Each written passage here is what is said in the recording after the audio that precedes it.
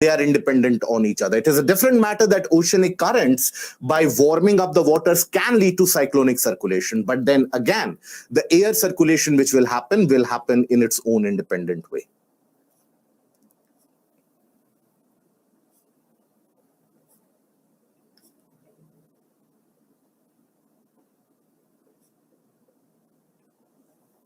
Pradeep, it varies. That is what we studied yesterday, didn't we? Day before yesterday.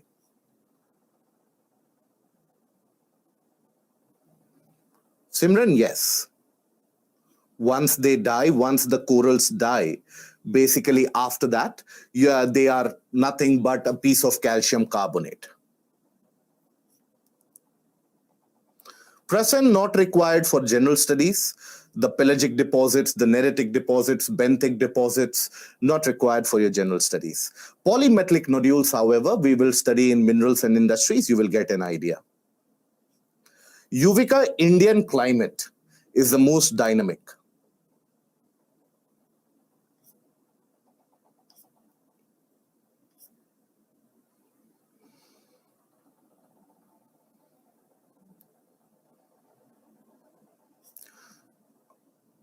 Kirtesh, you can revise the portion of climatology from the tablet or from the book. It will help you out. Namrata, no. Because when you consider the entire of the oceanic corals, very small.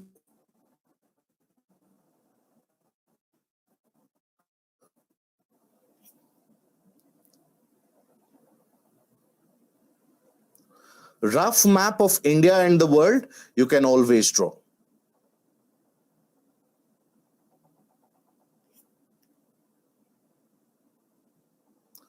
We will cover it. Prachi, in today's session, we will cover it. Muskan, gyre is where you have a circular motion. In a thermal, you have turning circulation. Gyre, generally, you will find closer to the surface. So there you have the fundamental of the entire Ekman transport and Ekman spiral. But then again, because it is not needed for your general studies, so we have not covered that.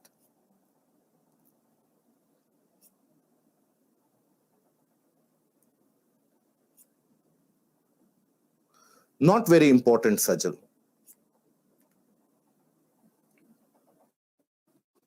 EMOC is a kind of a thermohaline circulation, Shanavas.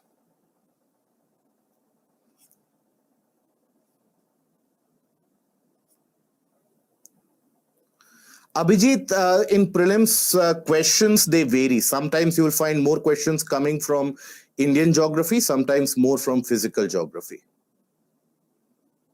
Manoj, that is what generally is observed.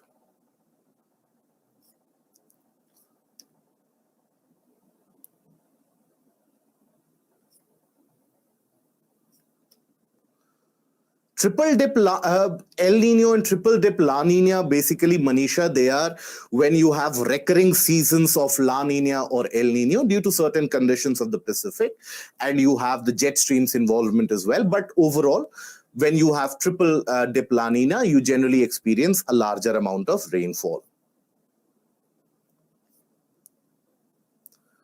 Ajay, yes, for basics, it will be more than enough.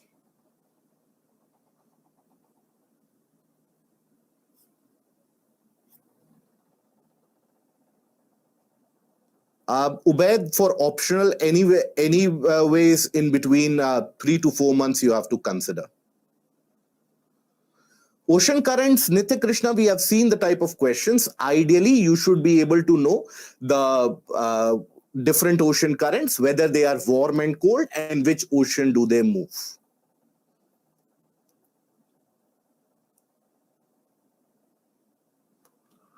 Anjali, whatever resources and resource distribution for the entire world, we will take a look at the major ones in the mapping, more than sufficient. You can always browse through that, increase your knowledge. Yuvika, we did study about the coral islands yesterday, didn't we?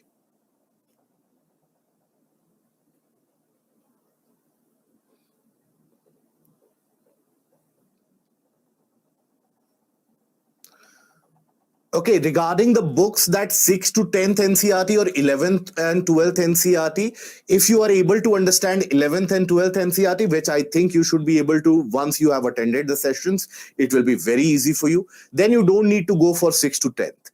If you are unable to understand 11th and 12th, then pick up the 6th to 10th. Yes. Yes.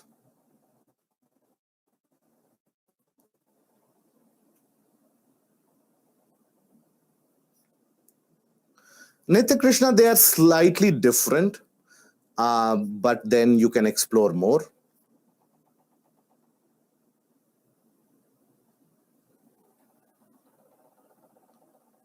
Pratik, if you want to display Indian Ocean phenomena, then you can simply take up the northern Indian Ocean map and the rough boundary of Africa and Southeast Asia. That will do. Anubhav, that is going to be more than sufficient.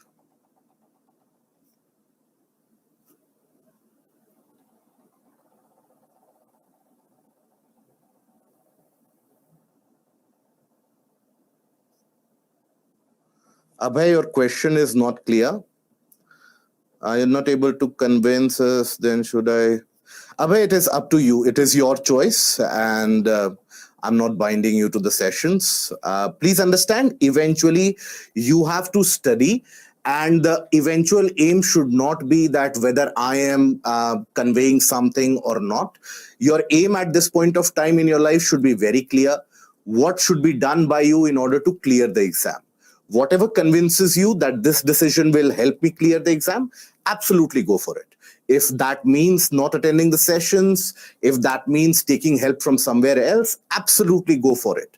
Because eventually, please understand, we are not here to satisfy anyone's ego. We are here to clear the exam. So if the concepts are not being cleared in the class, if there is no way that I can extend my help to you, you are free to take your own path. Vibhor, yes.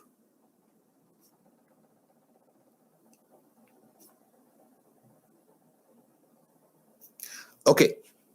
Now, so hello, good evening to all of you, and welcome to Byju's Exam Prep.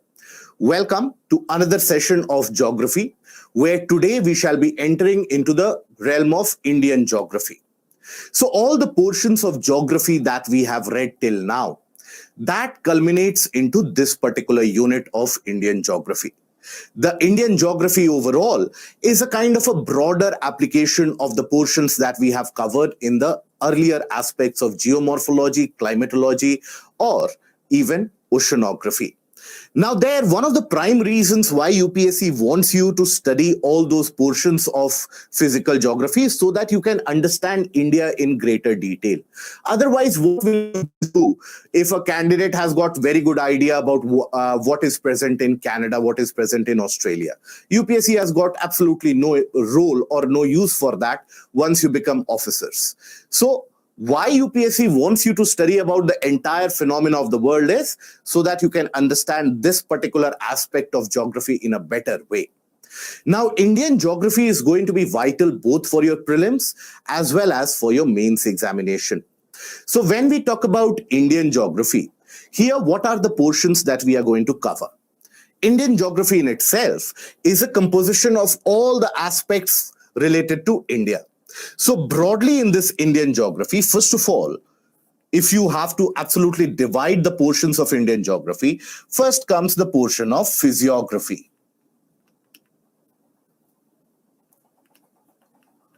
Physiography. Okay, that is where we study the various different landforms. Type of been asked, but nowadays we find that mains questions are also being framed from this area. Then you have climatology.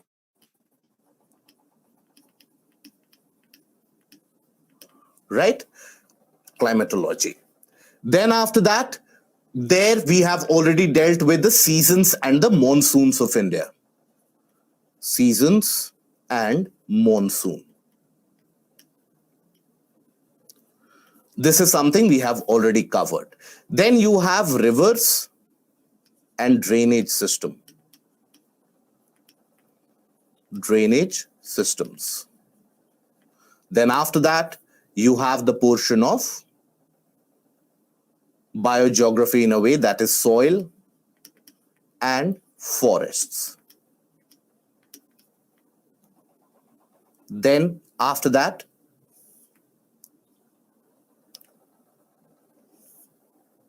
you have the portion of minerals and industries, where we will study the factors which leads to industrial location, mineral distribution, the major minerals which are present, the minor minerals which are present, metals, non-metals, all those basic things we will study in this. Then comes the portion of population, settlement,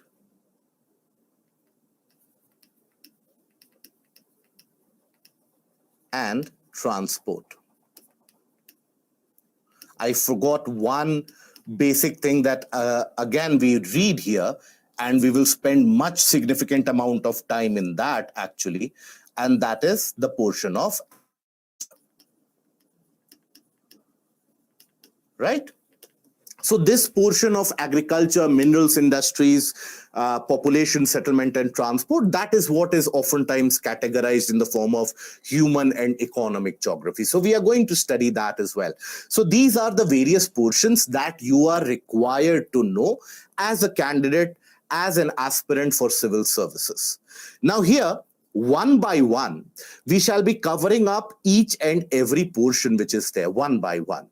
So today we shall be starting with the physiography.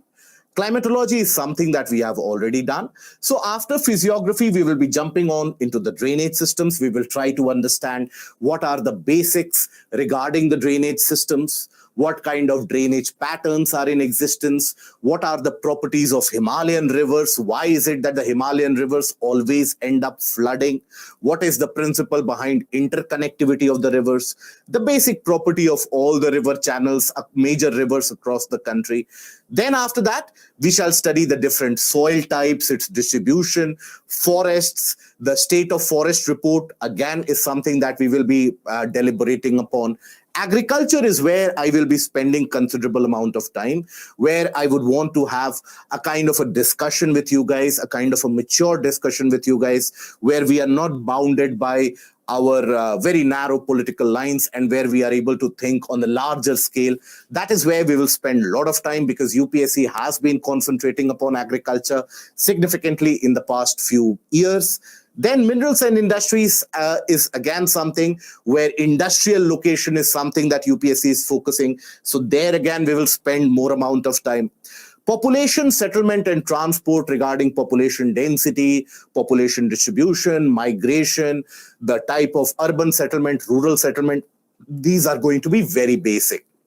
Now, in this portion of Indian geography, let me tell you guys beforehand that look, the PPTs in general, I have tried to make it text heavy so that it helps you revise properly.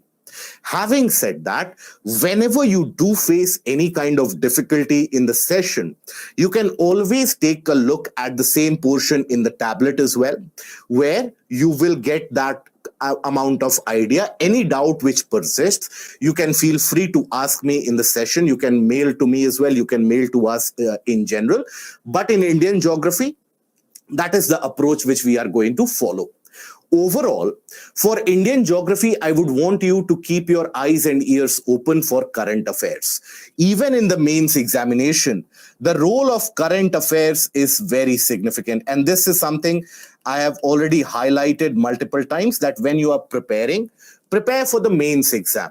Prelims, if your luck is very bad, if you have prepared well, maybe you are out of luck, so 1 year you might not get into the prelims.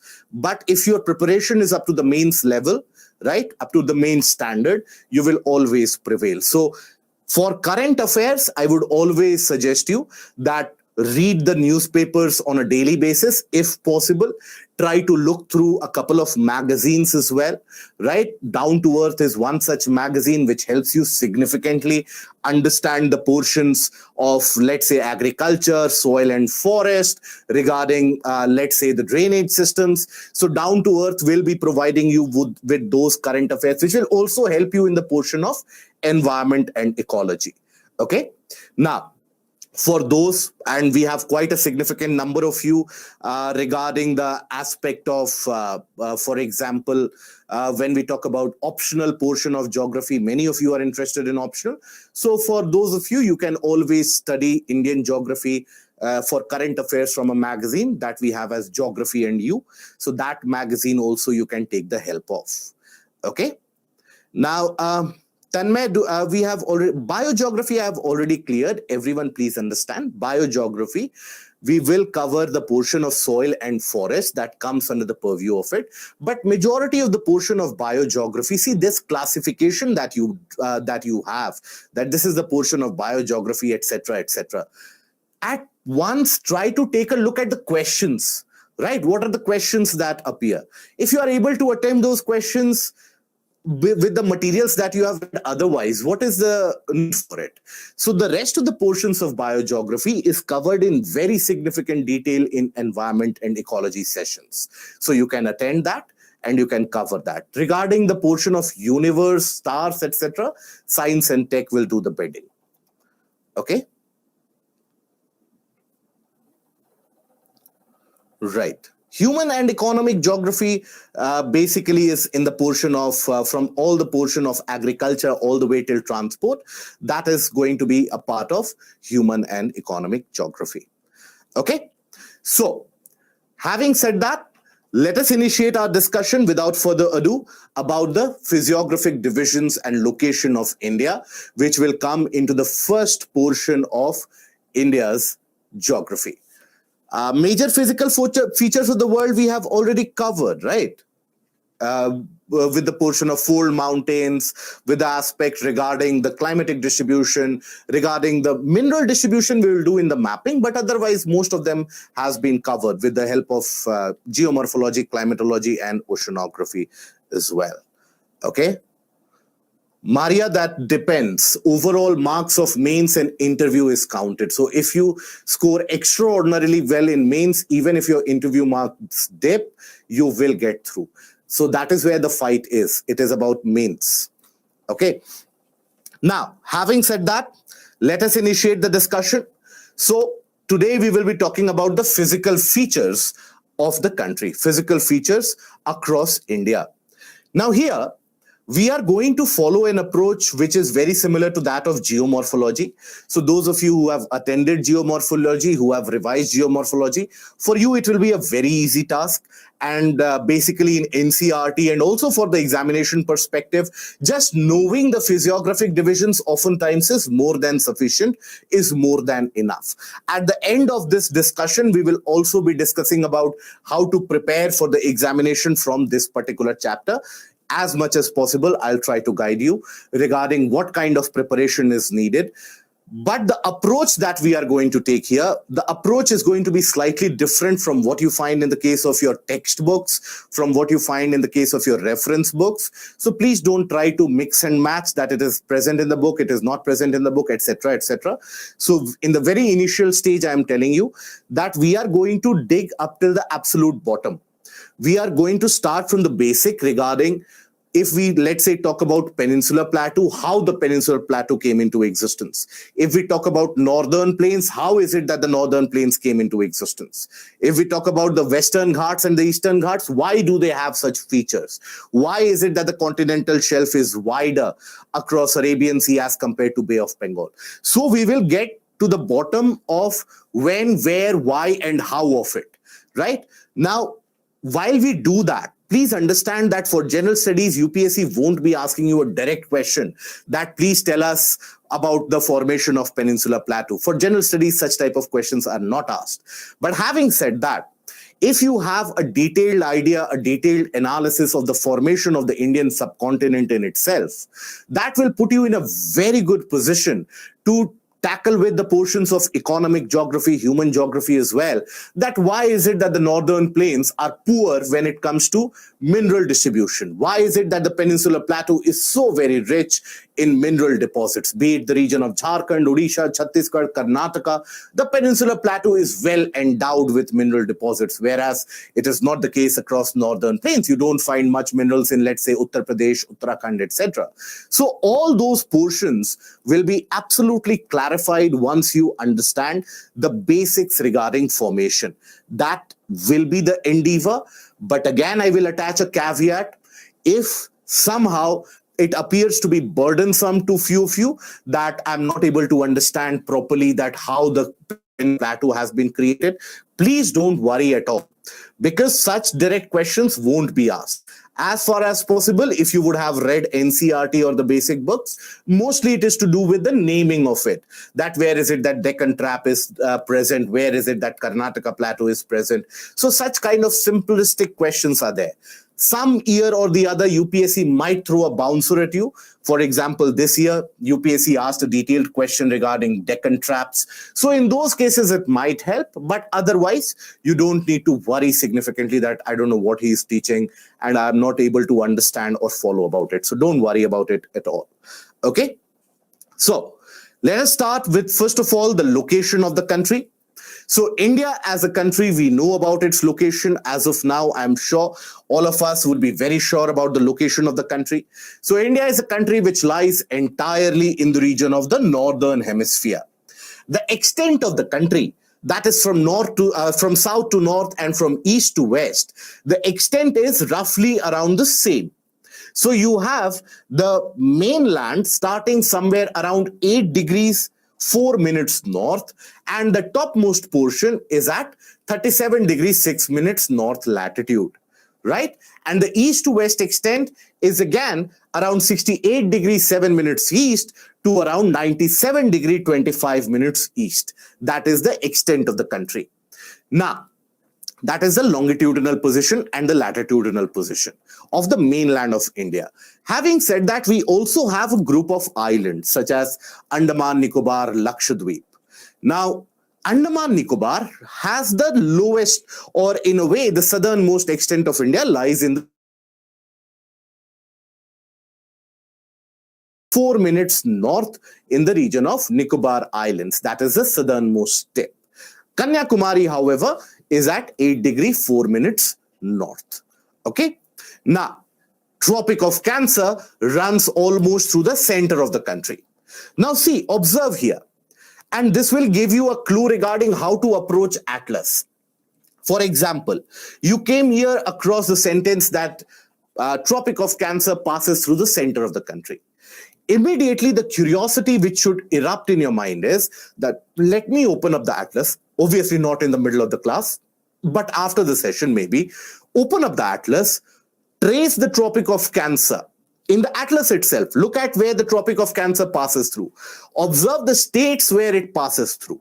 For example, I'm sure many of you would not be aware or would have basically misplaced it in your memory that Rajasthan is another state through which Tropic of Cancer passes through. So this will give you an idea about the mapping as well.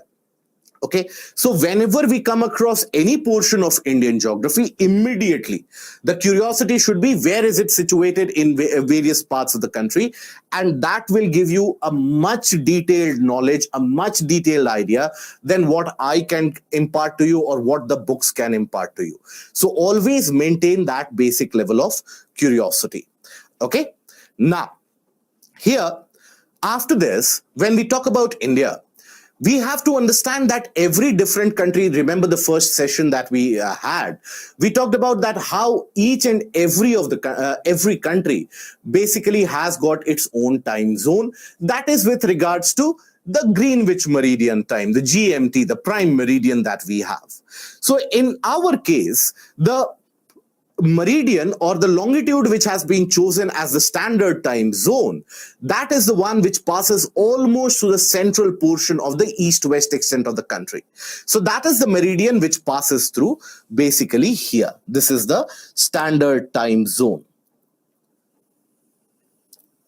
right? The standard meridian. It passes through the region around Allahabad and it touches various states. So again, the curiosity should apply that which states do this meridian or does this meridian pass through. So look at these particular and maintain your own list. Please don't rely upon a list, let's say circulated by me or circulated by any other coaching class. Have your own particular list when you in yourself, in your own capacity, you try to explore the map. But having said that, as we were talking about the north to south and the east to west extent, remember I told you that almost both of them are similar in terms of their extent. So you will find that the extent of north to south of the country is close to around 3214 kilometers, 3214 kilometers, whereas the east to west extent is again close to around 2933 kilometers. So it is roughly the same. Okay, not exactly the same, but roughly the same. So the standard time zone for the country, that is something which passes through in between the 68 degree 7 minutes east and 97 degree 25 minutes east. In between that, you have the standard time zone. Generally, the mean is taken. So mean of the extreme points of these two longitudes is how much? Around 82.8 degree. But that is not taken. The closest one is taken, that is 82 degree 5 minutes east, is taken as the standard meridian. This is the standard meridian which passes through the country. And this standard meridian passes through various different states. So when we talk about the states through which the standard meridian passes through, observe that you will find that it passes through the states of Uttar Pradesh. It touches the border of Madhya Pradesh, the bordering district of Madhya Pradesh, Chhattisgarh, Odisha, and then you have Andhra Pradesh. Many of the candidates I have seen, they get confused that the standard meridian also passes through Telangana, but it does not. So this is where a prelims type of question can always be framed here, and you have to be at your point, at your level best. Okay? So here you have Uttar Pradesh, Madhya Pradesh, Chhattisgarh, Odisha, and Andhra Pradesh through which the portions of standard meridian does pass through. Having said that, there are two states through which both the standard meridian as well as the Tropic of Cancer passes through. Right? There are two states through which both the standard meridian as well as Tropic of Cancer passes through. Which are those two states? You have Chhattisgarh and Madhya Pradesh. These are the two states through which the standard meridian as well as the Tropic of Cancer does pass through. Having said that, there is only one state where you have the Tropic of Cancer intersecting with the standard meridian. So if you observe, the Tropic of Cancer crisscrosses the standard meridian. In which state? It is the state of Chhattisgarh. Okay, that is where the Tropic of Cancer meets or intersects with the standard meridian. Okay, it is not UP, it is Chhattisgarh. Okay, so MP and Tropic of Cancer and the standard meridian will pass. Chhattisgarh is the state through which and in which both of them will intersect each other. Okay, now when we talk about the location of the country, India as a country has got a large coastline as well as a large territorial boundary. So when we talk about our neighbors, which we will study or which you would have studied in significant detail under IR. So basically, as you move from west to east or east to west, let's say we move from east to west, we have our neighboring regions in Bangladesh. Bangladesh is the country with which we share our largest land boundary, that is with Bangladesh.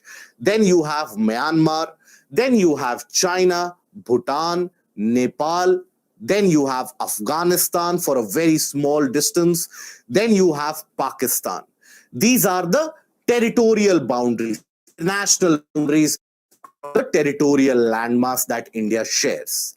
Now, when we talk about the coastal states such as Maharashtra, Karnataka, Kerala, Tamil Nadu, Andhra Pradesh, Odisha, West Bengal, Do these coastal states, will they have an international border or won't they have an international boundary? What do you think?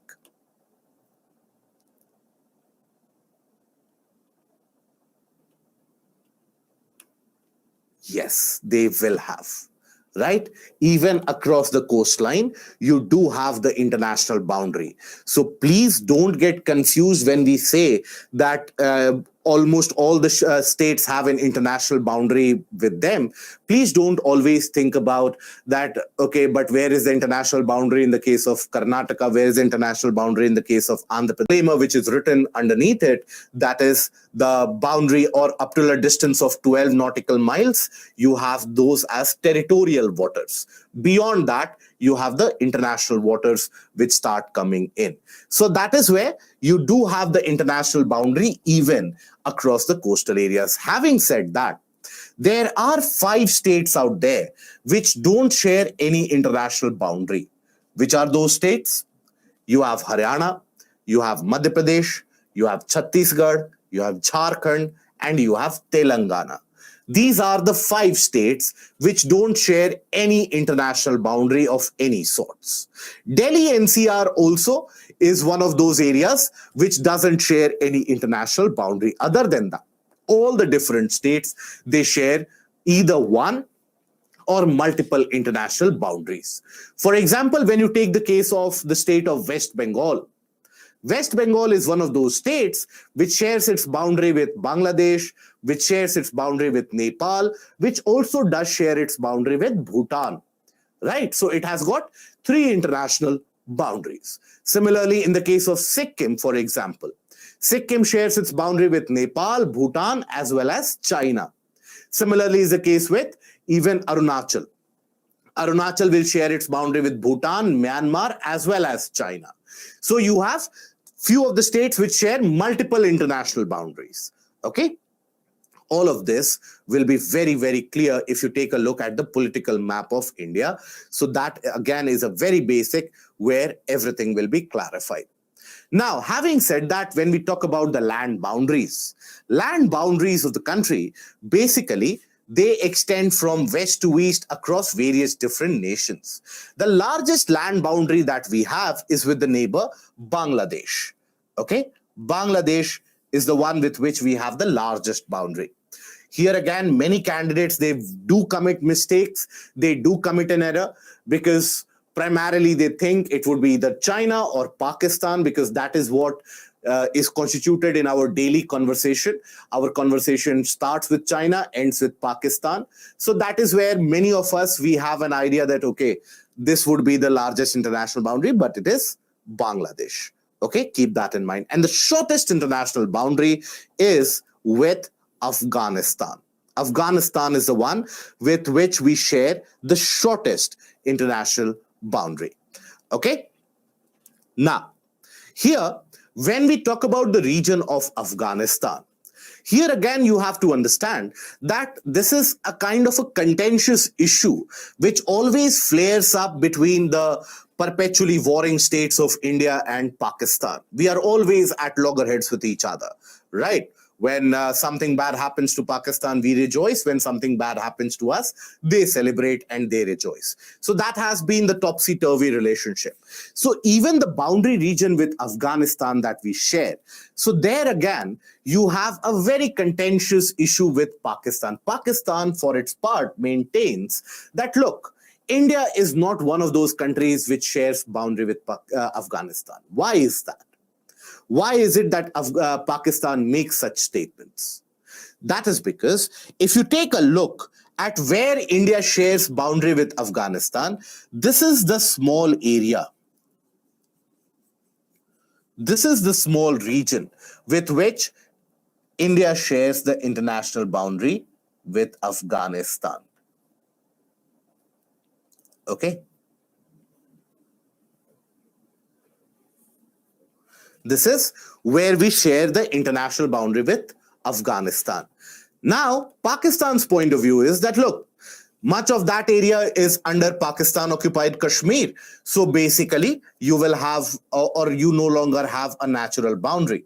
But in our opinion, which is rightly so, the will of the nation, the parliament, as well as the government stand is that the entire Jammu Kashmir is an integral part of the country. So, having said that, we are natural neighbors of Afghanistan. This is the logic that India puts forward whenever we go for any kind of international delegation, any kind of international summit dealing with Afghanistan. India expects itself to be a natural partner, a natural invitee in such delegations because we are neighbors of Afghanistan. We share historical and cultural ties with Afghanistan, and we share our natural borders as well.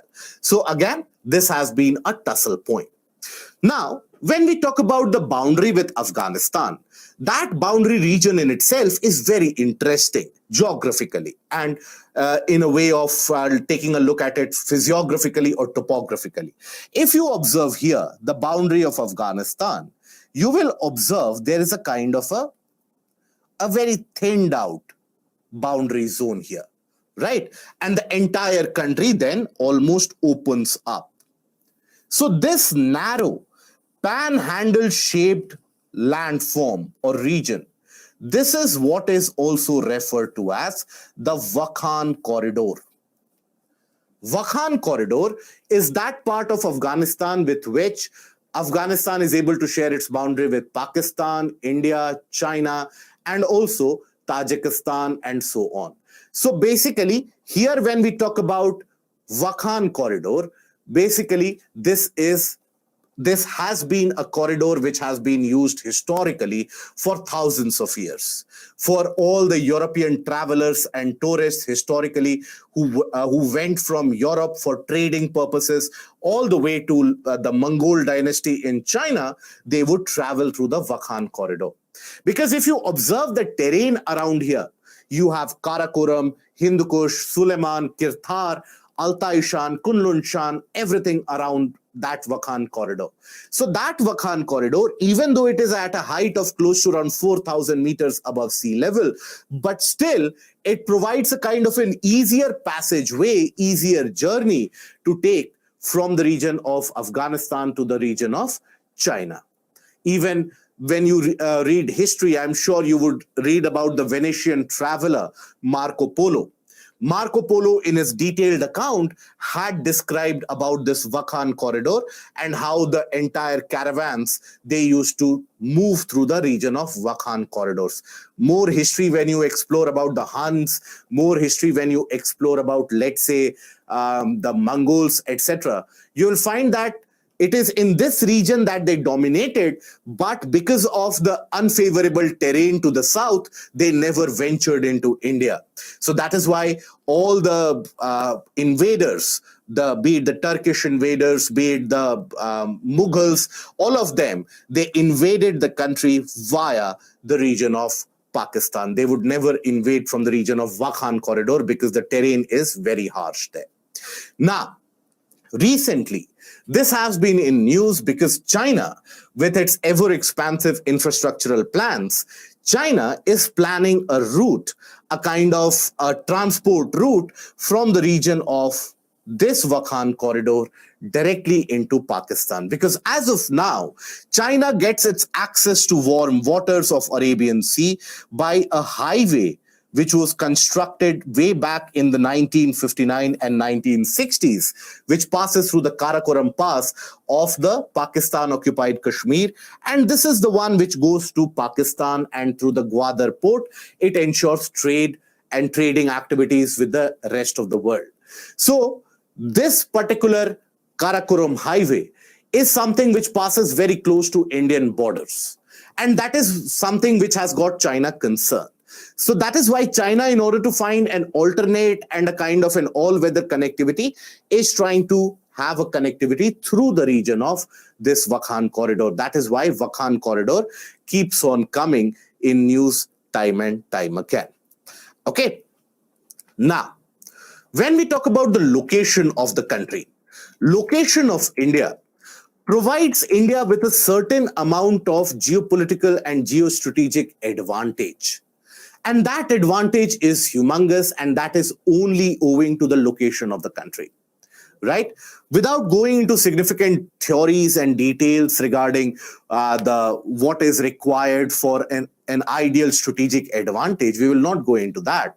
But if you think about it, logically, basically, of all the oceans, first of all, in a very layman's term, in a very like childish terms, all the oceans that you see around the world, none of the oceans are named after any country. It is only India which has got an ocean named after it. So that tells you the importance of location of India. And India sits atop the Indian Ocean. Majority of the world trade across the globe by volume, that happens through oceanic routes. The trade majorly does not happen through land boundaries or through air connectivity. Majority of the trade, bulky trade, always takes place through the oceanic routes. So when that trade happens, it happens very close to Indian coastline. And that is when the ships, they pass through this particular area. Now that provides India with a unique set of opportunities, both in terms of security as well as in terms of economy. How? So you have very large ships which go on a long voyage, maybe from the region of Netherlands in Northern Europe, Rotterdam port in Northern Europe, all the way to Singapore, the Changi port of Singapore. So they would crisscross the Suez Canal, they would pass through the Red Sea, the Gulf of Aden, and then they would enter the Arabian Sea, and then they would move on to Singapore. In that journey, the ships always take a break. They require a break in order to replenish the fuel, replenish the stock supplies, and also a required break for the sailors which are present. Indian coastline has got the potential to provide them with that ideal break. Indian coastline provides them the opportunity that you can take a break here. Let's say you can come to Mumbai, you can go back, or you can maybe come to Mangalore, you can go back to either Kochi, and then you can go back to your route. Now, what this will do is, this will significantly enhance the economic demand and the economic output in these coastal states. And that is owing to the location of the country, nothing else, nothing more. Now here, when we talk about the other factor, other opportunity of having this sea route or having an ocean directly underneath us or to the southern extent of our location, the other aspect is being a net security provider. Basically, when we talk about the entire phenomena and the entire principle and doctrine of Indian Navy, where Indian Navy aspires itself to be a net security provider, what do we mean by that? We basically mean that all the way from the Gulf of Aden all the way till Malacca Strait in the east, Gulf of Aden in the west, Malacca Strait in the east, that is where majority of the sea trade does happen. Now, Malacca Strait is very, very close to the southern extent of India. This is where the ships, they move through the region of Malacca Strait. All the trade to China will eventually pass through the region of Malacca Strait. So that is where Indian Navy portrays itself to be a net security provider. That look, be it the scourge of, let's say, piracy, global piracy, where the ships are hijacked and they are held for ransom and then later they are released after that ransom is paid. So be it protection against piracy or be it any humanitarian and disaster relief operations, India has got it covered. So that is why, be it a cyclonic disturbance and a cyclonic disaster which happens in Mauritius, to maybe the Operation Rahat which was initiated in Yemen where civilians of more than 26 countries were evacuated, India was amongst the first and the most monumental player in that entire activity. So our role in the Indian Ocean is not only restricted to the portion of economic benefits. Economic benefits is something that we have been accruing from this region, not today, not for the past 10 years, but for more than 1,000 years now.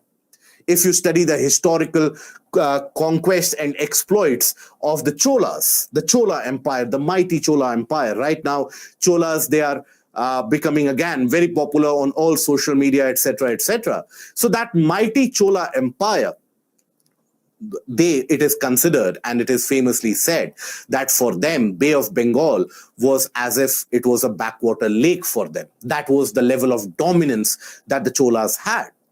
In fact, it is through this maritime route where in the Middle Ages and even in ancient India, you had sailors who would move out all the way from Odisha and all the way from Andhra Pradesh and Tamil Nadu, and they would then carry on their trading activities to eastern part of Asia, even to China and as far as South Korea. So for us, trade through the oceans has been a historical phenomena, a historical behavior. We have cultural ties which extend beyond the boundaries through these oceans. We have cultural ties with countries such as Indonesia, Thailand, Mauritius, where many of our citizens, and people of Indian descent, they have basically migrated and they have lived there. So we have historical and cultural ties, which is strengthened by the Indian Ocean, which is not distanced by the Indian Ocean, but we think of it as our community, as our neighbors. And it is in this aspect where India's whole doctrine of having a blue water navy, a naval force which can go for expeditions far away from its own boundaries, that comes into play. In the entirety of the region of the Indian Ocean, Indian Navy is the strongest and the most dominant force. It is because of this ability and this location that India has got a very unique advantage of blocking the trade route of many different countries. For example, when we take a look at the trading activities and the trades that Chinese they carry out, majority of the materials that reach the Chinese ports across the eastern coastline of China, they travel very close to the Indian coastline and they eventually move through the Malacca Strait. Now observe how close Malacca Strait is with Nicobar Islands.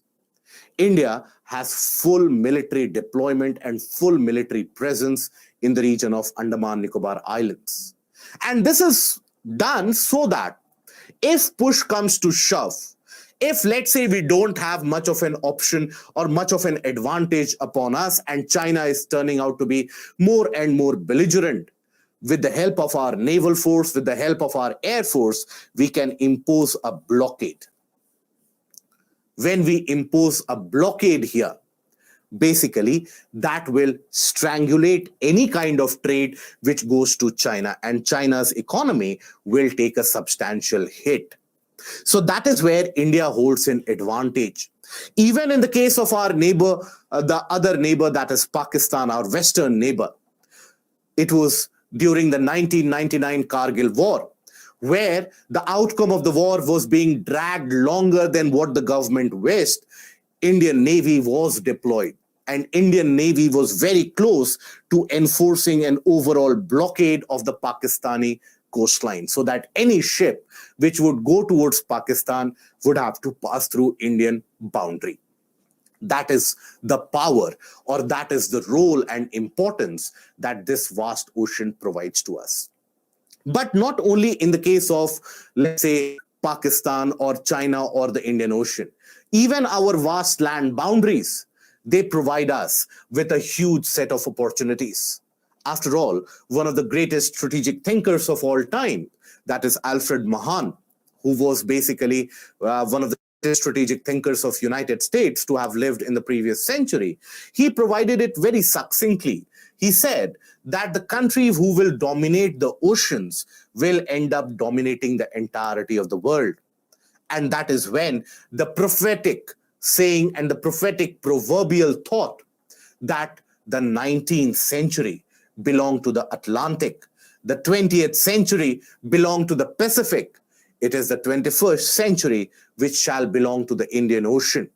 If we hold that thought closer to us, we will be aware that what the future holds for us, right? And if you think about it logically, 19th century, why do we say it belonged to the Atlantic? Because the countries across the bordering areas of Atlantic, be it the European powers, be it, let's say, United States, all of them, they grew in the 19th century. They were the world powers. When we say 20th century belonged to the Pacific, We mean countries such as Japan, countries again such as United States, countries such as, let's say, South Korea and on. All of these, they started exerting their power. Even USSR of that time started exerting its power across the Pacific. But the 21st century, owing to the demography, owing to the population distribution, owing to the economic power, is going to belong to the Indian Ocean. And India, sitting atop the Indian Ocean, will have a very unique and a positive future going ahead. So the location of the country provides us with a very unique set of advantages, right? The land boundaries, if you look at it, the land boundaries, which extend for more than 6,000 kilometers, provides us with a unique advantage with our neighbors as well. For example, take the case of Nepal or Bhutan. These are landlocked countries. Now, if Nepal has to carry out any trade on a large scale, it will need to have an access to the water body. That is where the trade will be carried out. So it will necessarily have to move its goods through India. That is where sometimes our foreign policy also takes a hit when you had in 2017 Nepalese conflict in a way, or the Nepalese disaster in a way, where Nepal started and had adopted a newer constitution. India enforced an economic blockade of all the things going towards Nepal. And that is when Nepal experienced a kind of a runaway inflation, where the inflation rate for petroleum, for other fuel items, for medicines, etc., absolutely increased and skyrocketed through the roof. It also provides us with a unique advantage in the sense of trading opportunities. Trading opportunities not only within our boundary, but also within international boundaries. You have already in plan and in place various projects being implemented which can connect the northeastern part of the country to the central mainland of the country, and that will pass through Bangladesh. Similarly, with our northeastern states, there is already a plan afoot to have a connectivity with the Southeast Asian nations such as Myanmar and Thailand. Again, an advantage of location, right? It is this advantage of location which in not let off. It is this advantage of location which puts us at a different pedestal altogether, right? We have our island territories in the form of Andaman, Nicobar, and Lakshadweep. While we have a general habit of not appreciating something which is given easily to us. We always appreciate something which is hard fought, right? So island territories and its strategic advantages, that is still not fully exploited. But if you look at the contemporary powers of the world, all of them, they are vying for control over some island or the other. Because once you control an island, your reach significantly extends exponentially. So the island territories of India, that also provides us with a unique set of advantages. Okay? Now, why I'm saying all this is because questions have been asked directly in the aspect of India's locational advantage. Questions have been asked in general studies, questions have been asked in the optional paper, and questions have been asked and framed directly even in the case of the essay paper. So India sitting atop Indian Ocean, what are the advantages, etc. All those aspects you have to put to paper when you write the answer for this. Okay? I hope this is something which is clarified. Okay? Now, more of it, I'm sure you will be covering in international relations. You will be covering all these things in detail. I'm sure about it. So that is where we'll restrict the locational aspect of geopolitics and geostrategy. Now, we come to the portion of physiography. What do we mean by physiography? When someone tells physiography of India, what do we exactly infer by that? So basically, physiography of an area is representative of the structure, process, and the stage of development of the topography. So it is a geological structure. It is the geological process and the geological outcome which you find in any area. That is what is physiography. From north to south, from east to west, we have a country, and we are a country which possesses it all. From loftiest of the mountains in the world to the driest of the deserts, from the rainiest areas in the region of Meghalaya to the marshlands of Gujarat, we have got all different kinds of physiography. From areas which are heavily forested and which are present in the deep interior of the country to the areas across the islands in Bay of Bengal and Lakshadweep, we definitely are a diverse lot. It is famously said that in India, if you move, let's say, 100 kilometers, the language changes, the dialect definitely changes, and the food also changes. The traditions change. That is what constitutes us all. That is what binds us all together. It is that diversity. That is why India is oftentimes also referred to as a subcontinent. It is not because of the size of India. You have many countries which are larger than India, but you never refer to them as a subcontinent. You refer to Indian subcontinent. Why? Because the subcontinent that we talk about, it is not just the land that we are talking about. It is the people, the unique customs, the traditions, the cultures, the climate. All of that is so varied across that entirety of the landscape that in itself forms a subcontinent. Now, what if I were to tell you that all the various aspects of economy, society, culture, tradition, all of them is nothing but an output of the geographical feature?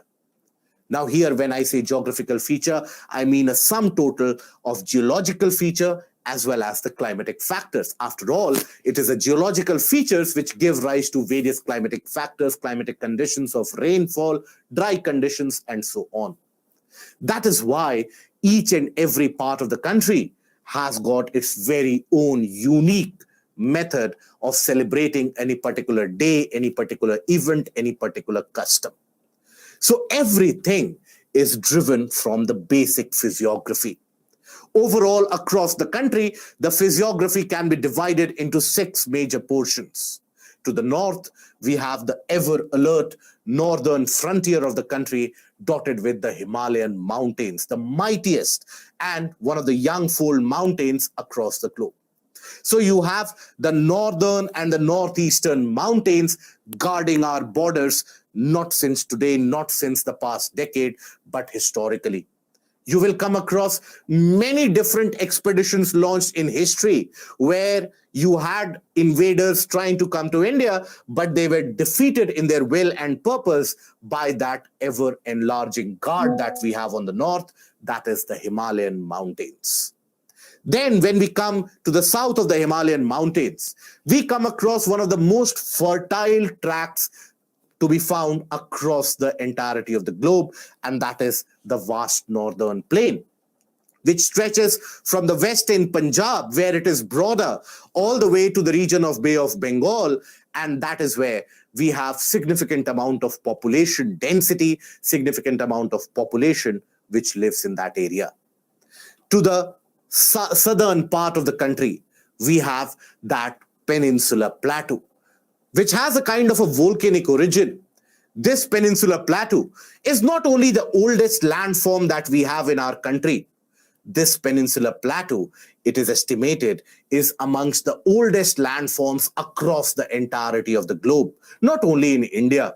It is said that the formation of this Peninsular Plateau is something which began close to around 3.5 billion years back. In fact, as per few of the latest studies which have been conducted, few of the researchers have also proposed and postulated that the region around Jharkhand, that is the Singhbhum region bordering Jharkhand and West Bengal, that might have been the first land mass to have been created or to emerge above water body. That is how old the Peninsular Plateau is. So that is why Peninsular Plateau is amongst the richest regions across the globe when it comes to minerals and resources. Then we have the very dry and vast Indian desert, which was not always historically a desert, but that desert formation has happened quite recently as the Indian plate has moved to its new position. Then we also have the island tracts of Lakshadweep and Andaman Nicobar, and we also have the coastal plains close to the Ghat section, right? So all these have their own unique set of advantages. All this has got a very unique set of attributes. That is something we are going to study. When we say peninsula, that is a landmass surrounded by water body on three sides. That is what is referred to as peninsula. Remember, I told you to mark Iberian Peninsula in the region of Spain and Portugal, and Yucatan Peninsula in the region of Mexico. So that is what is peninsula. That is why when we refer to the part peninsular India, we basically refer to the southern part of India. Okay? Now, let us start with the portion of the Himalayas. The Himalayas, quite easily, are the loftiest mountains across the globe. The Himalayas have been created as a result of the process of folding of landmass.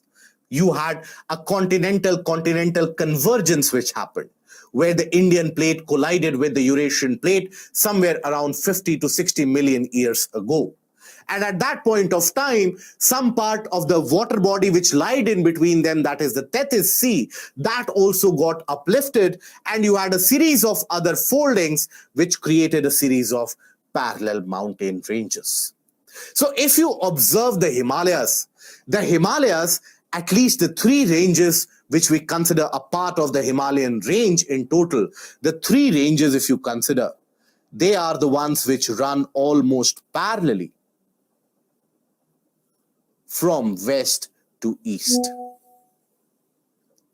These three ranges, which run parallelly from west to east, if you observe, these are present in the entirety of the stretch.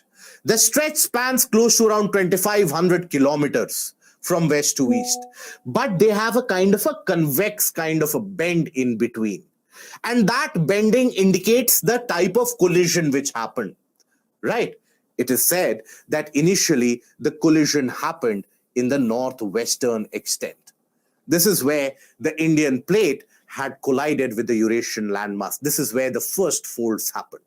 But then, because there was obstruction by the Eurasian landmass which was experienced here, the entirety of the Indian plate that started moving from the eastern part.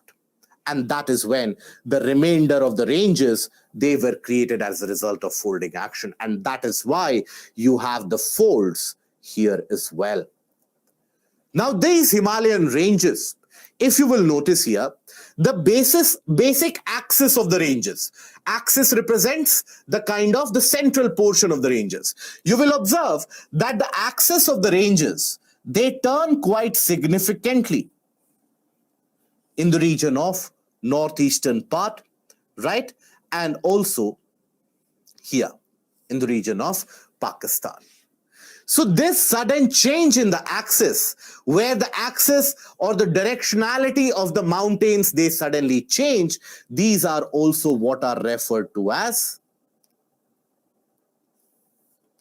syntaxial bend. They are referred to as syntaxial bend. So Himalayas, they have two syntaxial bends. What is syntaxial bend? A syntaxial bend is that kind of a change in direction in the alignment of the mountains, right? Sudden change in the direction of alignment. So that is observed around the region of Namcha Barwa, which lies here. Namcha Barwa in the east, and around the region of Nanga Parbat in the west. That is where the syntaxial bend of the Himalayas is observed, where their general direction, their general alignment in itself, that undergoes a massive change. Now, these three ranges that I have been repeating about, what are these three ranges called? So when we talk about these three ranges basically are the Great Himalayas,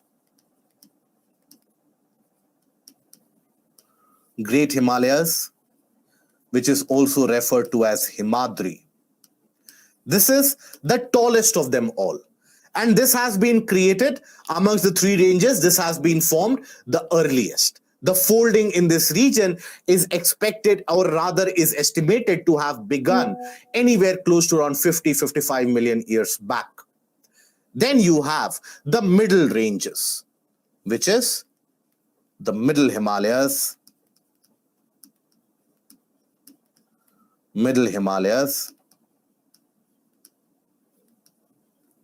or what we refer to as Himachal. Then you have the one which has been formed the latest, the most recent one, which has been formed close to around 15 million years back, and that is the outermost, the outer Himalayas, or the Shivaliks.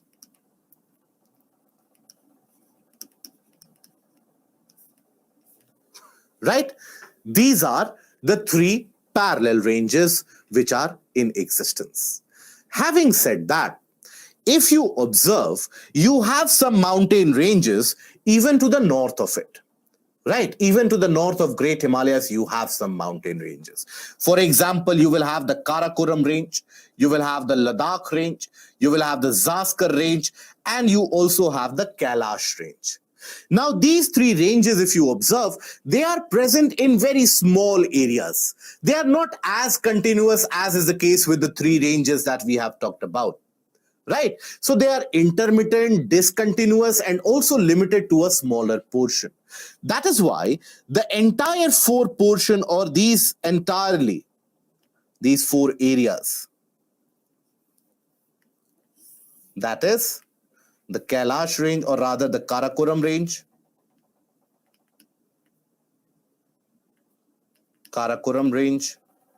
you have the Ladakh range,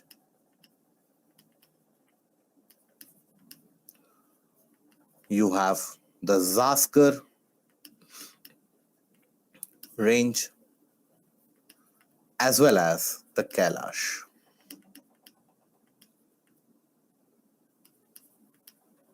These are what are referred to as Trans-Himalayas. Trans-Himalayas. Meaning, what is the meaning of trans? Not with the one with TRANCE, not that trans I'm talking about. I'm talking about TRANS. So this trans basically refers beyond, right? Something which is beyond, across.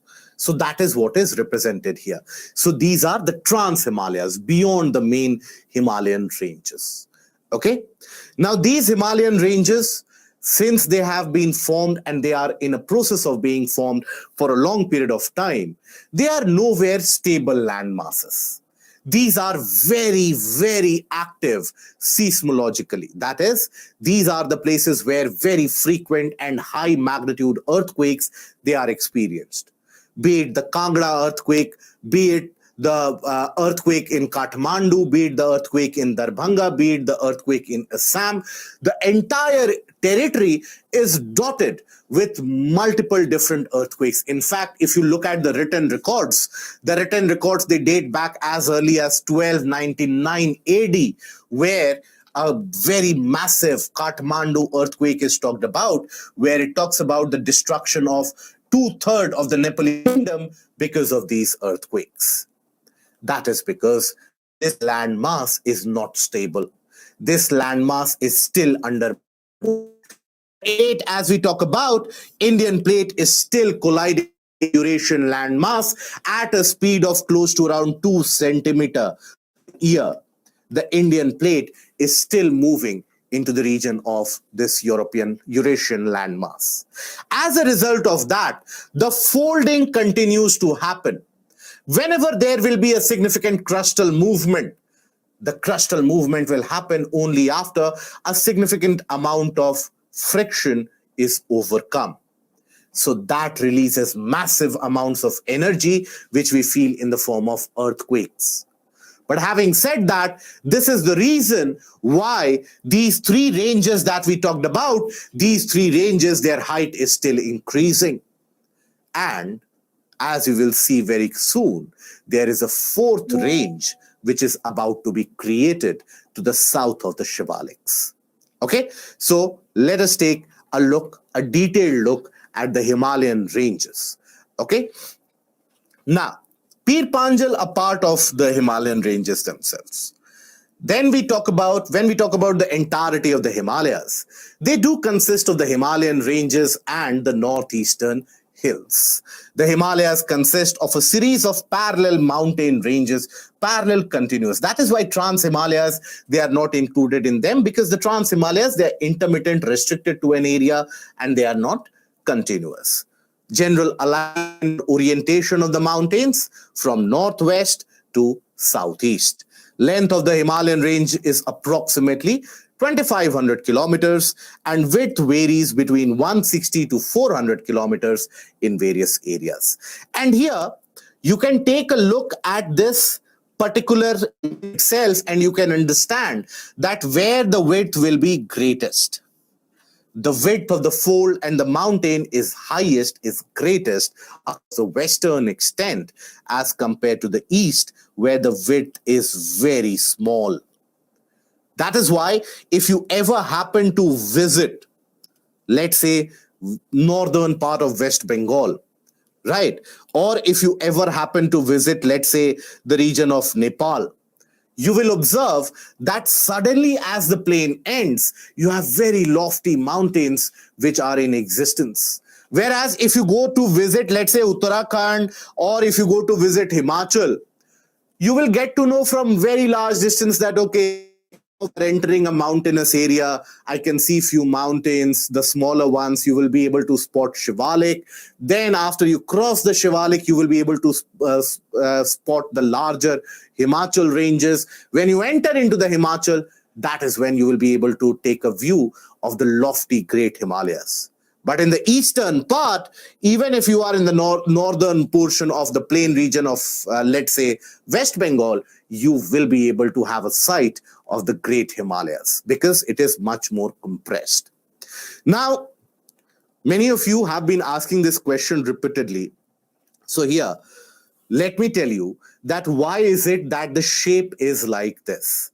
Try to understand it. But again, I will repeat, if you are unable to understand it, please don't worry about it. A direct question is not asked from this. This is just for your understanding that why there is a syntactical bend, why the shape is like that. I can see many questions.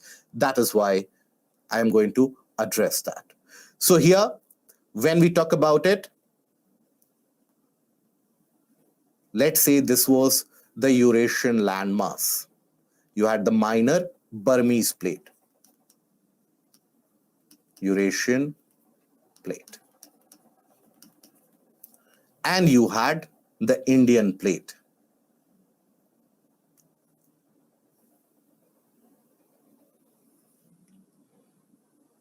Which had a shape somewhat like this.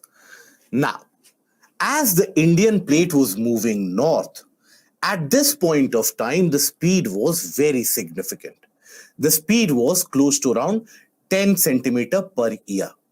Now, as it moved north, it experienced a kind of an obstruction here at this area.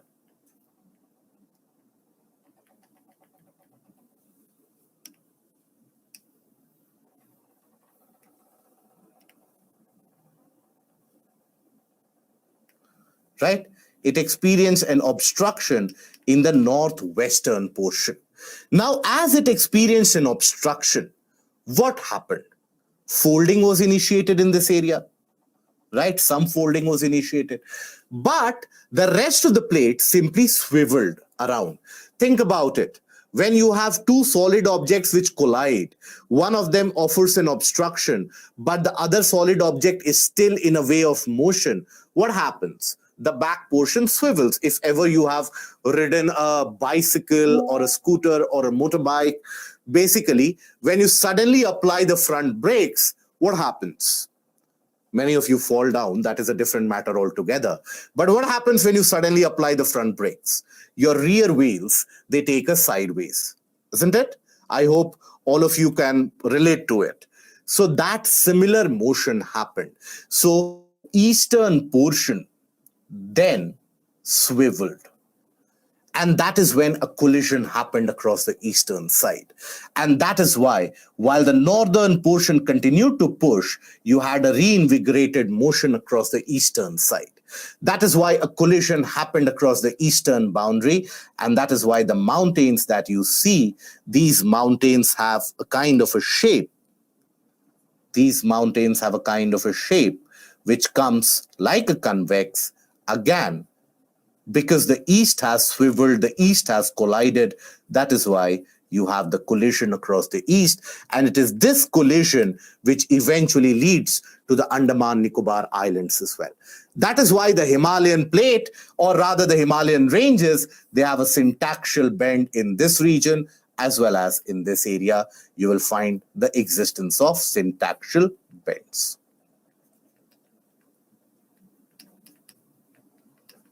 Right? This is where you have syntaxial bends. Okay.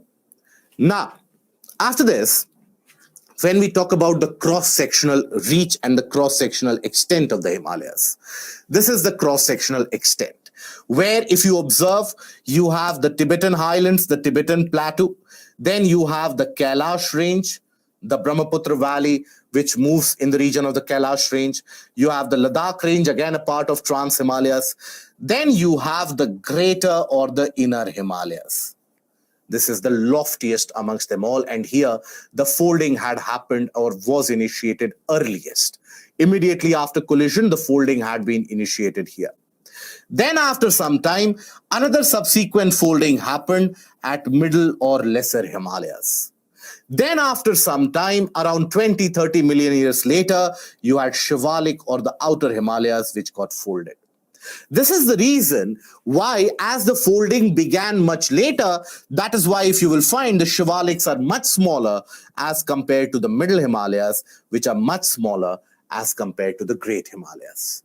Right? Now, in between these, you find what is mentioned as MCT, MBT, and HFF. What are these? These are basically fault lines or cracks which have been created on the ground surface. These are also what are referred to as thrust faults. This is referred to as the main central thrust. Main central thrust. This is referred to as the main boundary thrust.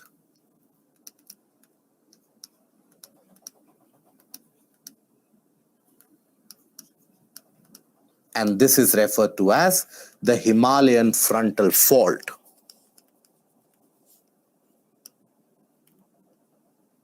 Himalayan frontal fault.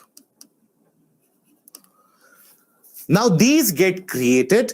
These are basically cracks on the ground surface. Whenever there is any crustal movement, any movement of the Indian plate, you experience very heavy earthquakes, very massive earthquakes across these regions. That is why the very famous Kathmandu earthquake or rather infamous Kathmandu earthquake talk about, that happened because of crustal movement across the MBT. The very disastrous Bihar earthquake of 1934, which claimed thousands of lives, that again happened because of movement across MBT. You have many minor and small earthquakes which keep on happening in the region of northeastern states of Assam. That happens across HFF. Many of the times you have smaller earthquakes which happen in the region of Uttarakhand. That happens either across HFF or MBT.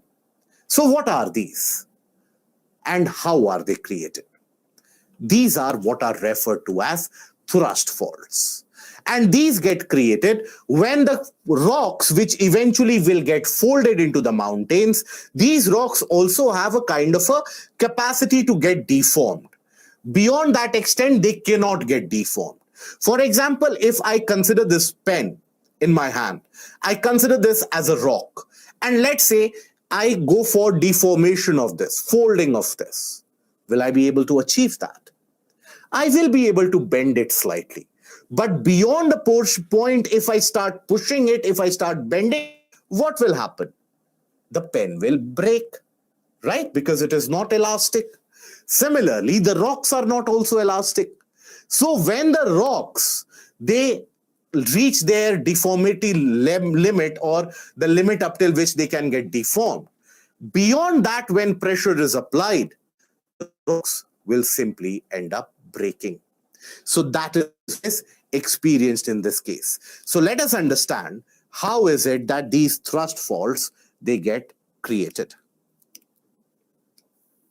So first of all, these are cracks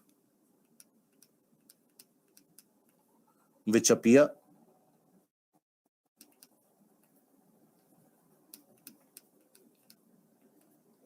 due to compression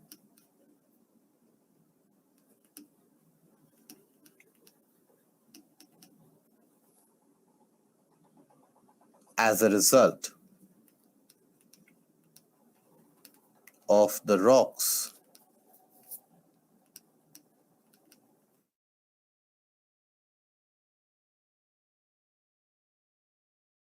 the limit of deformation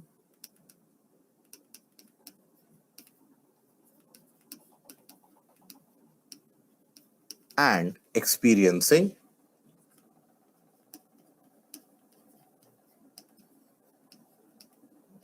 forces beyond that.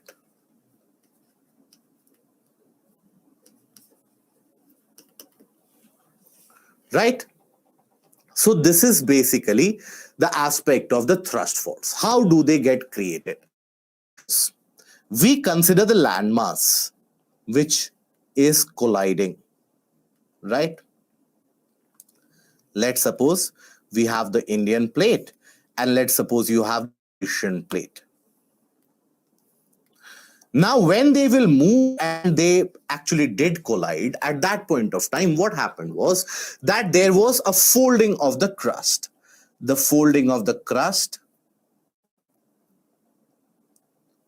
in the portion which created the first fold, that is the fold of the Great Himalayas. At the same time, it led to significant amount of crystal thickening, which happened here. Now, the movement did not stop here.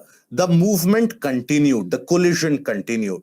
As a result of that, as the movement continued, the height of the fold kept on increasing. But then after a point of time, at this joint, the rocks could not get deformed anymore. Because this is not like a simple tissue paper that you have, or a simple paper which you have, let's say, where it can get folded endlessly. If you fold a tissue paper, what happens if you apply forces to the tissue paper? Observe here. Because it is very soft, it will get folded into a kind of a fold, right? But what if when we talk about a solid or an object which cannot get folded to that extent? So there you had a significant amount of obstruction, which was, or a kind of a limit of deformation which was experienced here. And that is where you had the rocks which cracked. The rocks simply cracked open. Now, as the rocks, they cracked open meant what? Basically, here you had a fault line or a crack.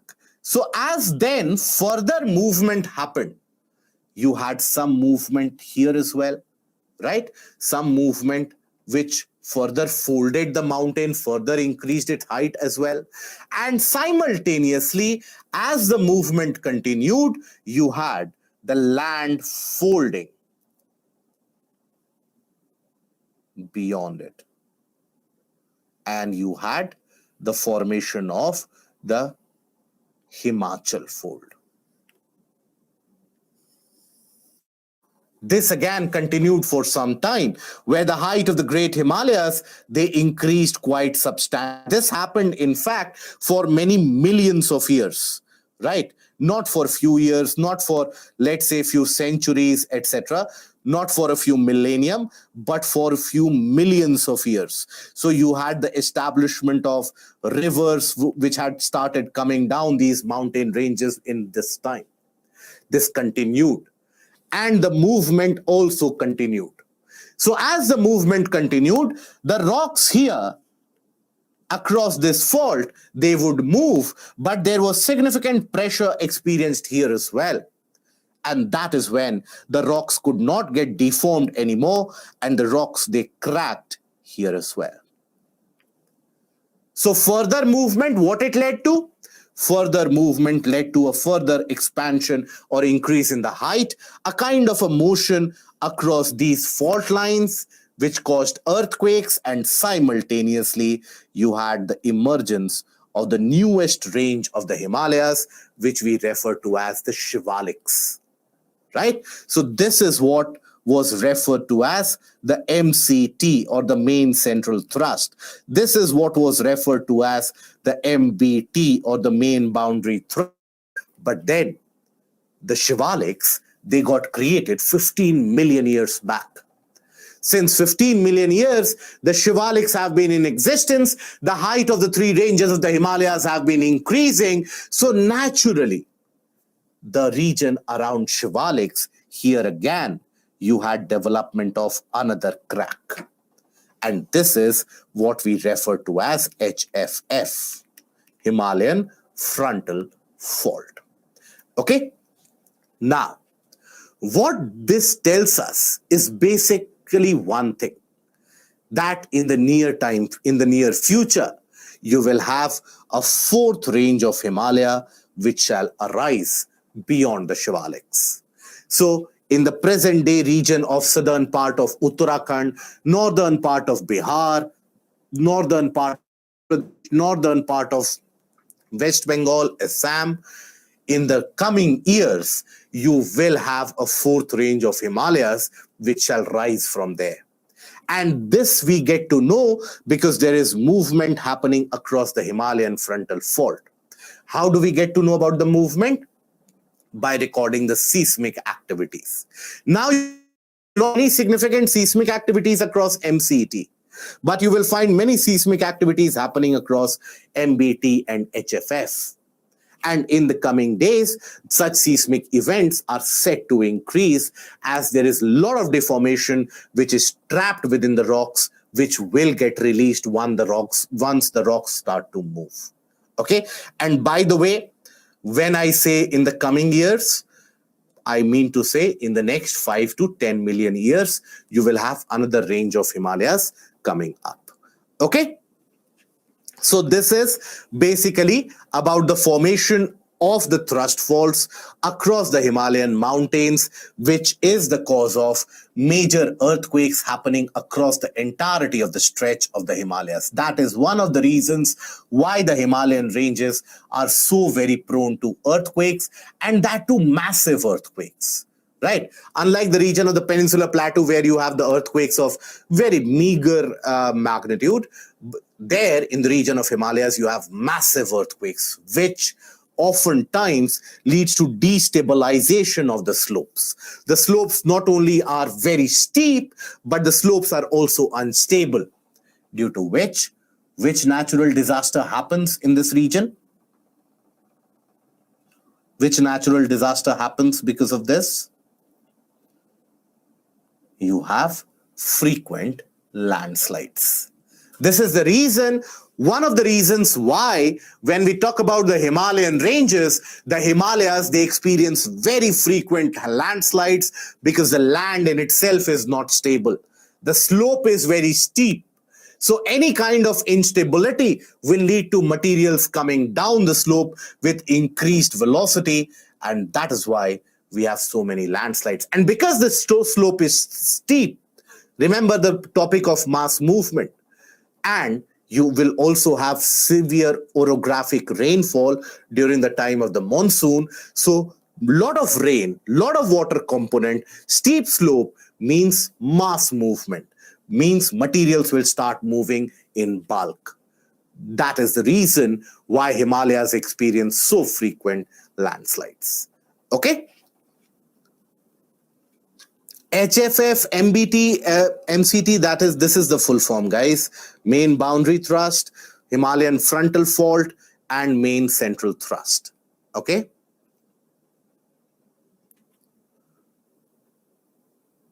Now, Now let us cover each of these individual ranges and let us cover the features in detail. So the Himadri, which is the tallest of the range, that is why, because it has experienced so much compression, this Himadri is not only the tallest but also amongst the narrowest. You will find that basically it has got a width of only around 25 kilometers. And the average height, not the tallest, average height is around 6,000 meters above sea level. In fact, across the entirety of the globe, maximum number of more than 7,000 meters peak that lies in this. That is why this Himadri is flocked by tourists and expeditioners from across the globe. Now, not only in the Himadri, but across all the three ranges of the Himalayas, you will observe something very unique. If ever you get an opportunity to visit this region, you should absolutely take that opportunity regardless of come what may. But because we have the Indian plate which continued to move towards the Eurasian plate, as the Indian plate continued to push into the Eurasian plate, due to that, what happened? You had a kind of a topography where the southern slope is much steep as compared to northern slope, right? So in all the ranges, you will find a kind of a topography where the southern slope is steeper as compared to the northern slope. So this kind of topography is also what is referred to as the hog back topography.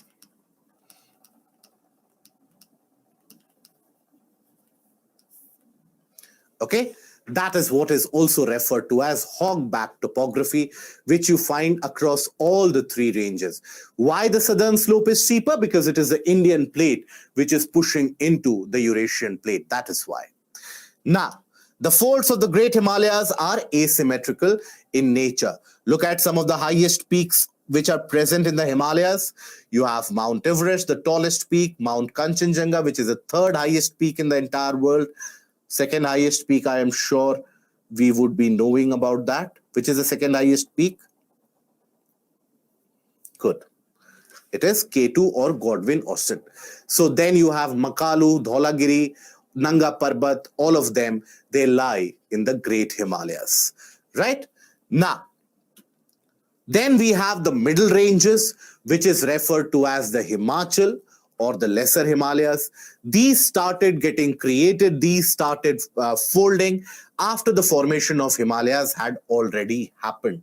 So when we talk about the Himachal ranges, the average height is lesser than the Great Himalayas. Why?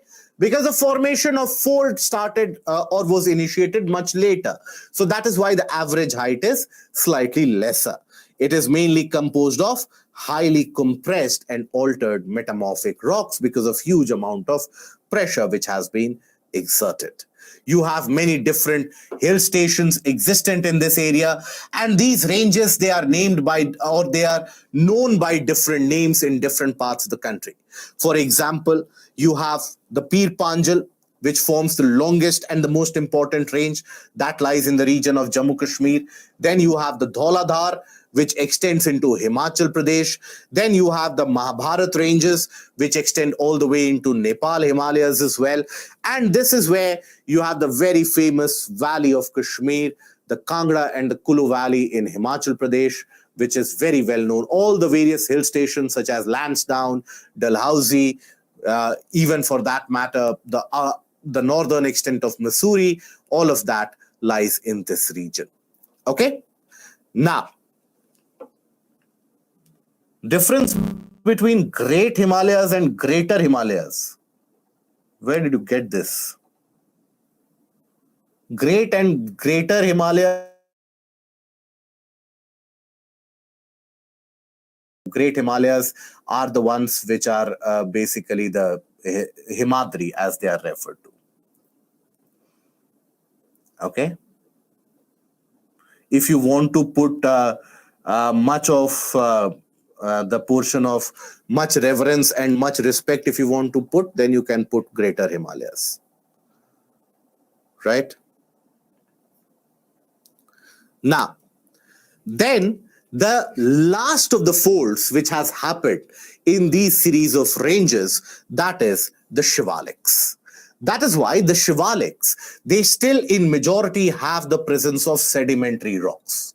Many of these rocks, basically, they were the sediments of the rivers which were originating after the Great Himalayas and the Middle Himalayas. They had already come into existence, because remember, when we discussed the formation of the folds, you had millions of years which actually spanned in between the formation of the earlier two mountain ranges and then the beginning of the third fold. So in the meanwhile, you already had massive river systems originating from these mountains. These rivers would bring back sediments, and these sediments would form a kind of a sedimentary deposit. It is only when the folding happened that these sedimentary deposits, they also folded to form Shivaliks. That is why the Shivaliks, they are said to be constituted or composed of unconsolidated sediments brought by the rivers from the main Himalayan ranges located further north. Okay? It has a lowest height, but then the height of all the ranges, that is continuously increasing. Okay? Now, yes, Dasgupta, the Himadri is the longest range, right? Now, after that, when we talk about the Shivaliks, these Shivaliks, just like the case of Himachal, they are known by different names. The ranges, they are known by different names from west to east. The Shivaliks are also almost continuous. It is only in certain portion across the eastern region between River Tista and River Raidak. That is where the Shivaliks are absent. Otherwise, the Shivaliks are almost continuous from west to east. So they are referred to by Jammu Hills in Jammu, Dhang Range and Dundwa Range in the region of Uttarakhand. Then you have the Churya Ghat Hills of Nepal. And then you have Miri, Mishmi, Abor and Dafla in Arunachal, where they are named after the local tribes. Okay, so that is basically the formation of the Shivaliks. Now, once we have taken a look at the properties of these, now let us try to understand the individual landforms, the very unique landforms that you end up finding in these areas. So amongst the unique landforms, we have dunes and duars, you have Karevas in the region of Kashmir, you have Chos, which is a seasonal stream which is in existence in the region of the southern slope of Shivalik, and you also have the alpine grasslands, which generally you will find in the middle Himalayas. So let us make ourselves familiar with this. You want a break now? Okay.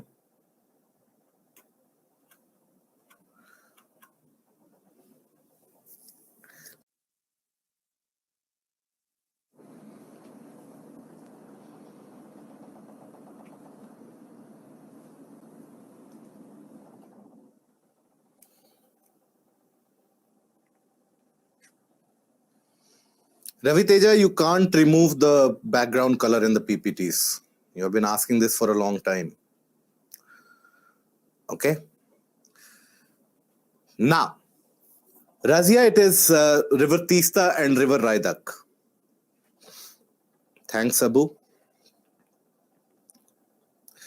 Now, here we talk about the landforms created, which are very, very specific to the Himalayan region itself. And these are created in small areas, in small batches in a way. You won't find these landforms to be very extensive for thousands of kilometers. So let us try to understand how these landforms, they came into existence. What were the various processes which come into existence when you had these landforms getting created? So here, when we talk about dunes and duars, before anything else, let me clarify, both of them are the name of the same landform. The same kind of land feature, when it develops in the region of Western Himalayas, they are referred to as dunes. And when they develop in the region of the Eastern Himalayas, they are referred to as duars. Let me repeat it again. Both of them are very similar landforms. It is just about their location that they are named differently. Okay, so what are these? These are basically depositional landforms. These are basically depositional landforms.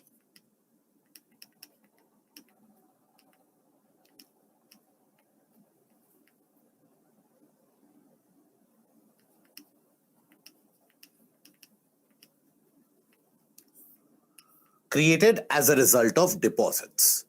Now let us try to understand how they got created, how they came into existence. So we have already talked about the fact that you had the creation of Middle Himalayas as well as the Great Himalayas, or if you want to put it, Greater Himalayas or Greatest Himalayas.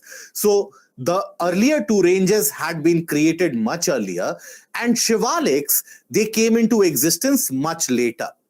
And that time span was for around 15 to 20 million years.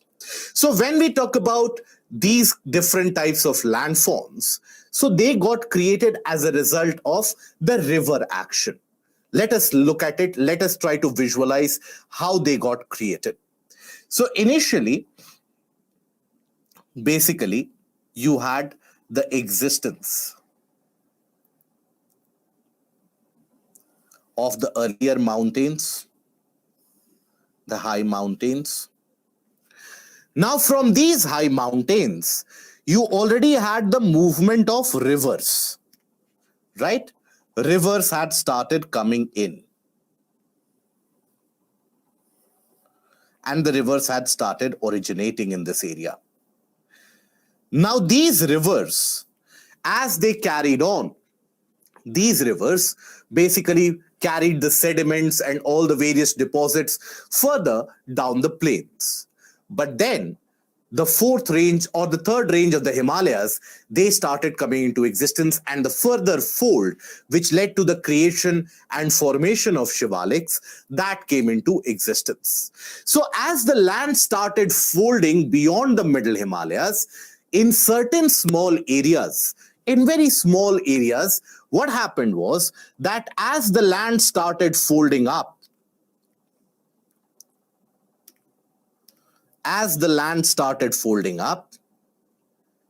it blocked the path of these rivers. Okay, so as the path of the rivers were blocked because of the further folding, it did not happen across the entirety of the ranges. Only in certain areas you did experience that.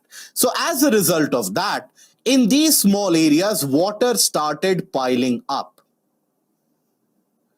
And you had significant amount of piled up water which was present.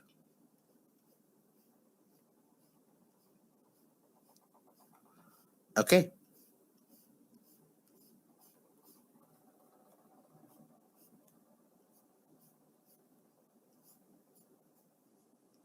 Now, this water which was piled up was basically nothing but the river flow. Slowly and steadily, water started accumulating in the valley, in these small valleys between the middle and the outer Himalayas or the Shivaliks. Now, eventually, as the amount of water started increasing, it exerted pressure as well, and eventually from the sides, the water emptied itself out. The water completely drained itself out. As a result of that,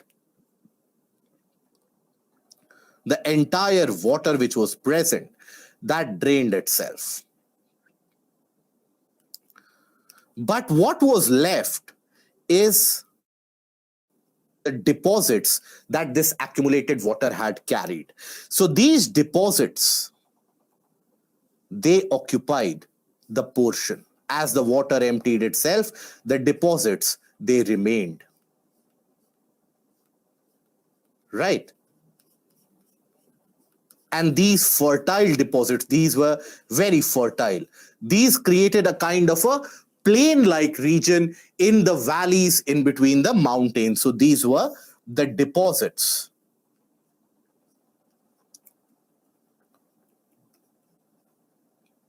Carried out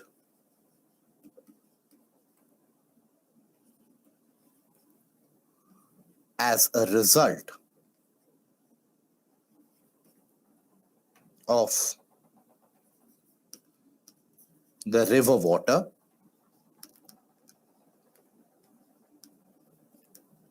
blocked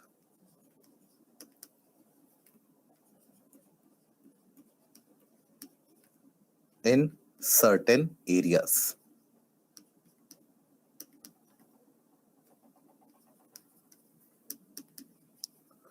Now, these deposits, they are basically in existence in between the Middle Himalayas and the Shivaliks. It is these deposits which we refer to as dunes or duars. If these deposits are to be found in the region of Western Himalayas, they are referred to as dunes. If the same deposits they are found in the region of the Eastern Himalayas, they are always referred to as duars. Okay, for example, Dehradun, Kotli Dun, Patli Dun, all these are names of various different dunes. If ever you happen to visit Dehradun, for example, you will observe when you, those of you who are from that place, you would easily identify with it. And those of you who have visited Dehradun, if you have actually observed the nature around Dehradun, you would also observe it, as long as you were not only concentrated with the shops nearby. If you happen to the landscape nearby, you observe in Dehradun that while the entire of Dehradun is across a plain, but from both the sides, it is almost surrounded by the mountains. So it is basically, imagine at one point of time, the other mountains of the Shivaliks would not have been present and the rivers would be draining from this area. I will repeat the entire process of formation. Okay, so listen to this carefully again. How is it that dunes and duars got created? When we talk about, let's say, dunes or duars, these are deposits which happened in the valley in between the Middle Himalayas and the Lesser Himalayas, or Middle Himalayas and the Outer Himalayas, that is the Shivaliks.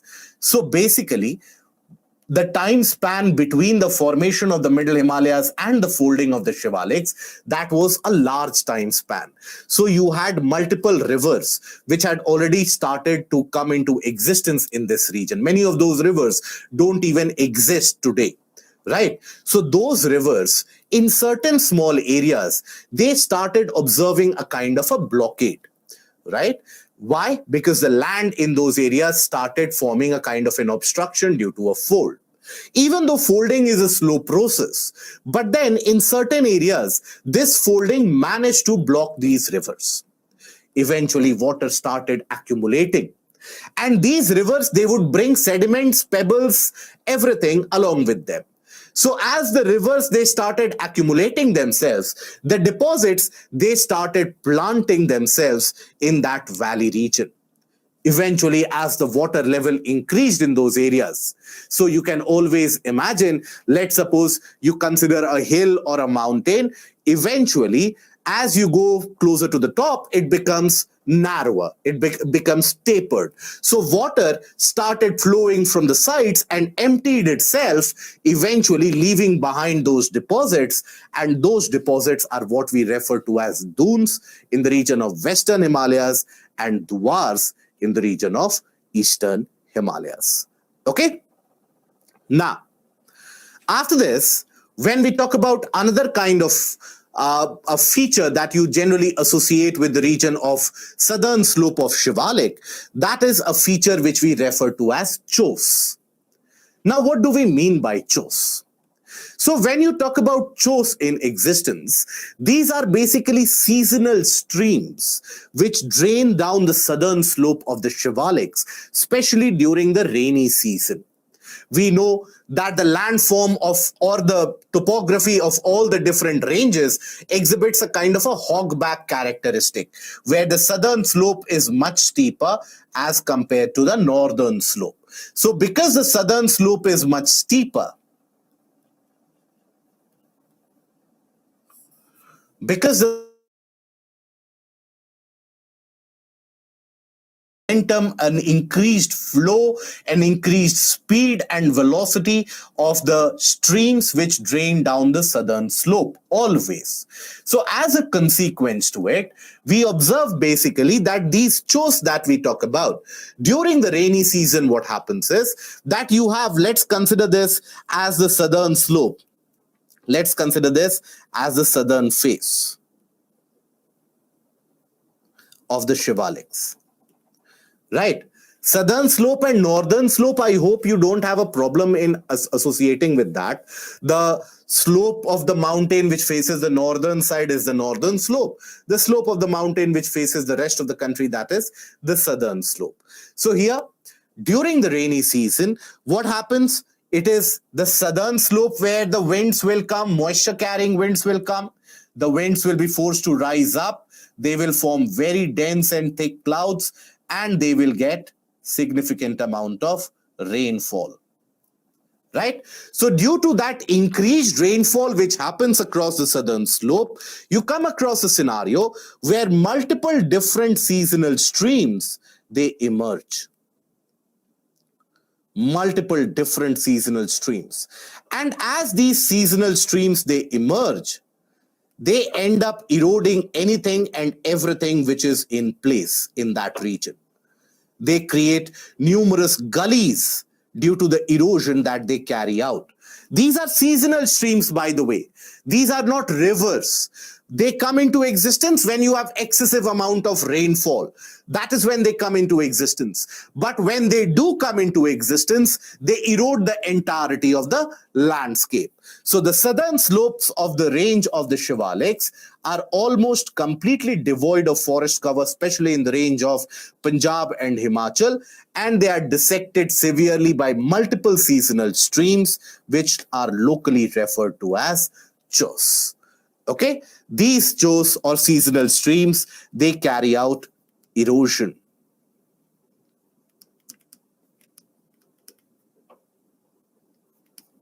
Significant amount of erosion.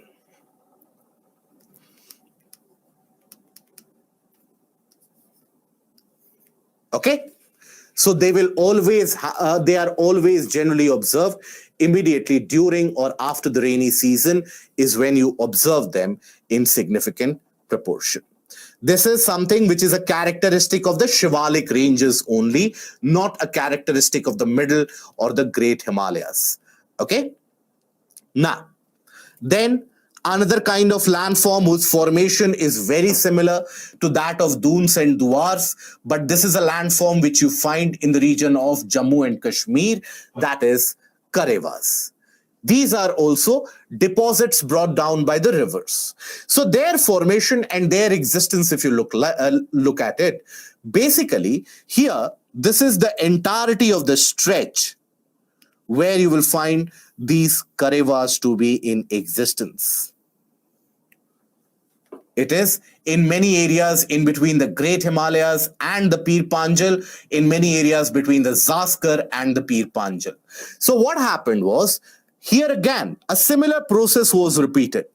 You had the formation of the earlier mountain, and then eventually you had the smaller streams and rivers which would originate from that, but it was blocked by the emergence of the Pir Panjal range. Pir Panjal range. As a result of that, the water which was drained or water which was coming, that water occupied a large area, close to around 500 square kilometer and even more. Right? That is how large an area it occupied. The water formed a very large lake of sorts. So this lake started increasing in terms of the water level because the water was continuously supplied by the smaller streams, by the smaller rivers. So the lake increasing in terms of the water level. At the same time, because you had this lake, you also had in existence the deposits which were carried out by this lake. So you had significant amount of deposits which were carried out. Eventually, as the water level increased, there the water started putting pressure on the landform, and you also had the existence of, by that point of time, you had the existence of Baramulla Gorge. I'm sure you would have heard about the name Baramulla. Very, very important in terms of the historical trade routes, very, very important in terms of passage of religious tourists, travelers across the ages. They would travel through Baramulla. So in Baramulla, you have a significant deeper gorge. So there, from the Baramulla Gorge, all the water eventually exited itself. And as the water exited itself, it left behind very fertile deposits. And these fertile deposits are what we refer to as karevas.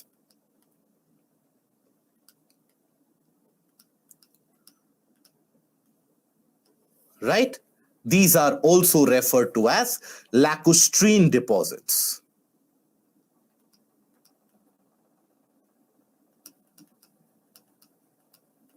Lacustrine deposits.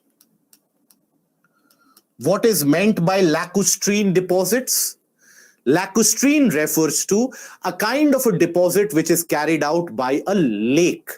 Right, that is what is referred to as a lacustrine deposit. Because you had a creation of a lake spanning across hundreds and thousands square kilometer in area, that is why this is referred to as a lacustrine deposit. Now here, in the case of dunes and duars, this was happening on a very small scale. This was happening across a scale of, let's say, a few square kilometers. Here, it is happening across a very large area. Now, these deposits, they are very fertile. Very fertile.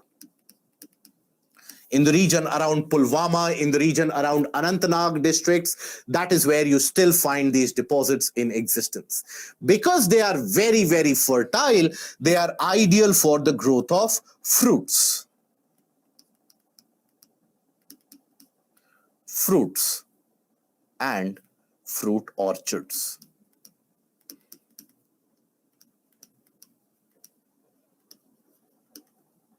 Other than this, in this region of Karevas, you also experience and observe the growth of one of the very significant and costly spice, so to say. Here, this is where saffron or saffron is cultivated in significant proportion. Saffron is cultivated in large proportion in this area. Okay, so that is where you will find this unique property of Karevas in existence. Okay, now after this, as we move higher up in the case of the middle Himalayas, beyond a particular height of around 3,000 meters, 2,500 meters and so on, you don't find the existence of permanent tree cover. You don't find the existence of large trees and forests, but rather you come across something which we refer to as the summer grasslands. That is, you will have very fertile grasslands or very lush green grasslands occurring in the region or occurring during the summer season. And again, during the winter season, the entire area is covered with thick and dense snow. So it is only during the summer season where you will come across these grasslands. These summer grasslands, they are referred to as bugyals. Okay, they grow only during the summer season. Now, these grasslands typically are utilized by many of, for example, these have become a hub of tourist attraction in a way that you will find almost all your friends who trek to the region of the middle Himalayas and so on. All of them, they will continuously show you that how lush green these areas are. the grasslands, etc. So that is basically the summer grassland. During winter, the entire area will be covered with snow. Again, during summer, the grasses will grow. So this is utilized by the traditional nomadic community. And when we say nomad, what do we mean by that? Nomadic communities are those historically who have indulged in translocating from one area to another in order to cater to the pastoral requirements of their cattle. So they take their cattle for rearing purposes, where the cattle, they graze on the green grasses, and again come the winter season, they will migrate away from these areas into another area where they find the grasses. So this entire nomadic community and the lifestyle is dependent upon the availability of green pastures, because you will find that these communities, they have hundreds of sheep, hundreds of goats, etc. So they do rely upon these bugyals for the survivability of the cattle community.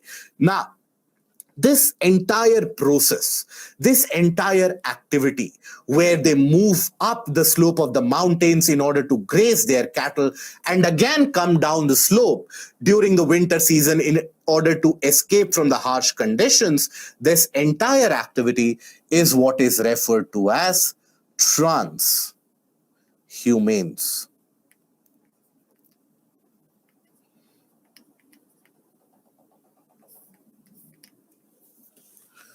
Bugyals are found in middle Himalayas at a greater height. Okay, this is what is referred to as transhumanes. Now, this is carried out by various different nomadic groups. For example, you have the Bhotias, they carry it out. Then you have the Bakarwals.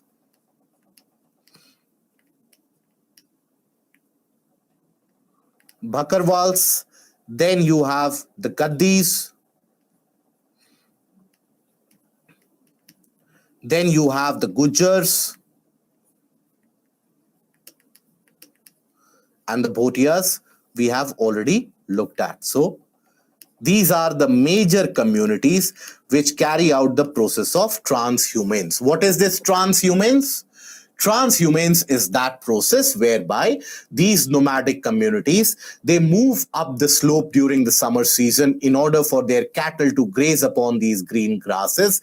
Again come the winter season, all of them, they retreat back to the slope into the lower areas in order to escape the harsh winter conditions. So that is the transhumanes activity. These are the nomadic communities which carry out this process.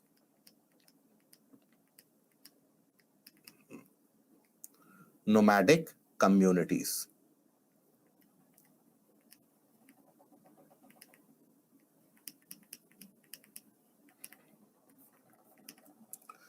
Okay. So Karevas, basically Pavithiran again has been created in a similar process as compared to the Doons and Duars. Just the difference is that Kareva formation has happened across a large area, where in the case of Doons and Duars, we saw that the Shivaliks, they offered a kind of an obstruction. In this case, it was the Pir Panjal range which got created. And as a result of that, a very giant and large lake spanning across hundreds of square kilometers, that came into existence. In that lake, you had deposits which happened in the meanwhile. Eventually, as the water level increased, all that water exited itself through the Baramulla Gorge and furthermore into the region of Arabian Sea. But what was left behind was very fertile lacustrine deposits, which we refer to as Karevas. Okay? Baramulla Gorge is in Baramulla, right? And I know it appears to be a very simple answer, but Baramulla Gorge is basically, locate Baramulla first of all in the map. And Baramulla is a very vital region, very important area historically as well, and a very sensitive area when it comes to the border management even today. So Baramulla is something you should be aware of. Locate it on the atlas. It is there that a gorge has been created. Okay. Now, when we come to the eastern part of these hills, in the eastern portion, you hills created significantly in the region of Arunachal Bangladesh. You have the Dafla, Miri, Mishmi, and Ebor. These are the ones which get created in the region of the eastern. It is across the eastern side where you have the Namcha Barwa range. Himalayas, they take a syntaxial bend from the region of Namcha Barwa. Himalayas take a syntaxial bend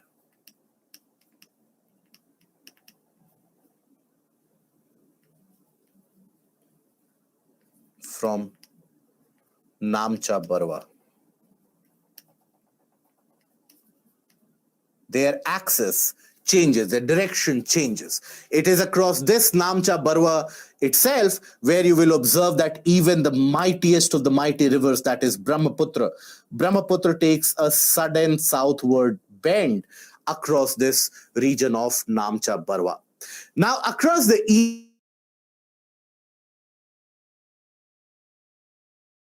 mountains which have happened as a result of the collision of the Indian landmass with the minor Burmese plate. So across the side of the Burma and the Myanmar region, you have the formation of Arakan Yoma, Pegu Yoma, Tanasarim, these mountain ranges. Across the Indian side, you have the Patkai Bum, you have the Naga Hills, you have the Mizo, or what are also referred to as the Lushai Hills. Here you have Mikir and Bareil ranges in existence in the region around the area of Assam. Here you have the Mikir and the Bareil ranges as well. Okay. Now, Garo, Khasi and Jayantia, they are not a part of Himalayas. Garo, Khasi and Jayantia, they are significantly a part of what? They are a part of Peninsula Plateau. Okay. Part of Peninsula Plateau.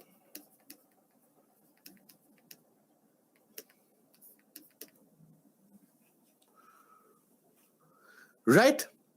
Now, this is basically the portion in the eastern part of the Himalayas. Now, this here in the region of the Naga Hills, Patkai Bum, Lushai ranges, etc., you will find that there are multiple passes which provide people to connect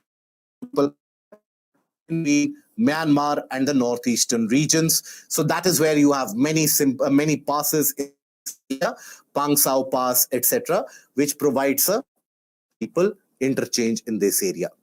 Now, before moving on, portion regarding this, that is, I'm sure you would be aware of it, that why Himalayas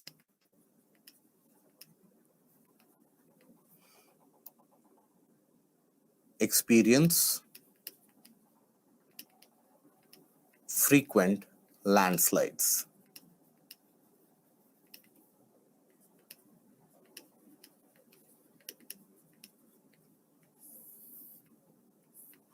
Why do the Himalayas, they experience frequent landslides? So first of all, the first reason, unstable mass where the slope or where the height is still increasing.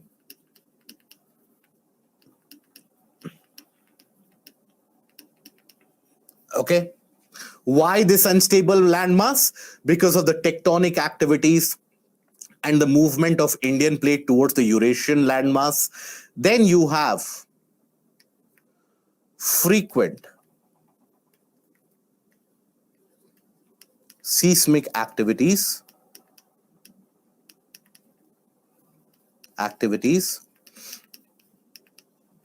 which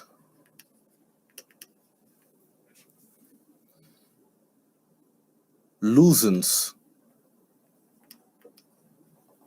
the materials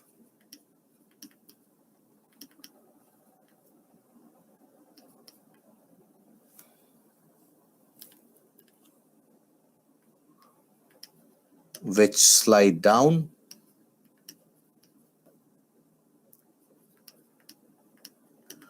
Then after that,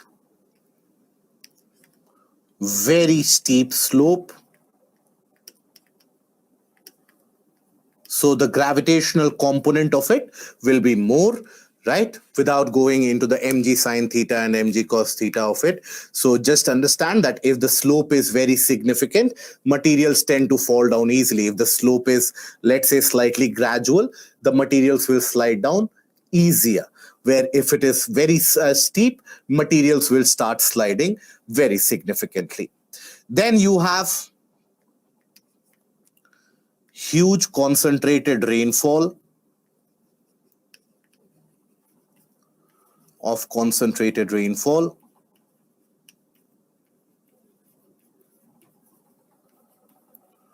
in which slope? In the southern slope.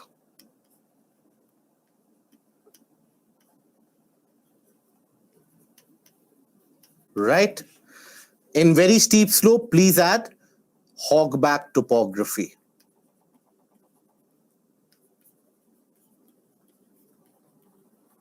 Okay? Then after that, you have the factor that when you have the concentrated frequent disasters such as cloudbursts,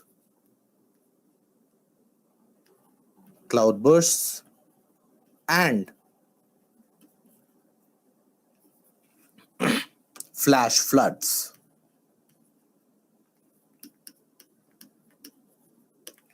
Right?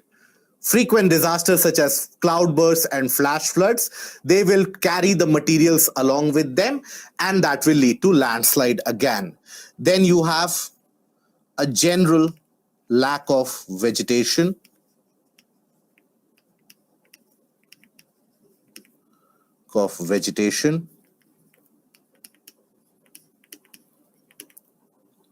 Then you have unscientific and unsustainable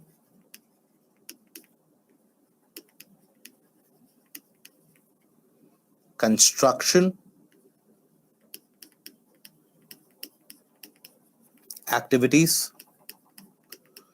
What it does, it basically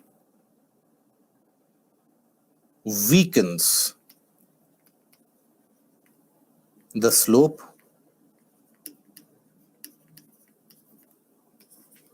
right? Then you have in the eastern part, you have mining activities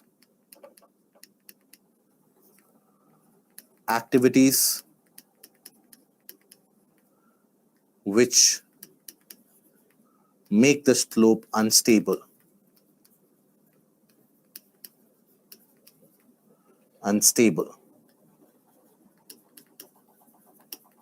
Right? General lack of vegetation can be attributed to many factors, by the way. When we talk about a general lack of vegetation, very steep slope, it can also be attributed to, let's say, lack of deep soil cover. It can also be attributed to overgrazing by the pastoral nomads. All that can be attributed. Deforestation, which is also happening at a massive scale in the region of the northeastern states. So that also you can add in the general lack of vegetation. Okay? Seismic activities means earthquakes. Right. Now, these are basically the different features or the different reasons. 1, 2, 3, 4, 5, 6, 7, 8. Right? Here in construction activities, you can talk about tourism, where you have, let's say, resorts, tourism, and also infrastructure.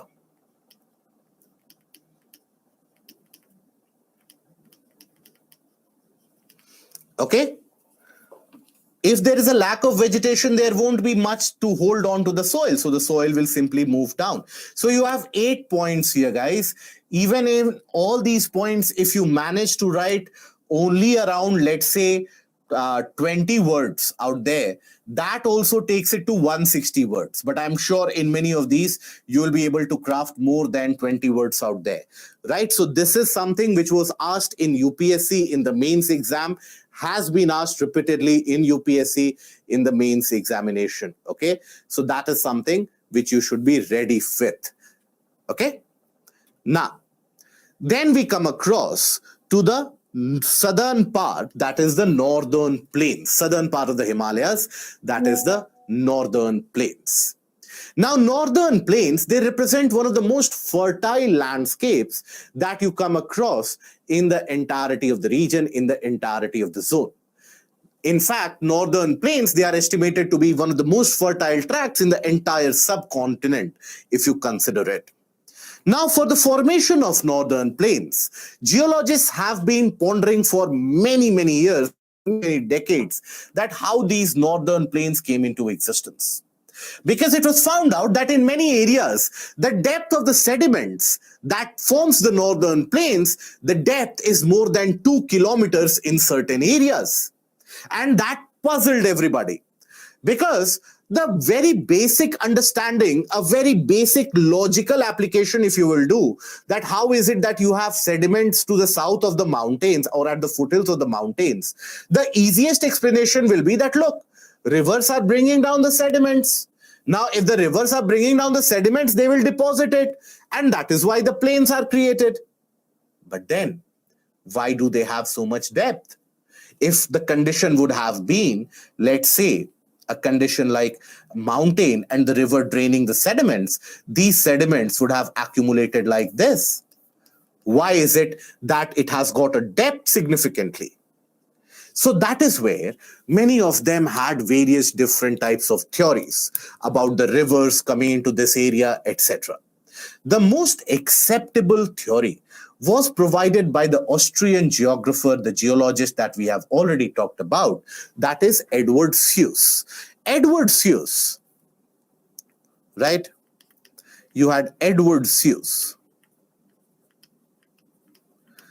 who provided the concept of four deep.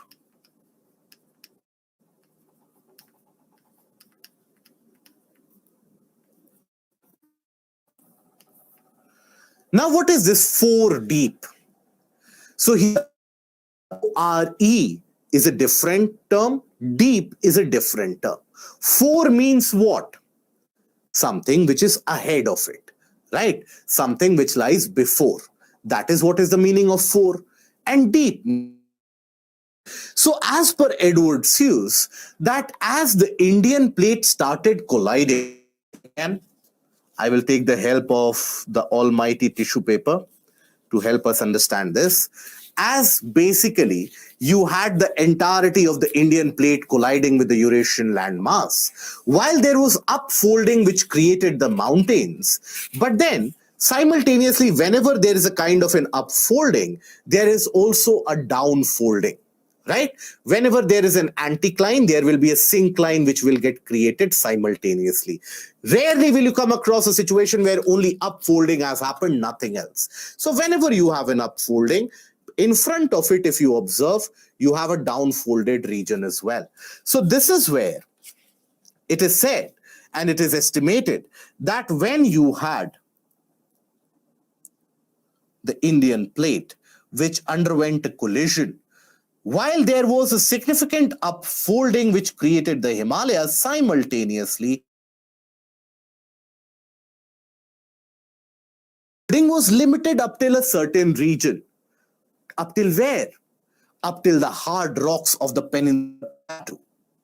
You had the hard rocks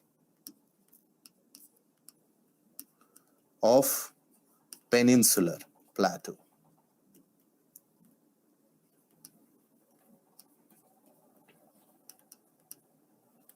So as a result of that, you had a kind of a downfold which happened before that. These hard rocks could not be downfolded.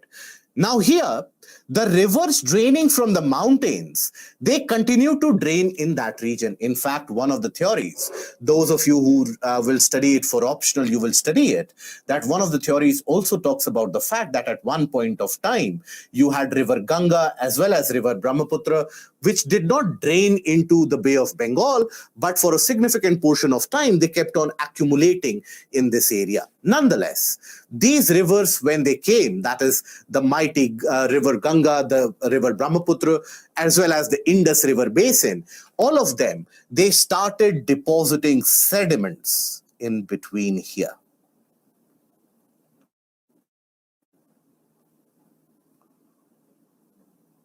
Right?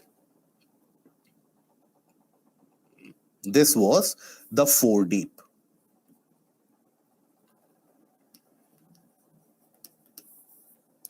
This was the four deep. And why this downfolding happened? Because of the aspect of maintaining balance, that if an area gets upfolded, in order to maintain balance, there will be a kind of a downfold as well. So that is where you had the formation of a four deep, which was filled with sedimentary deposits. Sediments brought down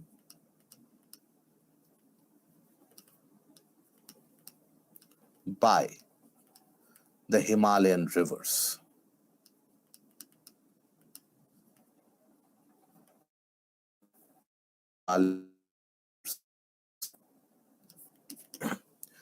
Okay. Now, this is basically the aspect of the formation of the northern plains.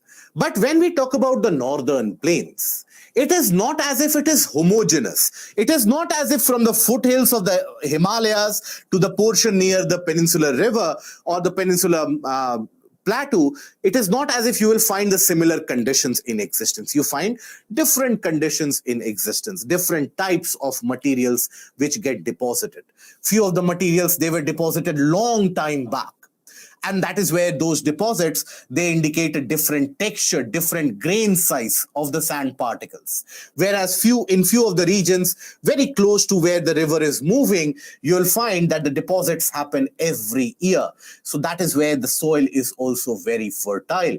Those of you who have ever, let's say, been to a river, right, for any purpose, for any other related purpose, if you have been to a river, you will find that as you are far away from the river, as you are distant away from the river, the grain size of the soil particles, they are larger.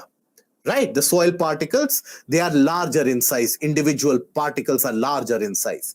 As you come closer to the riverbed, you'll find that the particles are absolutely powdery. They are very, very smooth. They are very, very small. So even the northern plains, from the foothills of the Himalayas to the southern extent, they have a kind of a division in terms of what kind of materials are constituted or composed in that area. Right? So let us take a look at these northern plains as well. So when we say the northern plains, they are formed by the alluvial deposits brought by the Indo-Brahm rivers, or basically the rivers of Indus, Ganga, and the Brahmaputra. Now, these northern plains, they extend for close to around 3,200 kilometers from west to east or east to west. Their average width varies between 152 kilometers. However, the northern plains, where are they widest? They are widest in the west. They are widest in the western part.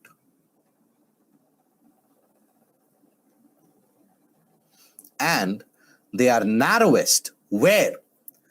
If you observe the map of the country, you will observe that in the region of eastern part of Jharkhand, West Bengal, that is where you have the Rajmahal Hills. That is where the northern plains are narrowest. Narrowest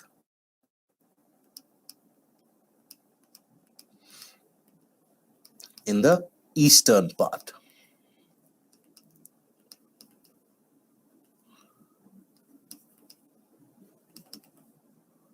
Near Rajmahal Hills.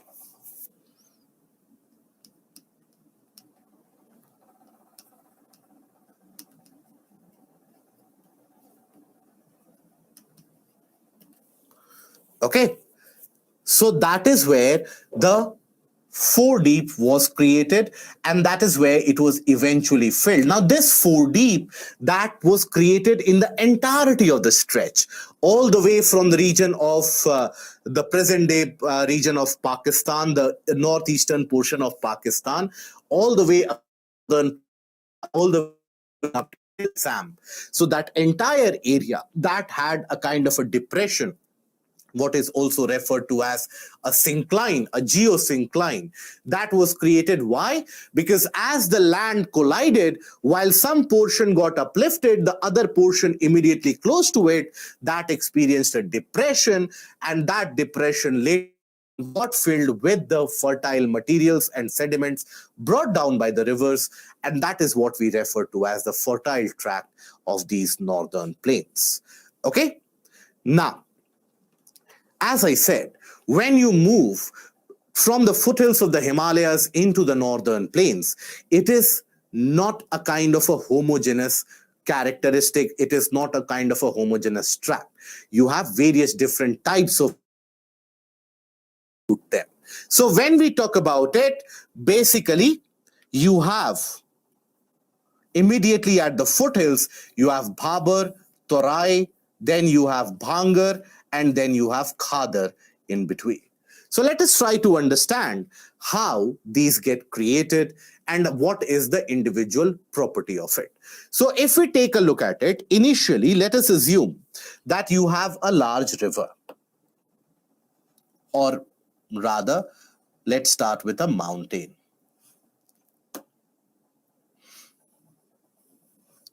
Now, as the river comes down a mountain with significant amount, or a hill with a significant amount of, let's say, velocity, that river will be able to carry large amount of stones, larger boulders, rock pieces, etc. Everything will be carried by this river, isn't it?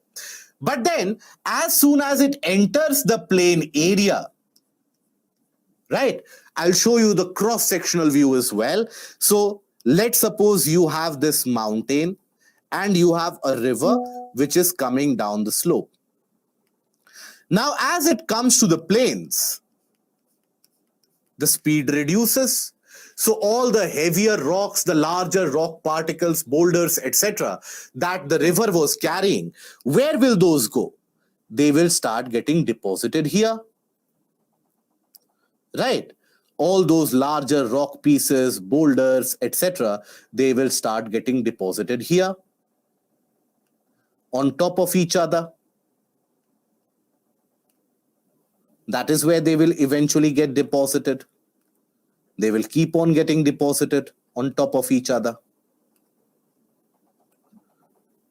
Now, as they get deposited continuously, eventually this forms a kind of a rocky terrain of sorts, where from top, if you will look at it, from top, the river won't even be visible. The view of the river will be blocked by the different stones and rocks which have been brought by the river. Okay. This is a region which you refer to as the Bhabar. This is what you refer to as Bhabar.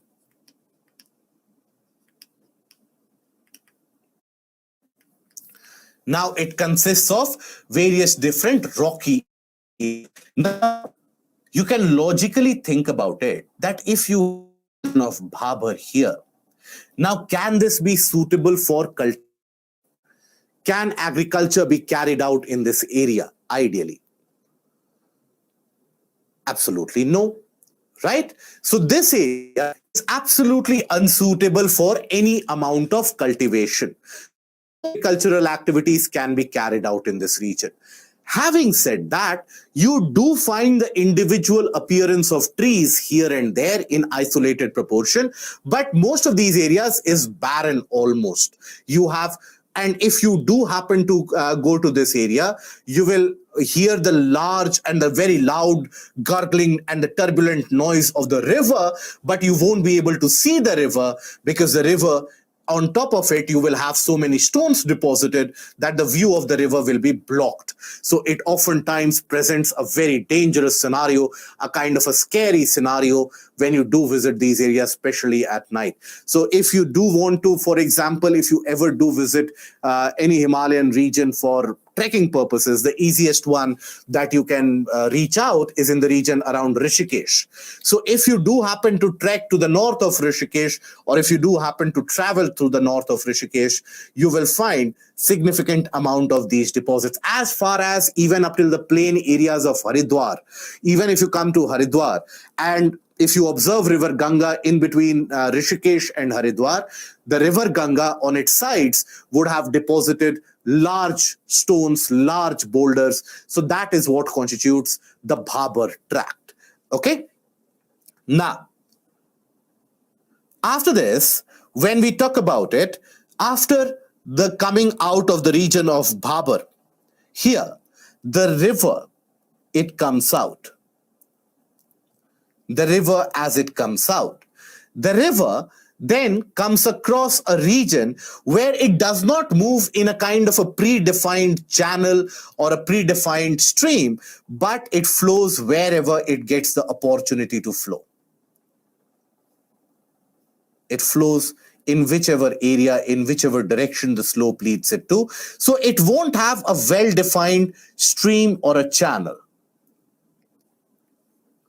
But then it will flow across multiple small channels. Eventually, all these channels will then unite to form the larger river flow. Right? They will all unite to form a very, very thick and a very broad river flow eventually in the plains. But then in this area, the river flows in multiple small channels, multiple small diversions. And this is the area where, due to excess supply of water moving in random directions, the soil becomes very muddy and marshy in characteristic. So in this area, you will have the soil, which turns marshy and muddy.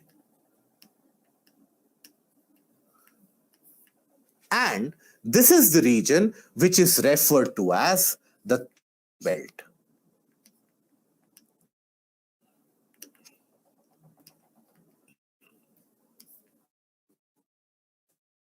Now, very, very, and also due to excess supply of water, this is very, very fertile.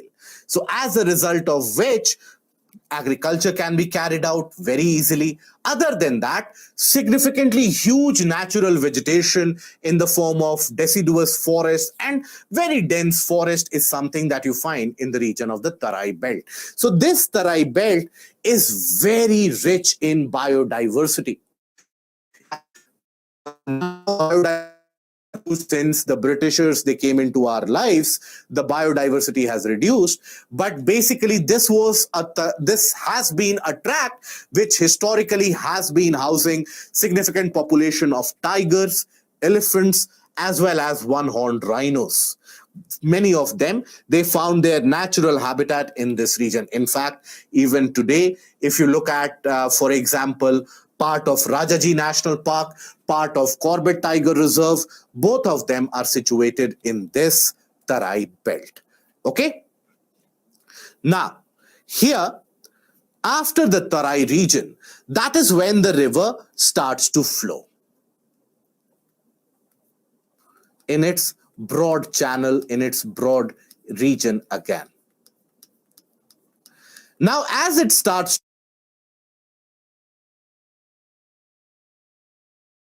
something which has been carried out for a very, very long period of time, for a very long span of time.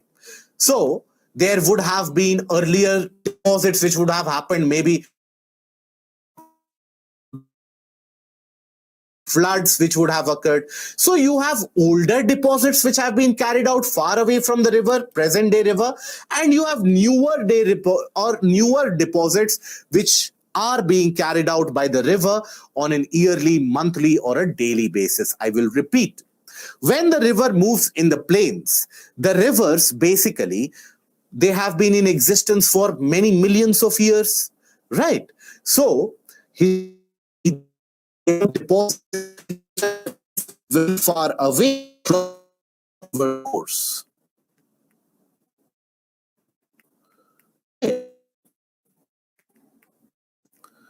These deposits, they have been carried out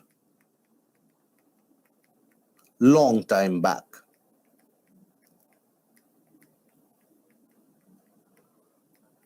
Okay, these are what are older deposits.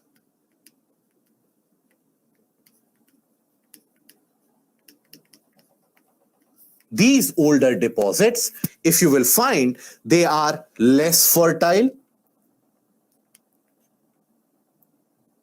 They are less fertile. Then these deposits, if you will find, the particle size of soil particles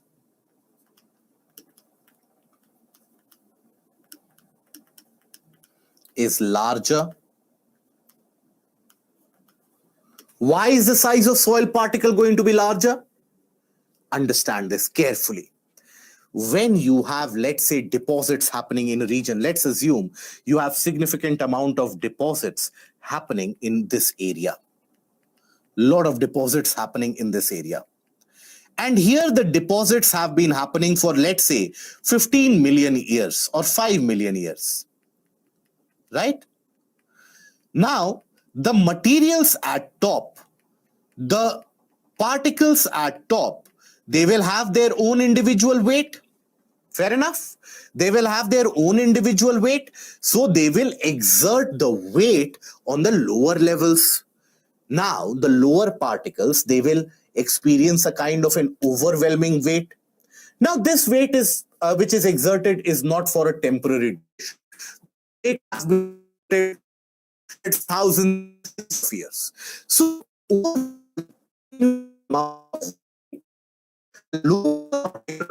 they get compressed.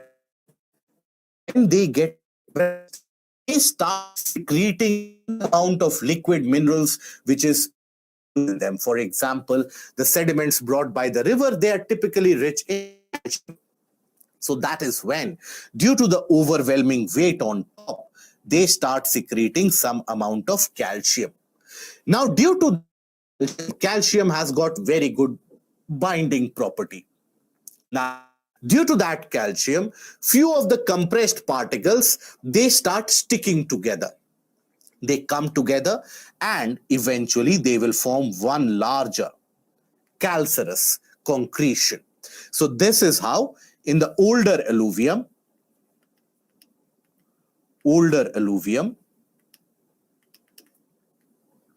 you have,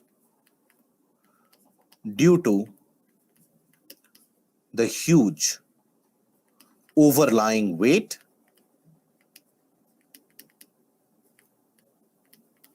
you have calcium concretions, and these calcium concretions, they are referred to as conchers. Alluvium is basically the fine particles which are brought out by the river, which are deposited by the river. That is basically alluvium. The fresher sediments will also include calcium, but they have not yet got enough amount of time to carry out the binding property. Eventually, have you ever thought that when we talked about the portion of the sedimentary rocks, have you ever thought to yourself that how is it that sediments eventually turn into a hard rock? How can that be possible? The same principle is at play, where if you have significant amount of sediments, one on top of each other, they will exert a weight, they will start compressing. As this compression happens due to that weight, the lower areas, they will start secreting any liquid amount, and even in smallest milliliters that they can, liquid particles or liquid minerals, they will start secreting. They will start binding the particles together. That is how you have the formation of larger calcareous particles. Okay. So this is the older deposit. This older deposit, it is what we refer to as Bhangar. Calcium, how is it present in these materials? So these materials brought down by the rivers from the mountains, they include various different minerals, including calcium, magnesium, potassium, sulfate, chloride, sodium. They do include all these components. Okay. Now, the river, meanwhile, why is it that the older deposits have happened so far away? Because it might have happened long time back in history that there would have been an overwhelming flood like the flood that we received right now in Pakistan. Now in Pakistan, the floods which occurred recently, the entire districts, they were covered in water. So imagine the river is flowing in this path, but it has flooded the entire district because of huge amount of water flow. Now, wherever the water would have flooded the region, there would have been some deposits happening here and there. So as a result of that, those deposits will remain in that place if left undisturbed, and the river will come back to its original position. These floods, they don't occur daily, do they? They occur maybe once every 100 years, once every 1,000 years, and so on. So it is during these incidences and events that older deposits, they get carried out. In much of the region around Pakistan, Sindh region of Pakistan, you will find large tracts of these older deposits. In India, you will find these older deposits in the southern part of Uttar Pradesh, particularly in the region around Bundelkhand. You will also find them to be in existence partially in the region around Haryana. You will also find them to be in existence partially around Bihar as well. Then furthermore, the river, when it moves, it carries out fresher deposits of very fine particles very close to the flow of the river.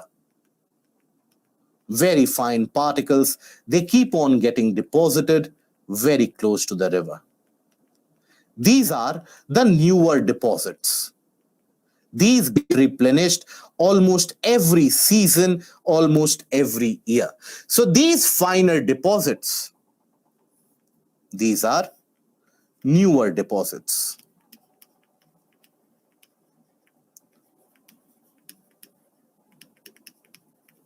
They are very fertile. Then very fine-grained. Fine-grained basically brings about a unique ability to the soil to hold water and moisture together. If the soil, if ever you have basically seen a desert or a very sandy soil, basically if you put water in it, water will simply drain away. But if you have a very fine-grained, powdery kind of soil, you put some water, it will hold that water. Air also it will hold. So if the soil has very fine grains, it has got that unique ability to hold air and water. And that provides very significant fertility levels to the soil, where the soil has got the ability to support the growth of the plants to significant extent. This newer deposit, this is what is referred to as khadar.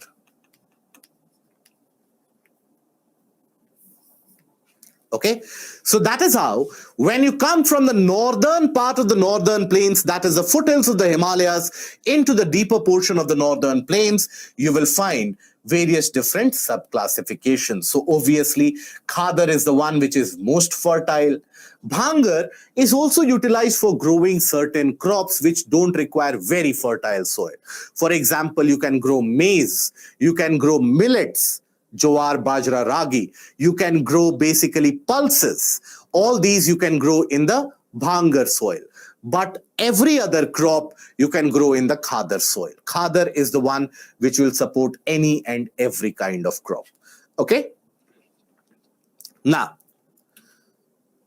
one by one, when we say the bhabar, So a narrow belt of 8 to 10 kilometers parallel to the Shivalik foothills. The rivers disappear in this zone as the rivers deposit heavy boulders. They deposit heavy boulders, right? So it appears as the river in itself is not visible because that visibility is blocked by the stones and the rocks and the boulders which are present. The area is not suitable for agriculture, but you will find few trees here and there in existence. Okay. Now, the Tarai, it is to the south of Bhabar. The approximate width is around 10 to 20 kilometers. Streams of the rivers, they re-emerge here, and because they have been hidden for a long time under these Bhabar. So when they re-emerge, they don't have a unique or a fixated channel which they can follow. So that is why the river diversifies itself into multiple smaller channels. It makes the soil marshy and muddy, but at the same time, these conditions make natural vegetation very prominent. And that is why in that entire Tarai belt, you will have very dense natural vegetation. In fact, next time when you read medieval history, I want you to pay significant attention when you are reading the Delhi Sultanate, right? Even from the basic NCERT books which you studied, you'll find that when you had Balban, who became an emperor during Delhi Sultanate, at that point of time, he ordered massive deforestation of the Tarai belt in order to stop the robberies which would happen in that area. So historically, Tarai belt always has been very significantly and densely forested. So historically, that much deforestation could not happen in hundreds of years, what the Britishers managed to achieve within a one or a couple century. Okay, now, luxurious growth of natural vegetation and basically houses of varied wildlife. Okay. Now, which wildlife are we talking about here? We are talking about basically amongst the larger animals, tigers, elephants, one-horned rhino. Even today in the Tarai belt, you do find these three.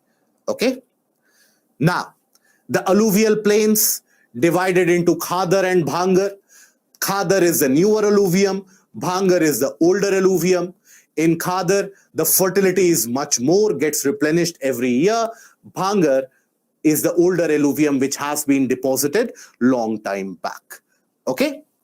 Now, here, the terraces, that is, as you move towards the older deposits there, oftentimes the Bhangar is impregnated with calcareous concretions, which in local language is also referred to as kankars, right? You would hear those of you who have, or let's say, go to your nearby kirana shop or your nearby ration shop or a grocery shop, you would find that when they give out certain grains, you will have larger pebbles in them.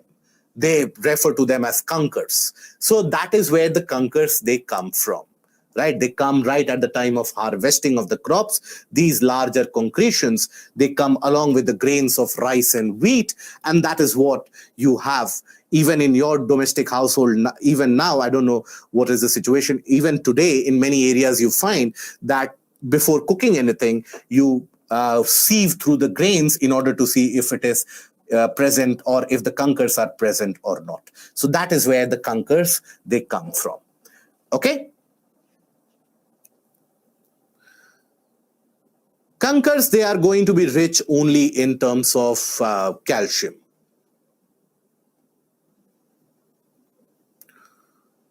Right? Bhabar is unfit for vegetation because it has large boulders and large stones. In Tarai, you have very fertile soil as well as you have lot of availability of water. That is why.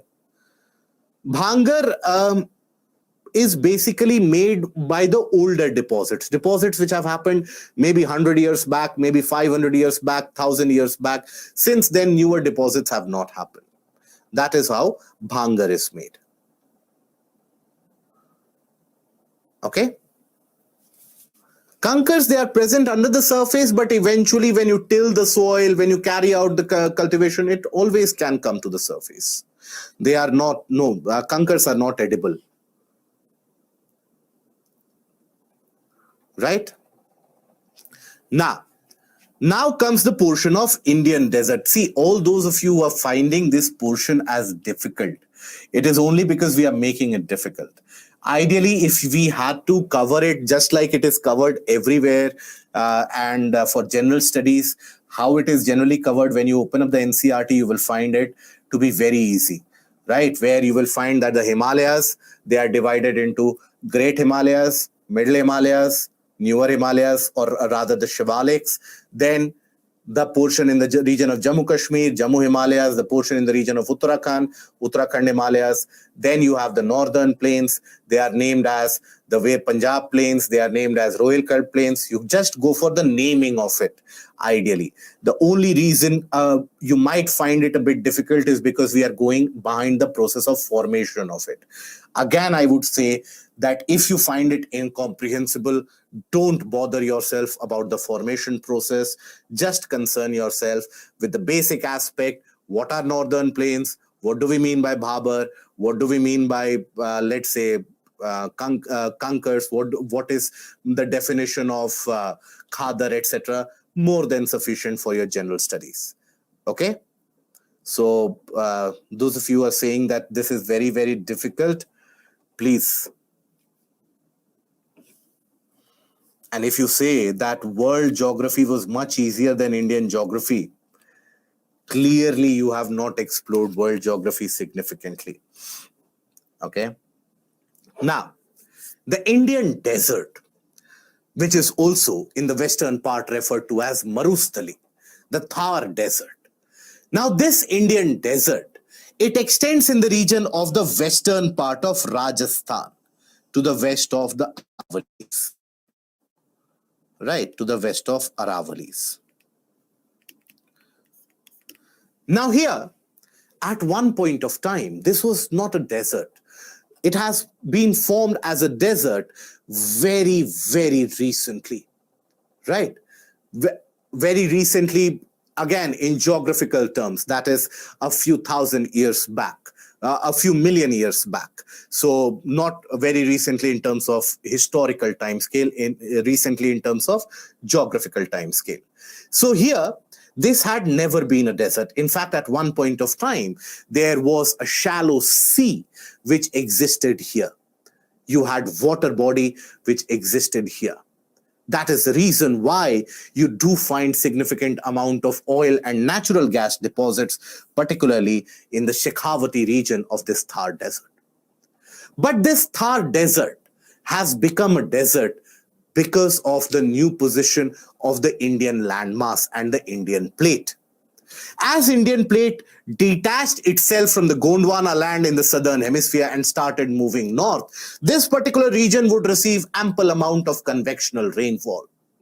In fact, it is said that when the collision with the Eurasian plate was happening, some part of Tethys Sea even entered this area. In the very initial days, this area of the present-day Thar desert, that was very fertile plain. Because the Aravalis, at that point of time, the Aravalis are the oldest fold, one of the oldest fold mountains in the entirety of the world. These Aravalis, they got created long before any other mountain that you can think of.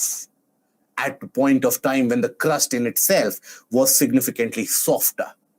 So at that point of time, Aravalis, they were so very tall that evidences point out that you had massive glaciers which would originate in the region of the Aravalis.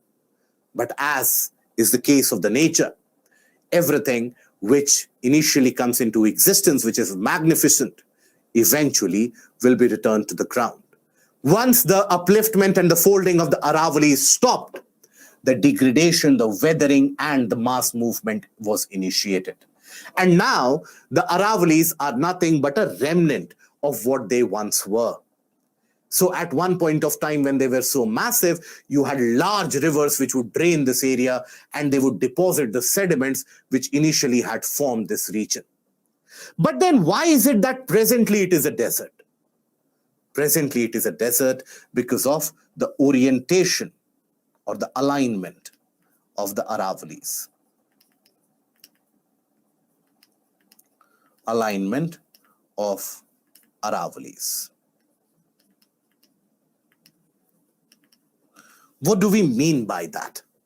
So if you look at the direction that the Aravalli ranges are in, these Aravalli ranges, which to some extent they extend even up till the region of Delhi. And in fact, it is said that some part of it extends even up till the Delhi-Haridwar ridge. That is also said to be a part of the earlier Aravallis. So at one point of time, imagine the Aravallis would have extended all the way to this massive chain. But as of now, they are present only here. Now, the Aravallis, due to their alignment, means what? It means that you have the Arabian Sea branch of monsoon running parallel to it, right? Thereby causing rains in the region of Punjab, Himachal, Haryana, and so on.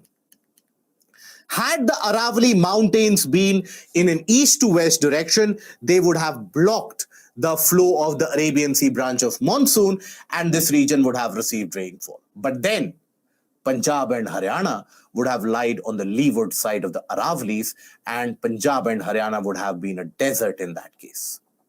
Then the Aravallis, they block the Bay of Bengal branch of monsoon, which causes significant amount of rainfall or some amount of rainfall on the eastern margins of Rajasthan. Right? So this is why the western portion of Rajasthan is a desert. Okay? So alignment of Aravallis basically southwest to northeast direction. Now, as a result of this, Arabian Sea branch of monsoon, Arabian Sea branch moves parallel to it, parallel to Aravallis, without causing rains.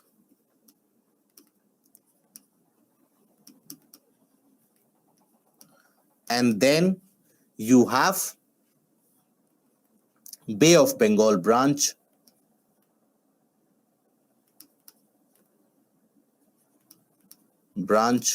brings rain in the eastern part.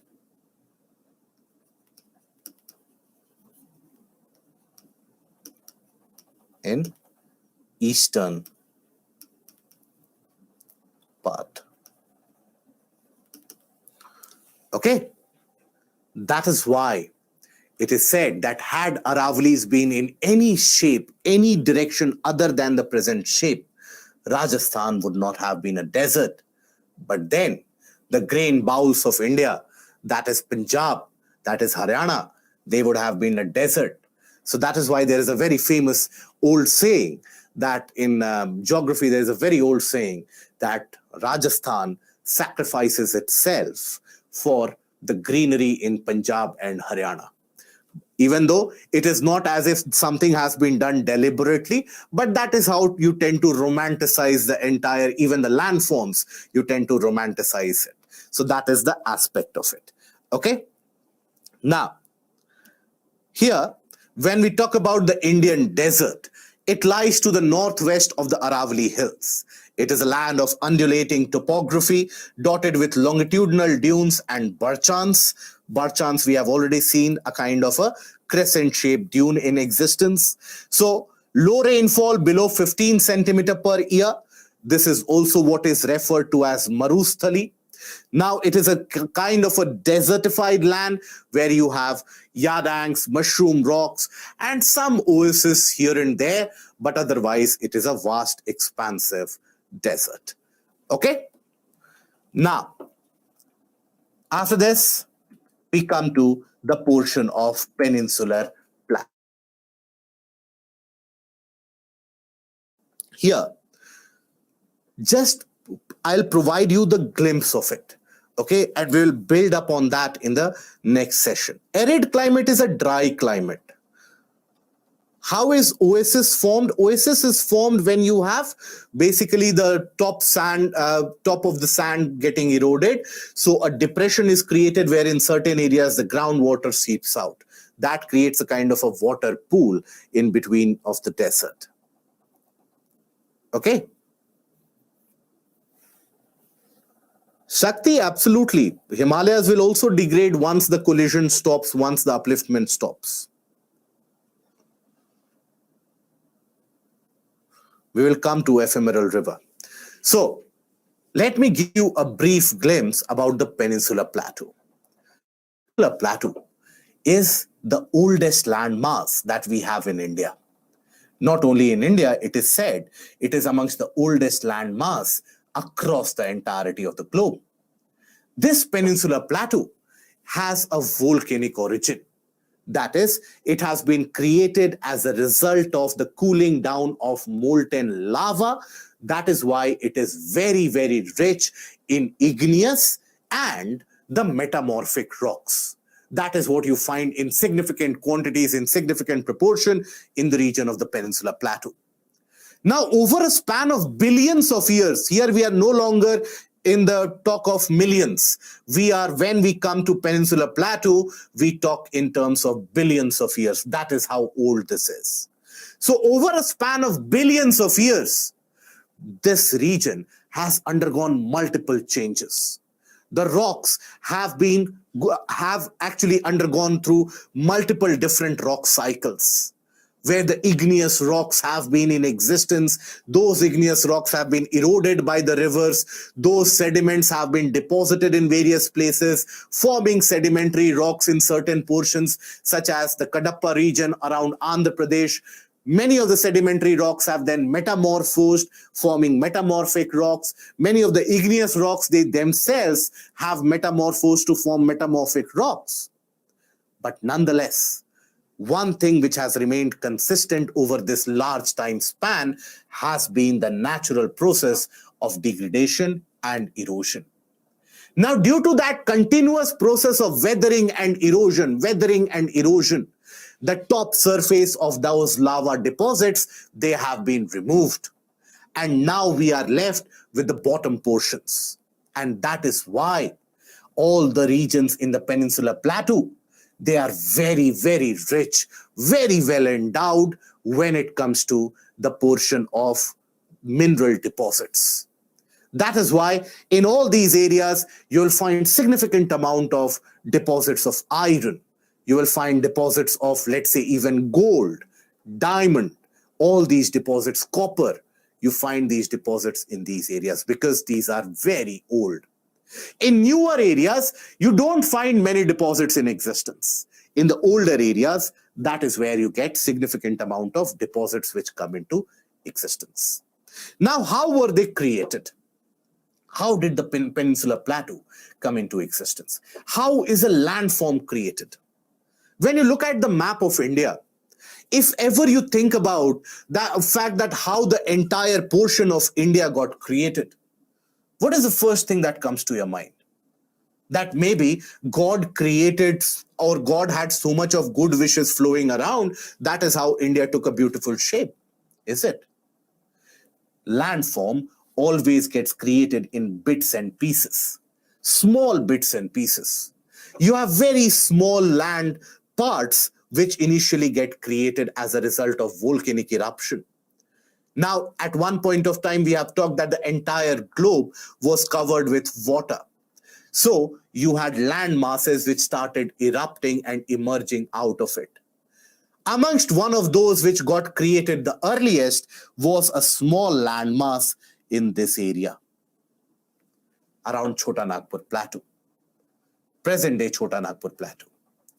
It is said, and the recent evidences of the rocks and the study of the rocks, they indicate that at one point of time, around 3.2 billion years back, this was a region which had sandy beaches all around it. So imagine, that is how individual land masses, they get created. Then you had the creation simultaneously of another land mass here. That was the Bastar Plateau. You had simultaneous creation of volcanic landmass here as well. That was the Karnataka Plateau. You had a creation of a smaller landmass here as well. That was the Bundelkhand region. You had a creation of a landmass which immediately after forming had a movement due to which folding happened, and that created the Aravalis. Right? These were formed independently and individually. These small building blocks of land, they are also what are referred to as cratons. They are referred to as cratons. These are basically the Chota Nagpur craton, the Bastar craton, the Karnataka Plateau craton, Bundelkhand craton, and the Aravali craton. These came together. How? So they started moving towards each other. In fact, when the Bastar craton and the Chota Nagpur craton, they collided, you had the formation of a fold mountain in that region, which present day is just a small hill, which we refer to as Garjat Hills. You had multiple rivers which would originate from this area. They would start depositing, and the entire area had a kind of a continuity which came into existence.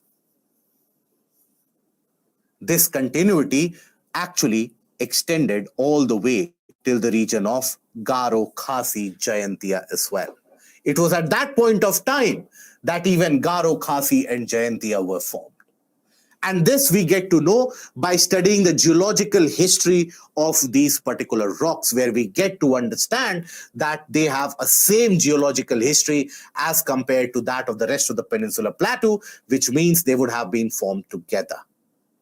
So that is how, at one point of time, you had a Peninsular Plateau, which actually was still very much part of the Gondwana land in the southern hemisphere, which extended from the Aravalis in the west all the way till the Garo, Khasi, and Jayantia in the east, which extended from the region of Bundelkhand in the north and Aravali Hills all the way up till Delhi to the region of the Karnataka Plateau in the south.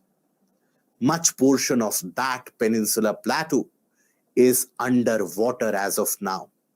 But then, during the process when the land got separated to the process when India came into its present position, India, for a brief moment, it lied over the region of Reunion Islands.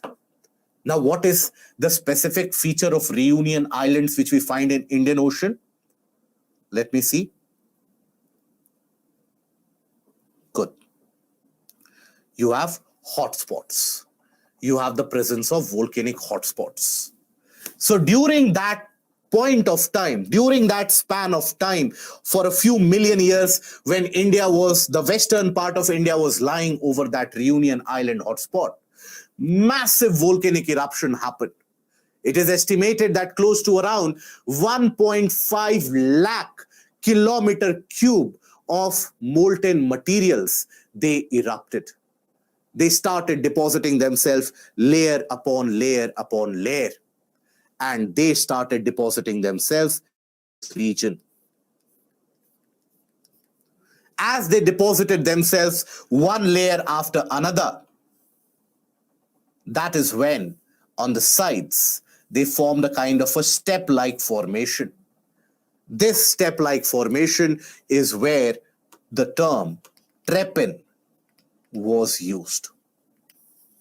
And it is from this term trepin that you have the derivation, that is Deccan traps.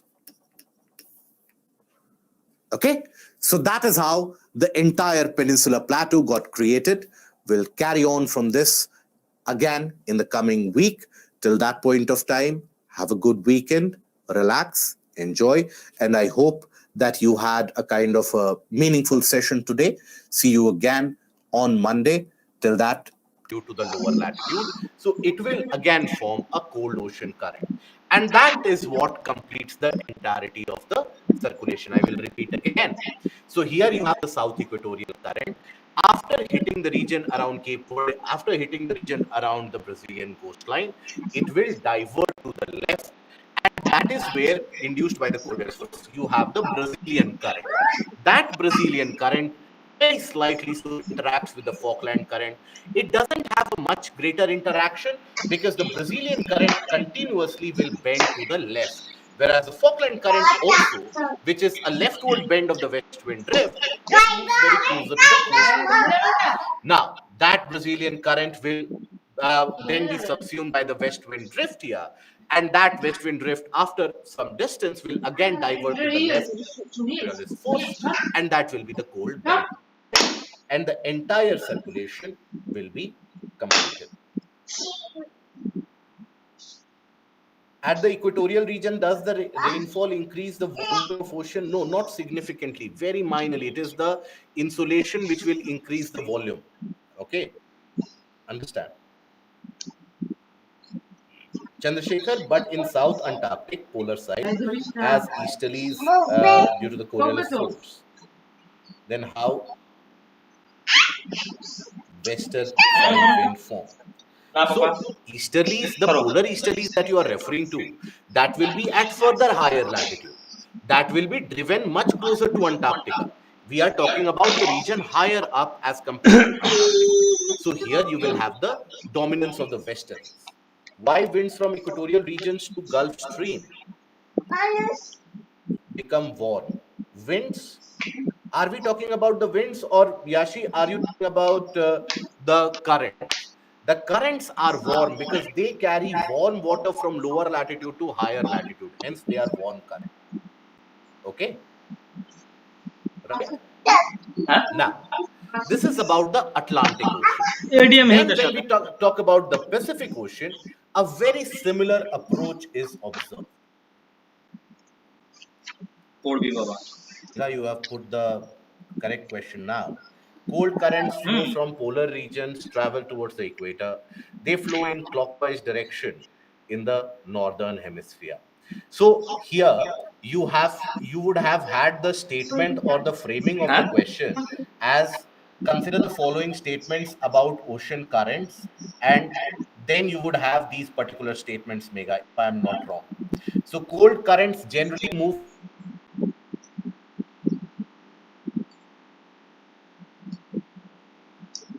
that. Right? Is that understood? Mega.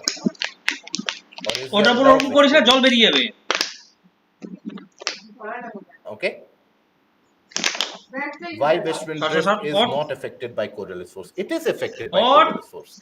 Observe in the case of the Atlantic Ocean, here also you have a movement. So here, and Mega, you had a doubt about the cold currents. Observe the cold currents. The cold currents in the northern hemisphere, they will be moving from the polar region towards the equatorial region. But what is the general direction of motion of the ocean current in the northern hemisphere? It is clockwise, right? In the southern hemisphere, it is counterclockwise, right? Why then Labrador current is anti-clockwise? Labrador current is not anti-clockwise. Labrador current is induced due to the polar easterlies. That induces a motion here. And then Labrador current, you will observe, it simply sticks to the coastline. Shape of the coastline is what determines the East Greenland current, the Labrador current, the Falkland current. They are all driven by the shape of the coastline. Okay.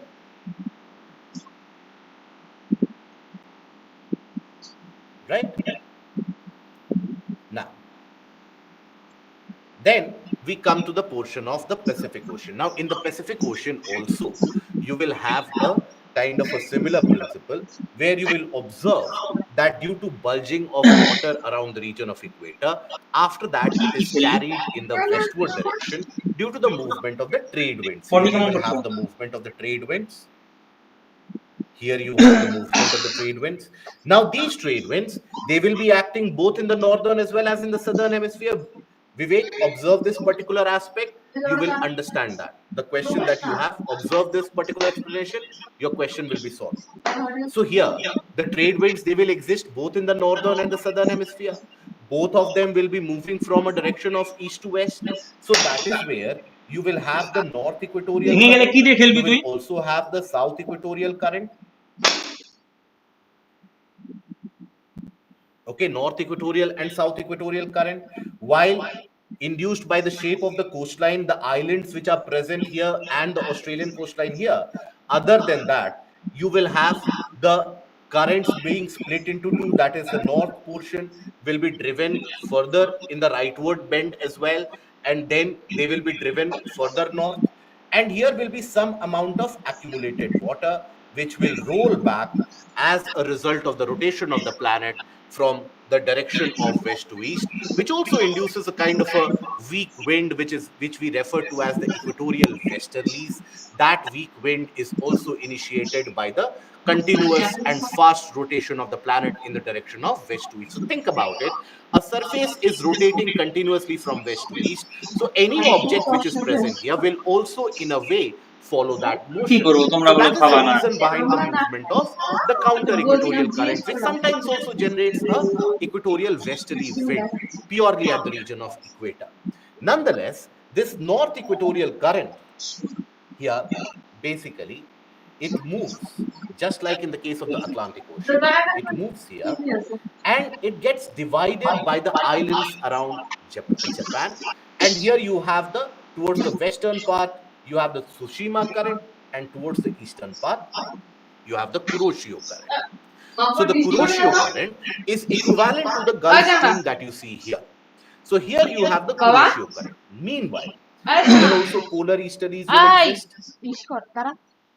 Here also polar easterlies will exist, isn't it? So these polar easterlies will induce a motion for the currents here, and that, or movement of water here. That water movement will then be directed by the shape of the coastline. And that is where here also you observe the bend. Bend is in the rightward direction, right? Now here, that is the Oyashio current, the cold Oyashio current, which is equivalent to the cold Labrador current here. So the cold Oyashio current will meet the warm Kuroshio current. This will also form the ideal fishing ground. It will be very good for fishing. Now, then you have the North Pacific current, just like the North Atlantic drift. This will be driven further by the westerlies.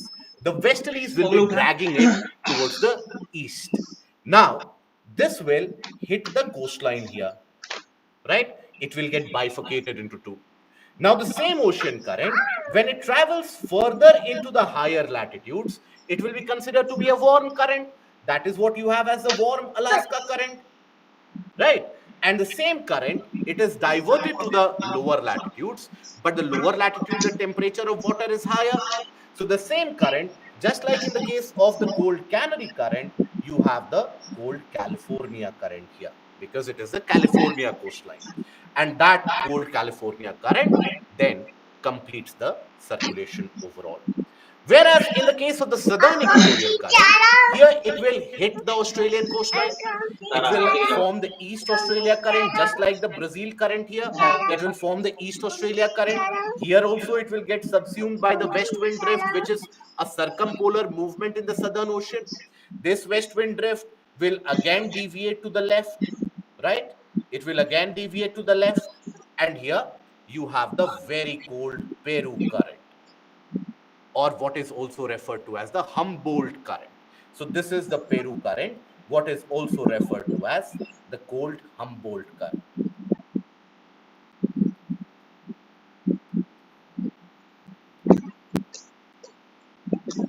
Okay. That is what we have as the cold Humboldt current, which finishes the entire circulation.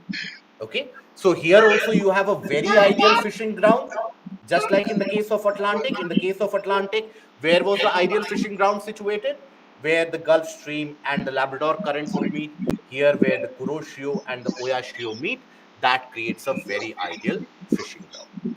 But the situation significantly changes whenever we come to the portion of the Indian Ocean. And in the Indian Ocean, the situation changes primarily because of the shape of the Indian Ocean. Now, in the case of the Indian Ocean, it is something which is closed significantly from the northwards side.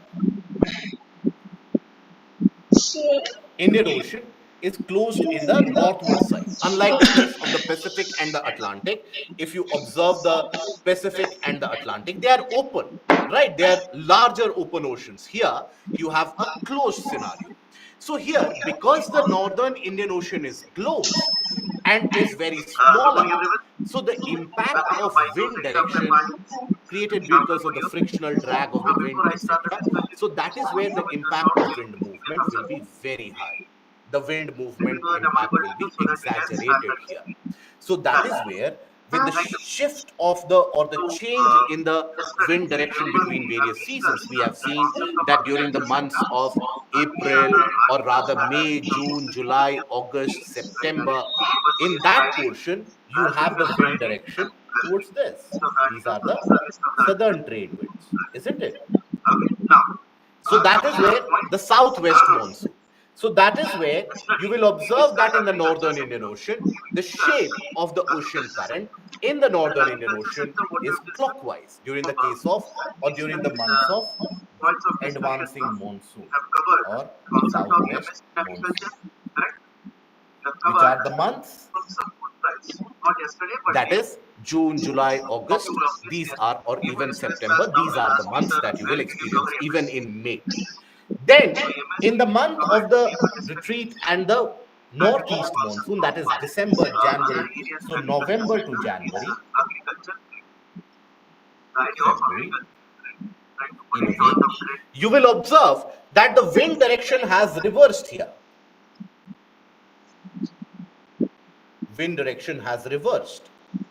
So when the wind direction reverses, here the winds will blow like this.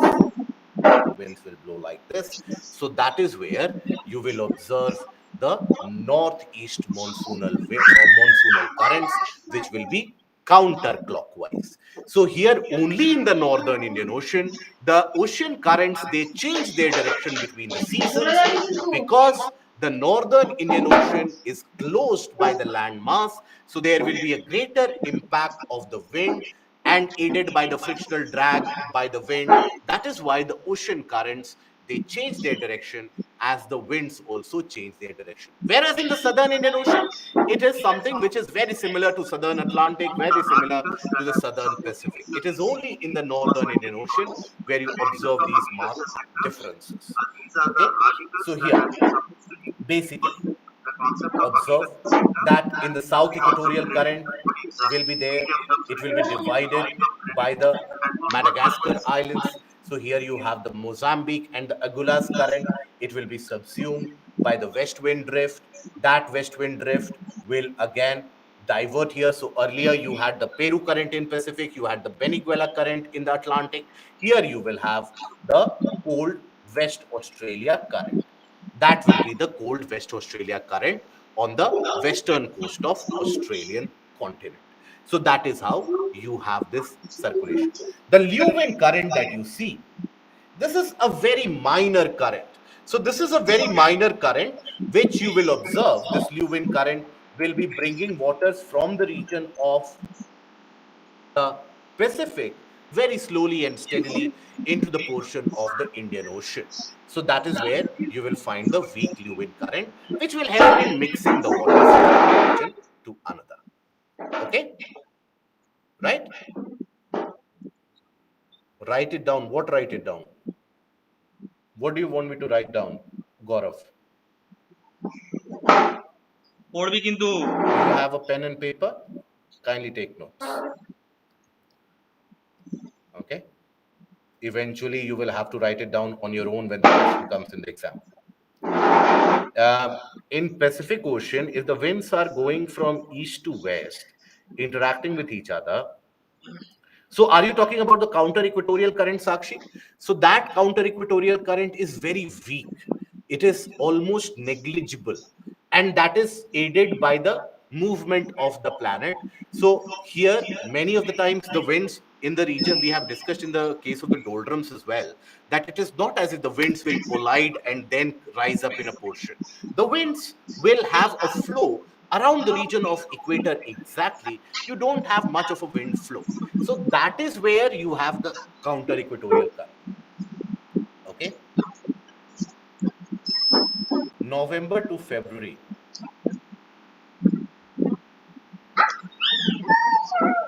So, okay, how many of us have not had any revision about the portion of monsoon? We have simply attended the portion of monsoon. We are happy that monsoon is getting over. We are happy that the geography sessions are getting over. So let's enjoy that. So I hope we are able to understand that in the case of the Indian Ocean, in the case when we talk about the Indian Ocean, Northern Indian Ocean in particular, we have the reversal of winds. The reversal of winds happens between various seasons. So, in the case of the Northern Indian Ocean, Northern Indian Ocean, yeah, in the case of the Northern Indian Ocean, winds reverse their direction. That is what is the monsoon? Winds reverse direction. So during the months of, when we talk about the months in general, so months of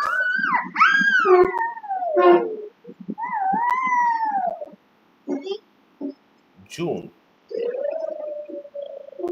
in fact from May itself, June to September, what is the direction of wind movement? Southwest to northeast. During the months of November to February, the wind direction is northeast to southwest. Why? Because of the shifting of the ITCZ. The ITCZ comes towards the region of equator, and these are basically your normal trade winds of the Hadley circulation. So that is why you have this kind of a circulation. Is that understood now?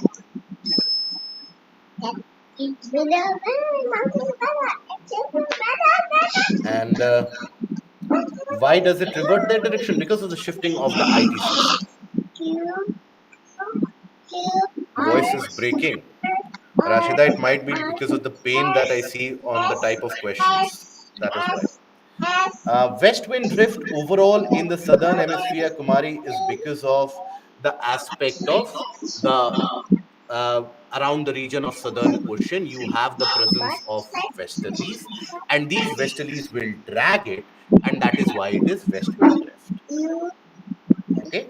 March, April, and May. March, you will still have the motion in this particular direction, right? Here in the month of March, the movement is slightly weakened. Does new wind current help Bay of Bengal create low pressure? Sometimes, not always. Sometimes. And tomorrow is class or not? No, tomorrow is not a class. How counter equatorial current develops? Counter equatorial current is developed as a result of the circulation or rather rotation of the planet. So rotation of the planet drives the accumulated water around the region of equator along the same direction as the rotation, and that is what is referred to. Let me write it down so that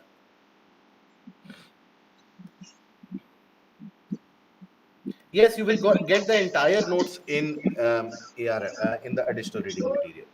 So when we talk about the counter equatorial current,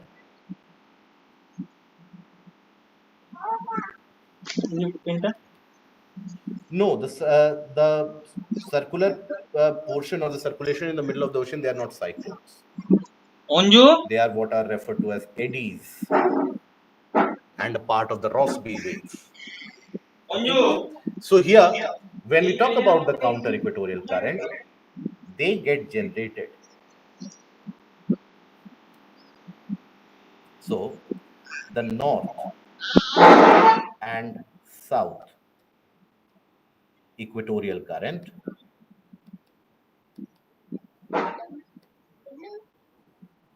এখান থেকে lead pen পাইছে pen নিয়ে লেখা শুরু to the accumulation এই যে তোর পেনটা দাঁড়া দাঁড়া দাঁড়া of water across the দাঁড়া দাঁড়া western coast of the continents. Okay, accumulation of water across western part of the oceans.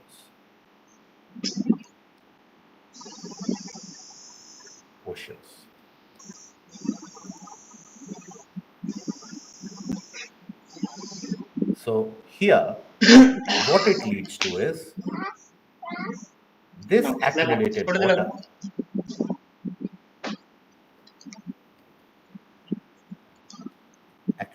water is influenced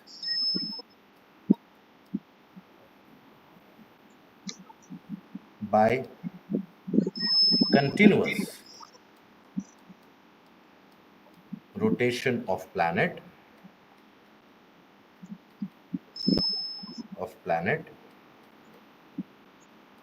from west to east. This induces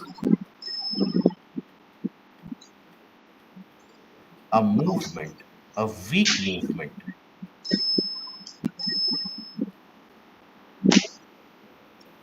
of water from west to east. That is counter equatorial current. Is that understood now? It is this rotation, by the way. Remember, we had studied MJO, Madden-Julian oscillation. If you can recall, sometime in the past life, you had studied the portion of Madden-Julian oscillation. I don't expect you to remember in this life, but sometime you have studied that. There also we had seen a west to east translation that is also aided by the rotation of the planet, right? So here, this also aids rotation, also aids a very weak movement of air at equator from west to east. These are known as equatorial westerlies.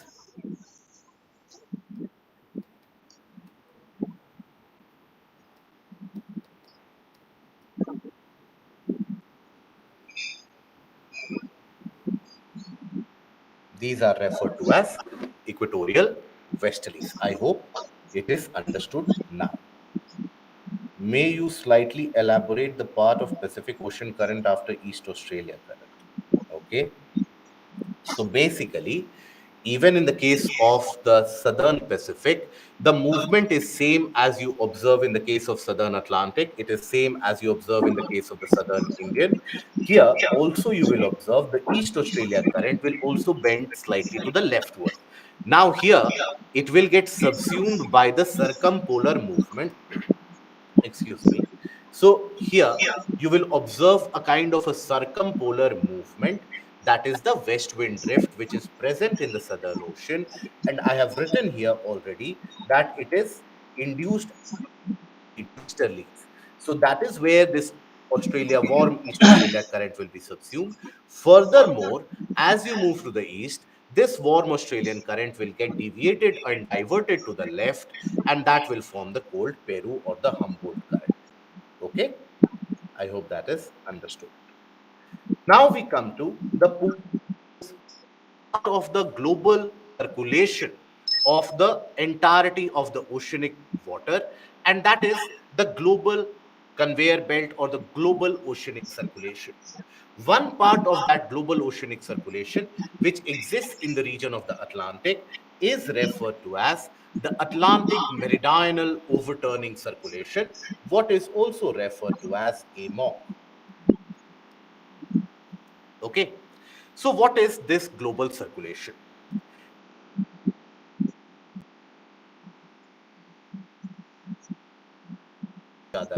They also keep on mixing with each other. So these oceanic waters, you will find they induce a kind of a thermohaline circulation where this particular portion, warmer waters will go to the higher latitude, they will sink, they will come back, and they will move at a deep subsurface.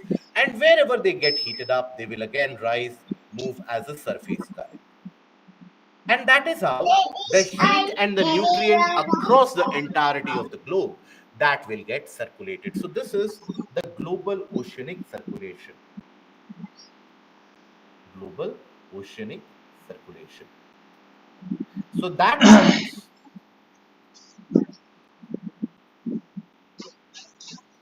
that basically means that this oceanic circulation is also going to help in distribution of heat and distribution of nutrients across the oceans of the world in general. Now here, even though the image is not very accurate here, this is just a schematic representation. This warm current that you see, this is actually Gulf Stream. So Gulf Stream, when it reaches to the northern extent to the higher latitude, some part of it cools down, and then as a result of the thermohaline circulation, it reverts back. The portion of global circulation in the region of Atlantic, that is what is referred to as the AMOC, Atlantic Meridional Overturning Circulation. So the global conveyor belt. Are we aware about the meaning of the term conveyor belt? Any of us who is not aware about the meaning of the term conveyor belt? Okay. Conveyor belts basically you would have seen in industries, in floor mills, even in the case of the walkways escalator, where you have in the malls you would have gone, seen the কি পাপা escalator. This is a conveyor কি belt দাদা মেলো না where বাড়ি it is having a motion somewhat like this. হ্যাঁ আমার ভাবি ভাবি না Is that now something that you can recall?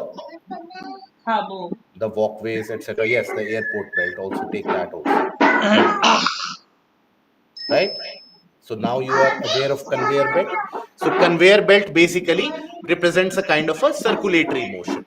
So that is why the global conveyor belt, yes, like a treadmill. Okay. Now here, global conveyor belt is a system of ocean currents that transports water around the world. While wind primarily propels surface currents, the deep surface currents or the deep ocean currents are driven by the নষ্ট thermohaline হয়ে যাবে বাবা খেতে circulation. পারবে না তারপরে They are driven by the thermohalation overall. Okay. Now here, the density depends on the, so thermohaline circulation is driven by the factor of density, driven by both the temperature and salinity.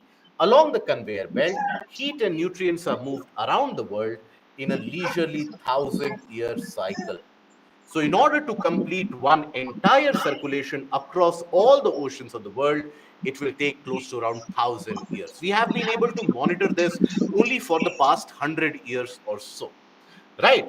Now, the portion of the পরিষ্কার করছিস conveyor belt which is present in the region of Atlantic, that is AMOC. So, the Gulf Stream is a part of the Atlantic Meridional Overturning Circulation. As warm Gulf water approaches the North Atlantic, it cools, releasing its heat to the atmosphere. As it cools, the water becomes more salty and dense and sinks to the bottom of the ocean. The Gulf Stream and AMOC are a part of the larger process of thermohaline circulation. This describes the interaction of surface currents like Gulf Stream and deep, slow moving underwater currents, which helps to mix ocean waters, salts, and even organisms on a global scale. As ocean temperature and density contribute to temperature change in the atmosphere, conveyor belt also contributes enormously to the climate of our planet.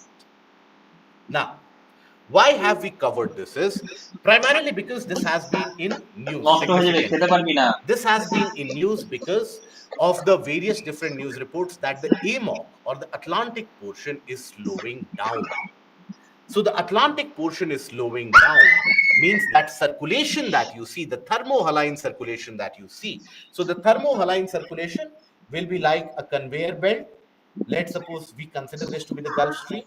Gulf Stream moves to the higher latitude, cools down, salinity increases, density increases, you have a flow. Now, what is happening is that understand why it is slowing down. So, what actually happens is that due to global warming and climate change, the polar region, the temperature of the polar region is also increasing. As the polar region begins to heat up, as the polar region begins to warm up, so in that situation, what do you think will be the condition here? Here, why is it that the currents are sinking or the water is sinking? Because the water is becoming very cold as it comes to the polar area.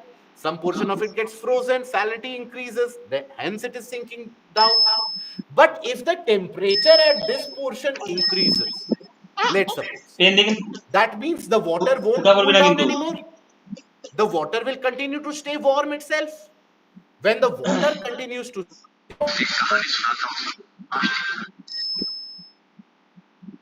so due to global warming, the Gulf Stream is not sinking, a slowing down আমরা of কত মানা the করলাম না epoch. Due to আবার global warming, pen ডাক AMOC is slowing down.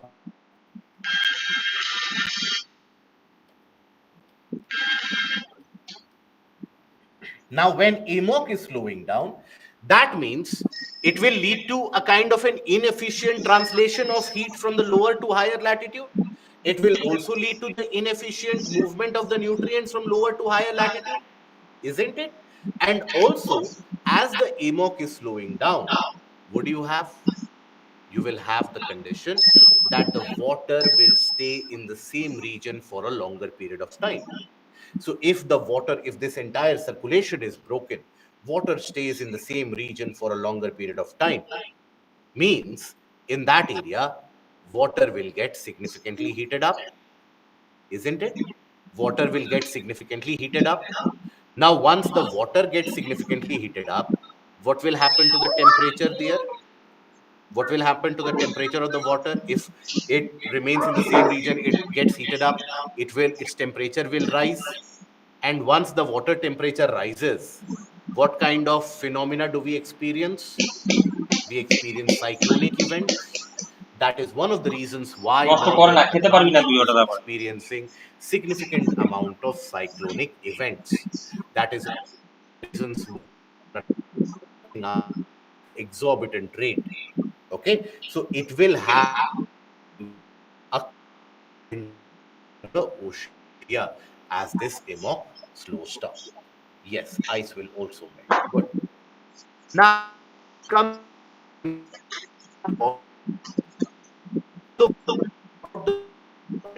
so mixing of warm and cold help to replenish the oxygen and thereby of plant, that is the algal species, the primary food for the fish population. So that is where the fish population increases.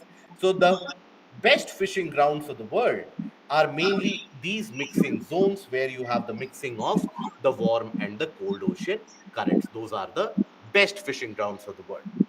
Then here, cold ocean currents, they are also responsible for the creation in the western part of the continents. So if I take you back, basically, observe, here also you have the cold West Australia current, here you have the Victorian desert.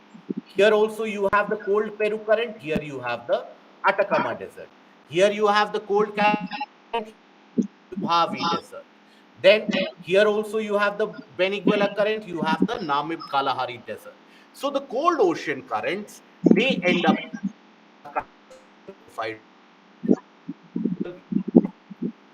so think about it, apply your logic. You know this all the land area.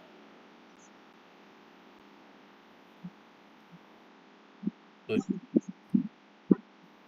let's we consider water. Let's suppose the water is very cold. Very cold in the sense average temperature at the same latitude. So what will happen to the air here region? What happened to air temperature, will it be warm or will it air temperature also be cold? When the temperature is cold.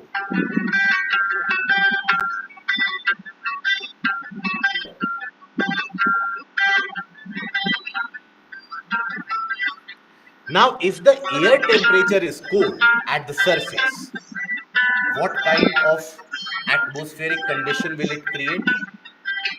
Can we say it will create a condition of temperature inversion? Can we say it will create a temperature inversion? Right? So this creates হাতে ওঠে temperature কি ওর? inversion.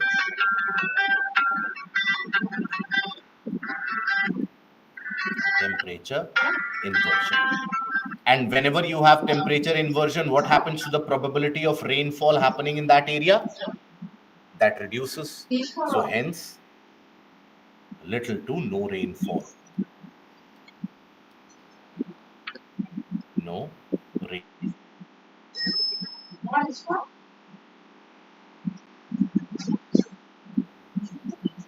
Okay.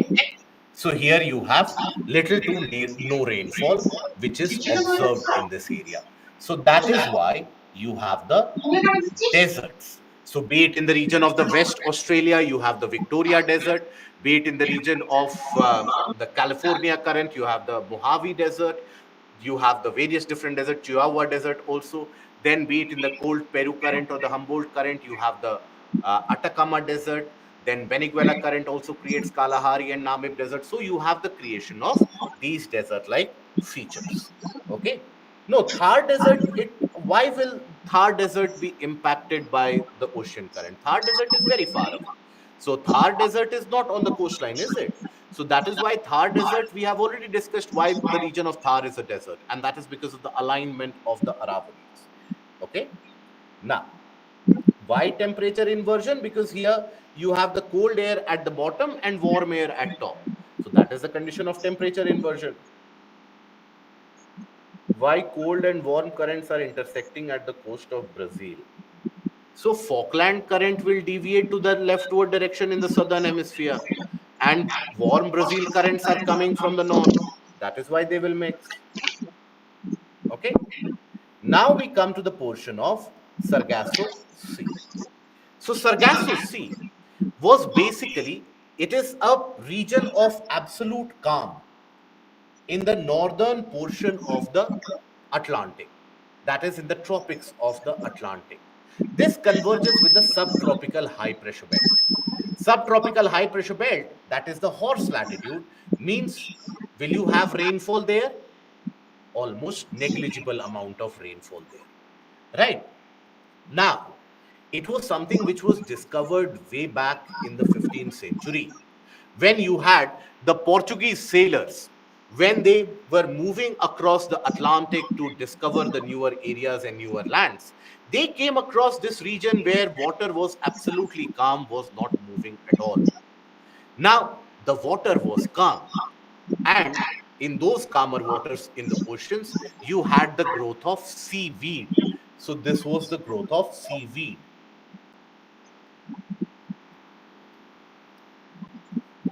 Okay, seaweed. So from top, it appears like a brownish cover. It basically is a brown algal species. So that is the brownish appearance. And the cross section appears like this. While this is very good for the biodiversity in the region, it can be a nightmare for navigation and shipping. In the sense that if you have to carry out shipping in that region or navigation, the movement of ships, oftentimes these weeds, they get entangled in the propeller of the ships, the hull of the ships. And that is where the ship experiences breakdown and it lies stagnant in the same region. So these seaweeds, they were referred to as sargassum in Portuguese. So they are referred to as sargassum. এবার একটা body spray নিতে হতো না? তো তোমাকে বললাম যে role অনটা order করছে। And hence the name which was derived was Sargasso. আমার ফোনে তো মিশো ঝ্যাকঝ্যাক করতেছে। মিশো না তো কেন? মিশো ছাড়া অন্য জায়গায় পাওয়া যায় না? Okay. Now, why is it that basically you have the creation of a condition of calm. That is because of the subtropical high pressure belt, and also aided by a complex phenomena that is referred to as the Ekman spiral. You don't need to go into the detail of that, but basically here what you will observe is that the ocean currents, in a very simplified form, if I try to tell you, the ocean currents, they will be moving aided by the wind movement and also aided by the Coriolis force. There will be movement, there will be movement, there will be movement, but eventually the movement will reduce. As we move towards the center, the movement will reduce. So that is why in the central portion, all around it, you will have circulation, but in the central portion, you will have the calm. So that is why it is said that the Sargasso Sea is the only sea which is not surrounded by land. Any other sea that you consider, it will have one or the other land boundary. Sargasso Sea is not surrounded by land at all. In the north, it is surrounded by the North Atlantic Drift. It is bordered by the North Atlantic Drift in the north. In the west, it is bordered by the Gulf Stream. In the east, it is bordered by the Cold Canary Current. And in the south, it is bordered by the North Equatorial Current. So it is bordered by the various different portions of the Atlantic Ocean, driven by the various different oceanic currents of the Atlantic Ocean. But here, you have an absolute calm condition. Okay, that is why the seaweeds, they grow in significant proportion. These seaweeds, while they are a nightmare for navigation and fishing, these seaweeds, they also significantly help in the biodiversity of a region. They can be used for medicinal purposes. There is great amount of research being carried out for the medicinal utilities of the seaweeds as well. Okay, sargassum is Portuguese for seaweed. Okay, it was the Portuguese sailors, and in fact, even the ocean current, Gulf Stream, etc., all of these were initially discovered by the Portuguese themselves.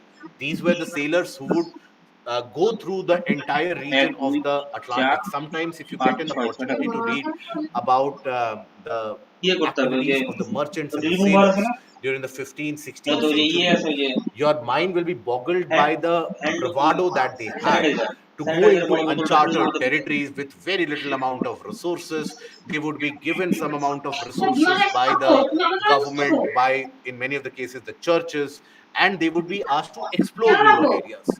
And all of them, they would venture out into the sea. They would bring whatever they could. Many of them would die and perish in the sea itself. And it was during these journeys where eventually the Spanish Armada also followed. And that is where it was during these journeys that we got to know about the planetary wind system, about the oceanic circulation system, about the features of the oceans as well. Okay? Now, then what causes the seaweeds? So the calm conditions, the lack of any movement in the oceanic water, that is the condition for the growth of seaweeds. Okay. Now, despite high temperature at deserts, they don't receive rainfall. No. So only high temperature, will it be sufficient for rainfall? Don't you need the availability of moisture for rainfall? So here moisture can be gained from where? From the surrounding ocean. But in the surrounding ocean, you observe what? Temperature inversion. So how will you get rainfall? So now we come to the portion of coral reefs. Before starting it, only I will tell you that we will discuss, or whenever you have the environment session, wherever you attend the environment session, you will be discussing in detail about the coral reefs, what species they are, the symbiotic relationship, etc. Here we are going to discuss about the basic geographical aspect of coral reefs. Now, coral reefs, they are also referred to as the rainforest, tropical rainforest of the water ecosystem or the marine ecosystem. Now, these coral reefs, they basically present a kind of a beautiful, picturesque scenario underwater. Now, these are made up of, all these reefs, they are made up of individual organisms which we refer to as coral polyp. Coral polyp. Okay, they are known by the individually they are made up of coral polyps. Now these coral polyps, they are very simple organisms. These are animals, by the way. Where you will find these organisms having a simple digestive tract, a simple digestive system. So here, basically, you will have the digestive mechanism. Right. Now here you will have the tentacles. These tentacles are there to capture food and catch food. And on these tentacles, you will find the presence of many smaller organisms of algae, what is referred to as the zooxanthellae. That is a symbiotic relationship, mutually beneficial relationship. Here you have the algae, that is zooxanthellae.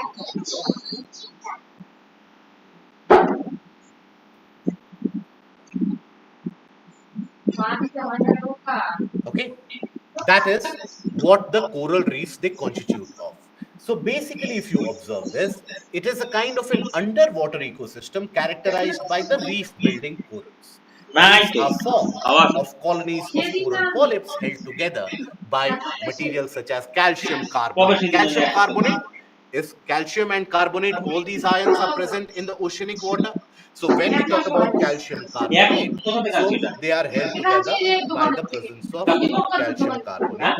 And why? Because the coral দীপং polyps, they Dipankar synthesize the calcium and carbonate ions Dipankar present in the oceanic water, and they build a হয় very এখন mobile hard দেখাচ্ছে stony exoskeleton around them. That is why they appear whitish in structure.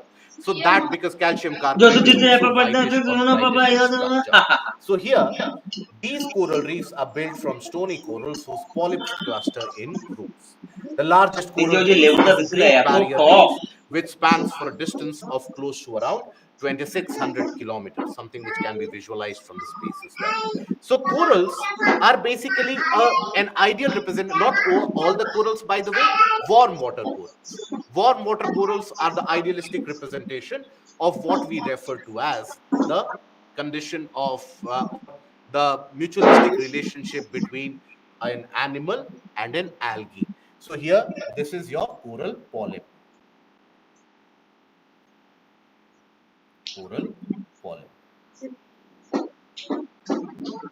Okay, so this is a kind of a symbiotic relationship which is biscuit চা mutually beneficial for all of them.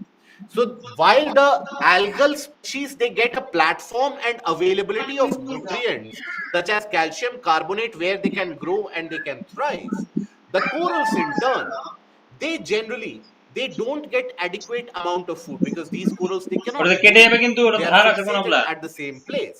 So basically, as they are fixed at the same place, they rely on the movement of the tentacles to capture food.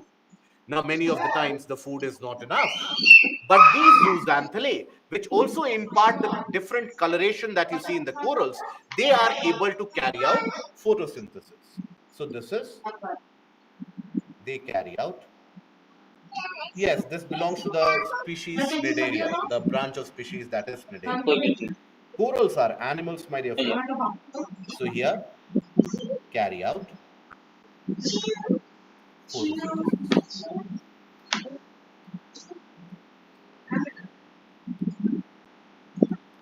Don't worry সব জায়গায় about খোঁচায় বাড়াবে তো description কি of হবে corals in detail. You will study in environment and ecology.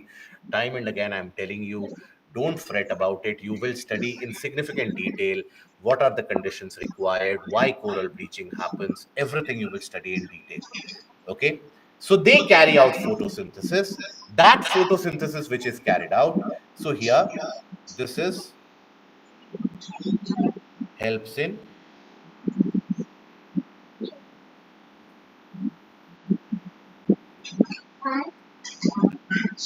in providing food to the corals.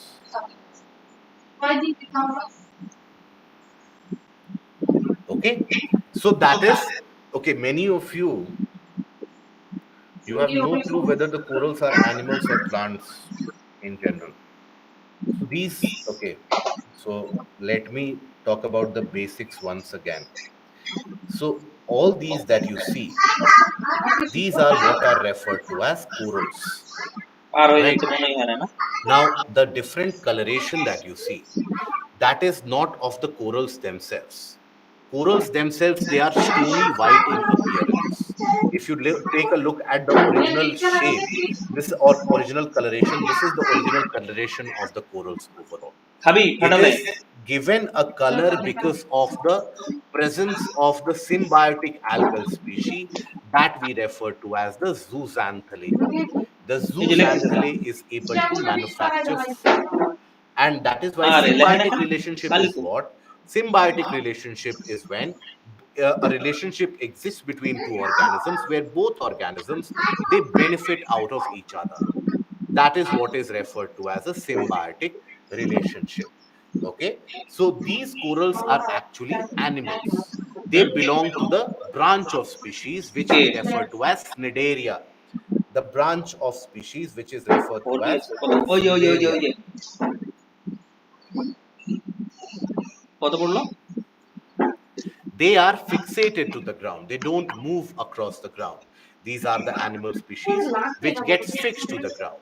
So these species have the ability, the common body morphology is somewhat like this, where these species, they have the ability to synthesize the calcium ions and also the carbonate ions, and they make calcium carbonate, CaCO3. So that calcium carbonate, they utilize it to build that হ্যাঁ stony white exoskeleton around them and also fix themselves on the ground.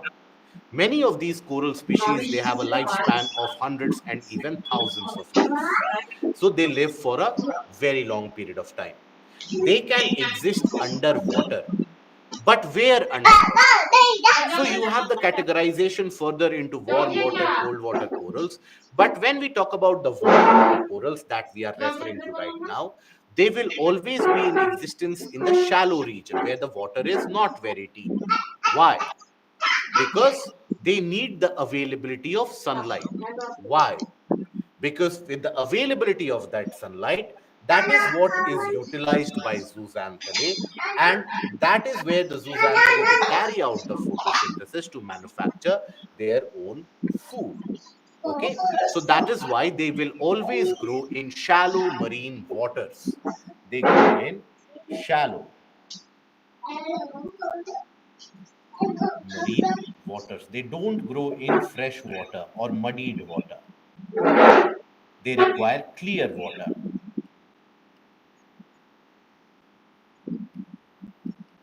Average consistent temperature. Consistent temperature around 24 to 26 degrees Celsius. Because all the marine species in general, they have a very little thermal tolerance. Why? Because historically, for millions of years, they have been living in the region where the temperature does not change drastically. We have seen that the temperature changes drastically over the land, but the temperature never changes drastically over the water body. So, because the water body always exhibits a kind of a consistency in temperature, that is why all the marine organisms, most of the marine organisms that you will encounter, they suddenly get distressed when the temperature changes anymore. So here, these corals, they require these kinds of conditions. The warm water corals we are talking about. We are talking about water corals.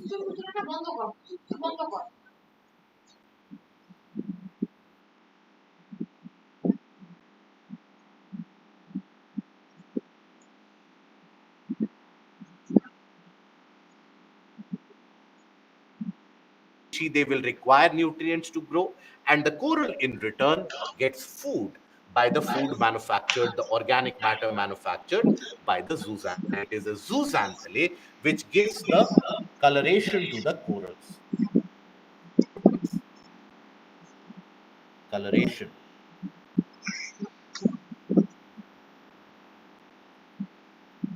To corals. So all these vivid colors that you observe, these are the different species of zooxanthellae. That is why you have these colors. Okay, so they will পড়বি কিন্তু always be found in shallower waters. Now, when the zooxanthellae carries out পড়বি photosynthesis, বলছি The byproduct will be what? Organic matter and oxygen. So they provide oxygen into the marine waters, and also food in form of organic matter. Now that is why these corals, they are able to house a very large variety of biodiversity. And it is because of that reason that they are also referred to as the tropical rainforest of the marine ecosystem.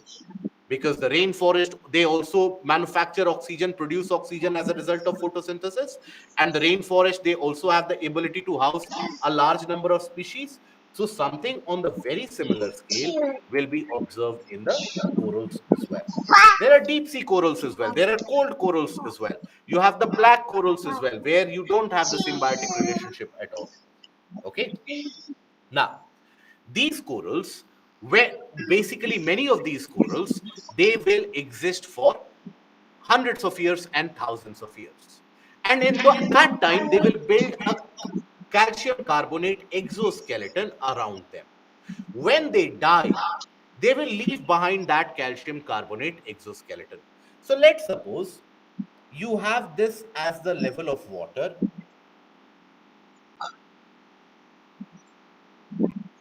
Again, I would say corals are fixed. Corals do not move. That is why they have the calcium carbonate. I understand it is almost impossible for you to imagine an animal which cannot move, but these are the animal species which cannot move. You would have come across Hydra as well, the species of Hydra, right? All these, is it that the school syllabus has changed very drastically since we graduated or we moved from school? Is it that the school syllabus, they have removed all this? Still taught in the 7th, 8th, 9th standard. Animal Kingdom you have studied, class 9. Able to recall the portion of class 9. I'm sure you would have attempted class 9 after me, right? So please, so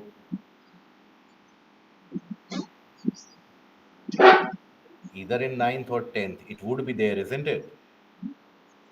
Right? So basically, coming back to it, when we talk about these here, let's suppose this is the base, or let's suppose we consider the coral ecosystem here.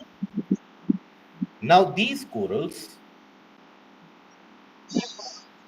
if they grow here, they will leave behind a kind of a thick calcium carbonate exoskeleton behind them.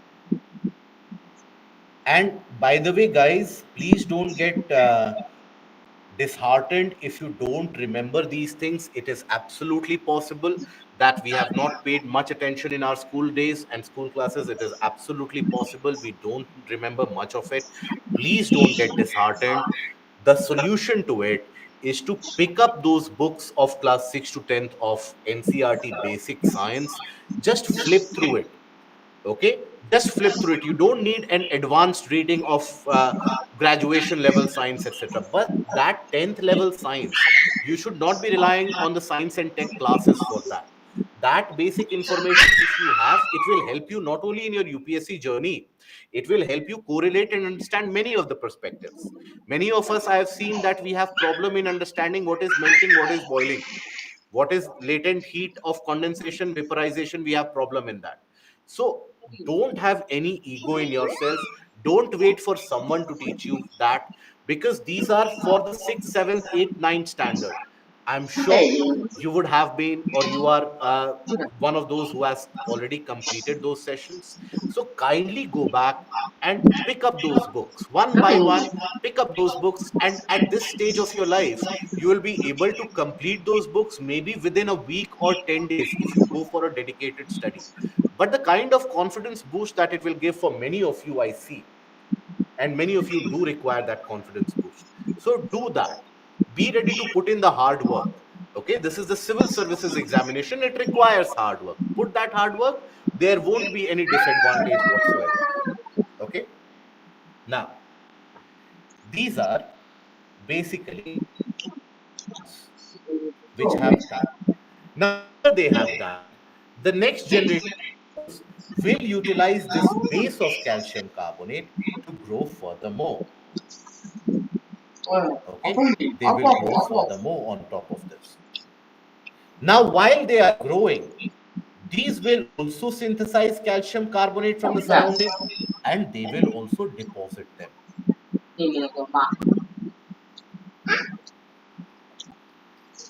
Then the further generation will also do that.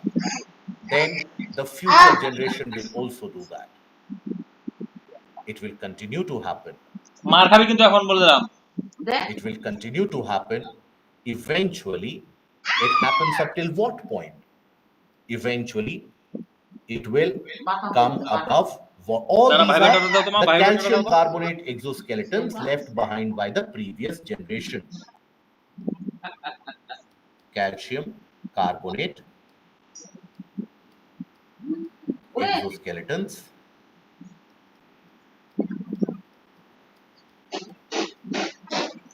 left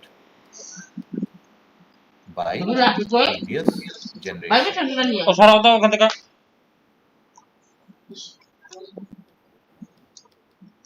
of corals.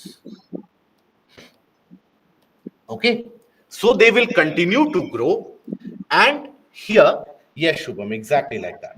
So it will continue to grow, and the corals will continue to grow on top of that till the point that these come above water.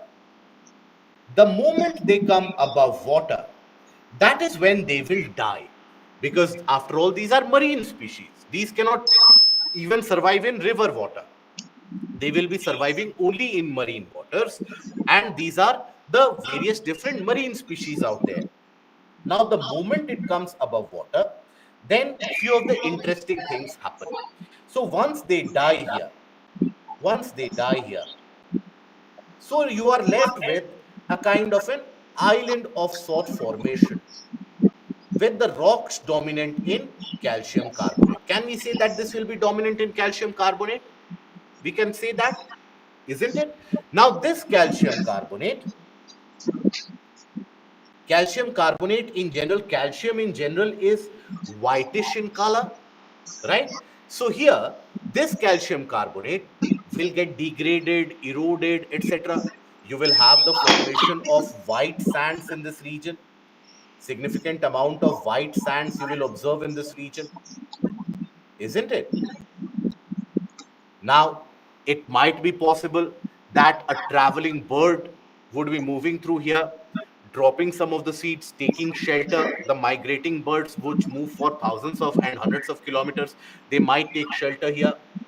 When they take shelter, they might drop a seed or two. Few of them might germinate in the conditions of moisture and sunshine. And you will have what? You will observe within a few, let's say, hundreds of years, you will end up observing the growth of trees and plants in this area. You will observe the growth of trees and plants in this area. So, like this, what do you end up finding is a kind of a creation of an island. But this island has been created purely because of the corals. Right? This island has been created purely by the existence of the corals. So, such islands are referred to as the coral islands. Okay. For example, you have the Maldives, you have the Lakshadweep region. You will also observe the growth of certain mangroves in this area, mangroves across the coastline. And you will have the development of the coral island. This is what is a coral island. So, example of coral islands. So, that is basically coral islands. বললাম তো যদি আমার লাগলো। So, this example you have Lakshadweep.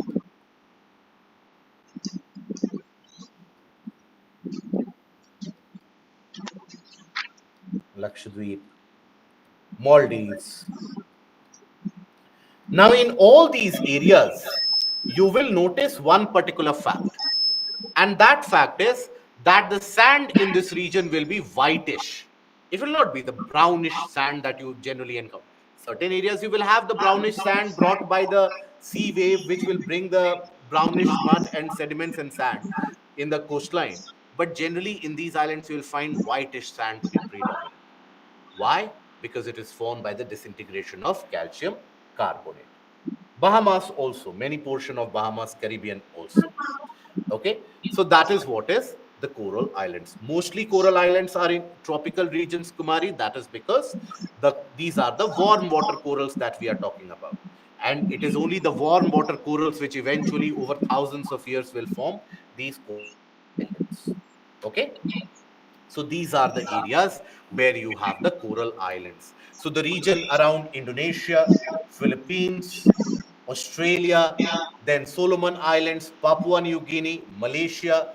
These are the areas which contribute or have more than one third of the coral population across the world. And that is why it is also referred to as the coral triangle, right? Where you have significant amount of coral population. In India also, in that entire stretch from Lakshadweep to the region of Maldives, you'll find significant amount of corals. But you will not find these corals in the region where there is lot of mud. There you will not find it where you have lot of sediments. They will grow in clear saline water or clear marine water. Why? What if there is pollution and mud? Why won't it grow there? Because in those conditions the sunlight gets blocked and the zooxanthellae population that dies. Once the zooxanthellae population starts dying, then the corals are reduced to their stony white structure themselves, and that is what is referred to as coral bleaching. So coral bleaching happens. Bleaching is what? A whitening. Bleaching is something that you would have carried for your, let's suppose, in certain cases, your bedspreads, for suppose your table spreads. You carry out the bleaching. Now, what is that? That is a whitening activity. So sometimes due to adverse circumstances or conditions, you have the zooxanthellae population which escapes these coral polyps, which dies also, and that is where the corals are left without zooxanthellae. They can survive like this for a few days, for let's say a few weeks. But if the conditions don't revert back to normalcy within 45 days or 60 days, that is when the corals they die because of lack of food. So that is where coral bleaching leads to mortality of the corals. Leads to mortality of corals. Okay, they start to die, right? So when basically the zooxanthellae population is now, why will it escape? Let's suppose suddenly the temperature has risen, there is a sudden marine heat wave which has been created, the zooxanthellae will die. Let's suppose there's a disease, zooxanthellae can die.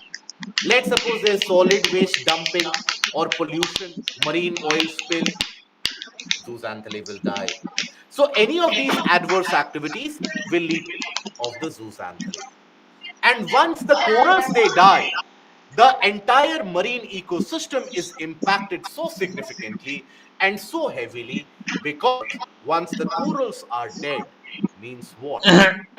Means there won't be any more supply of oxygen in that area, means there won't be any more organic matter to be produced in that area. So it is a disaster for the aquatic ecosystem, right? Now, these corals, depending upon where they are found to be in existence, they are divided into these corals, they form reef. So they are divided into fringing reef, barrier reef, and atolls. Basically, it is dependent upon where they are growing. So generally we have seen that how is it that new land gets created in the ocean, and here understand this entire process is worth millions of years. So new land gets created due to volcanic activities. It can happen that after, let's say, volcanic activities have stopped, you have a volcanic island or an island in between. So in those areas, in the cases of the islands, on the sides here, you will observe the growth of the coral population and the coral species কি হয়েছে? in মাকে the বলো খুলে shallower দিতে, মাকে বলো খুলে দিতে, যাও মার কাছে যাও। So when you observe the growth of the coral species in the shallower waters. These are on the fringes of the land, hence the fringing reef. Now these develop the individual polyps, they will develop the calcium carbonate exoskeleton, they will fixate themselves to the ground. Now let's suppose over a period of 10,000 years, the land begins to subside due to endogenic forces. We have seen that the land can get uplifted, the land can also subside. So let's suppose the land begins to subside, the land sink. As the land sinks, the coral which had built a calcium carbonate exoskeleton fixated itself. It will stay where it is. But the land has started sinking. So there, water will come in between. A small lake-like portion will be created. A large water body might get created. And you will have many of the coral islands in existence. This forms a kind of a barrier around the land, and that is what is referred to as a barrier reef. Let's suppose this subsidence continues and the entire land has then sunk. You are left with nothing but the coral islands. That is the atoll. Okay, so here fringing reefs, they are formed along the coast of the continents or islands. Their surface is connected with the coast and rises to the low tide water level in a rugged and uneven platform. So it is on the fringes of the landmass, on the sides of the landmass. Right? Observe, they have fixated themselves to the ground here. So if the central portion after some time will sink, this will continue to stay. Right? Majority of the corals that you find, they belong to this category, warm water corals. That is why you will find all these corals situated around islands where you have shallower waters. Right? So that is where you have the fringing reefs. Then as the central portion continues to sink, why will the central portion sink? Not always will it sink. Sometimes it sinks due to endogenic forces, due to what we refer to as the diastrophism as well as the aperogenic movement in particular. So here, as the central portion sinks, the portion of the corals gets left behind and you have water which comes in between. That is the barrier reef. So they are situated away from the coast, and in between the coast and the reef, there's a relatively wide and deep lagoon. The reef is called a barrier reef. Now, when that sinks further, you are left with a chain of coral islands, generally in a horseshoe shape or a circular shape, which we refer to as an atoll. Right? So these are the most common type of coral reefs and are roughly circular or horseshoe shape. Now observe this image here. So here, basically, you will observe the whitish portion here.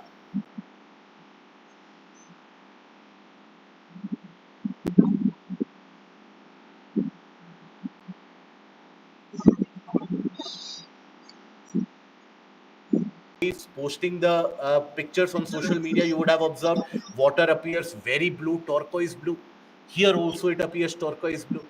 And here the water is dark, dark blue. Here it is very light blue. Why? Because these are the exoskeletons of calcium carbonate. Calcium carbonate is whitish in color. That creates a reflection. That is why the water gives you that appearance. It is not as if the water is very clean here. It can be, but basically it is because of the calcium carbonate. So that is the corals and the growth of the corals. So overall, if you take a look at the entire chain formation, it is not greenish, it is what is referred to as a turquoise blue color. So initially you have a land created due to volcanic eruption from underwater. Now over a period of time, you will observe the fringing reefs to develop. The central portion of the land, let's suppose it starts to sink, right? It sinks further, creates a barrier reef, right? So wherever you find barrier reef, at one point of time, it would have been a fringing reef in general. That means the land in between has moved down. Then, if everything sinks, you are left with a kind of a chain of islands, that is an atoll. You will find such atolls even in the region around Maldives, right? You will find these atolls in existence. So the corals are very, very important and relevant because they will support the wildlife in that area, the biodiversity in that area, a lot of fishes, tourism sector, And these corals, they also have medicinal benefits. So they are very important. Overall, they support close to around 500 million people. They earn their livelihoods due to fisheries, due to tourism, and all the direct and indirect benefits associated with corals. Okay. In Lakshadweep, you have a few islands which are example of atolls. Yes. Okay. Now, after this, we come to the questions. If we can, let's take a look at few of the questions here. So here, what is the reason for not mixing up of water at confluences? Because the water have individual different properties of salt presence, of temperature. That is why. Now, consider the following statements. In the tropical zone, the western section of the oceans are warmer than the eastern sections owing to the influence of trade winds. In the temperate zone, westerlies make the eastern section of the oceans warmer than the western sections.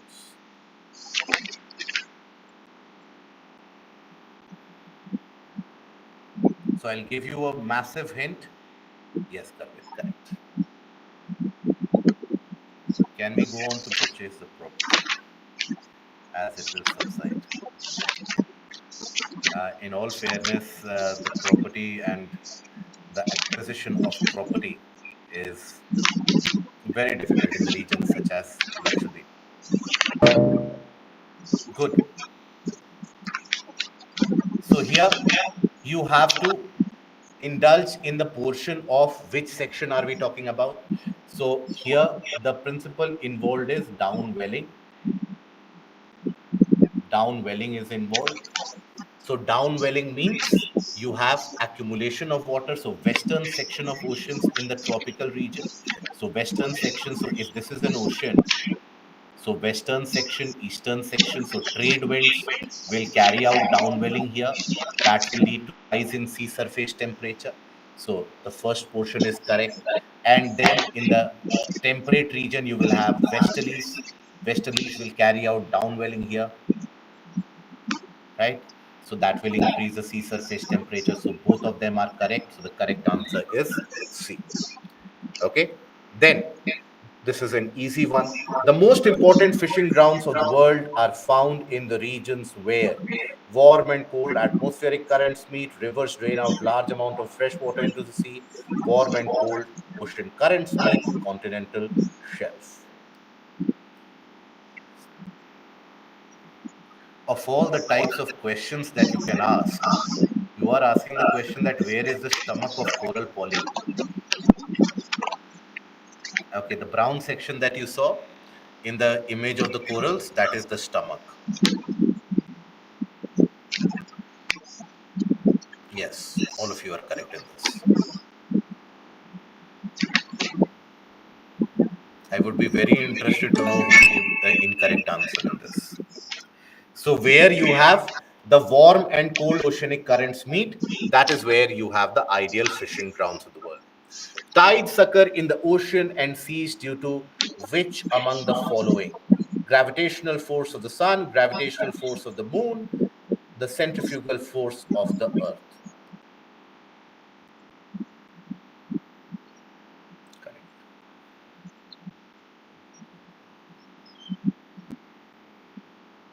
Yes.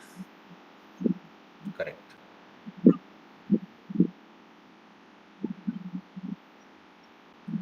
Matlub, it increases the dissolved oxygen because it increases the interface property of the air and water. Gayatri, wrong. So here you have 1, 2, and 3. All of them are responsible. Consider the following statements. Most of the world's coral reefs are in tropical waters. More than 1/3 of the world's coral reefs are located in the territories of Australia, Indonesia, and Philippines. Coral reefs host far more animal phyla, that is, animal species, than those hosted by the tropical rainforest. So here, take a calculation here and then think about the answer.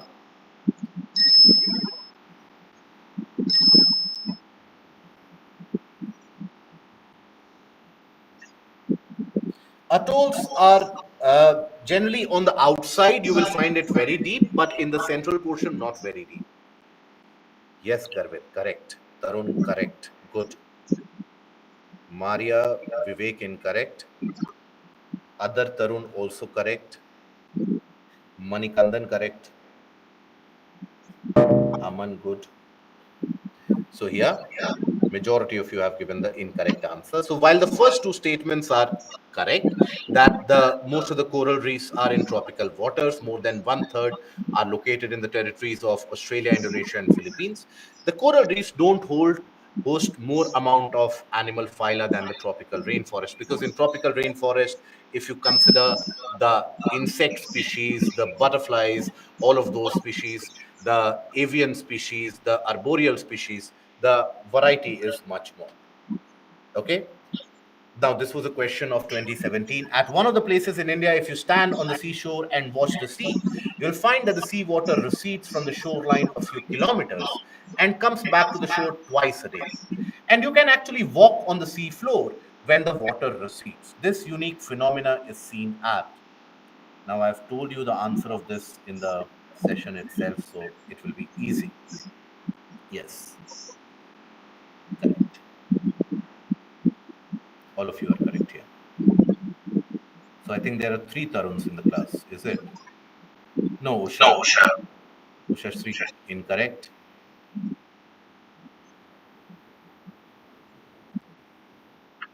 Right. Uni, incorrect, my dear friend.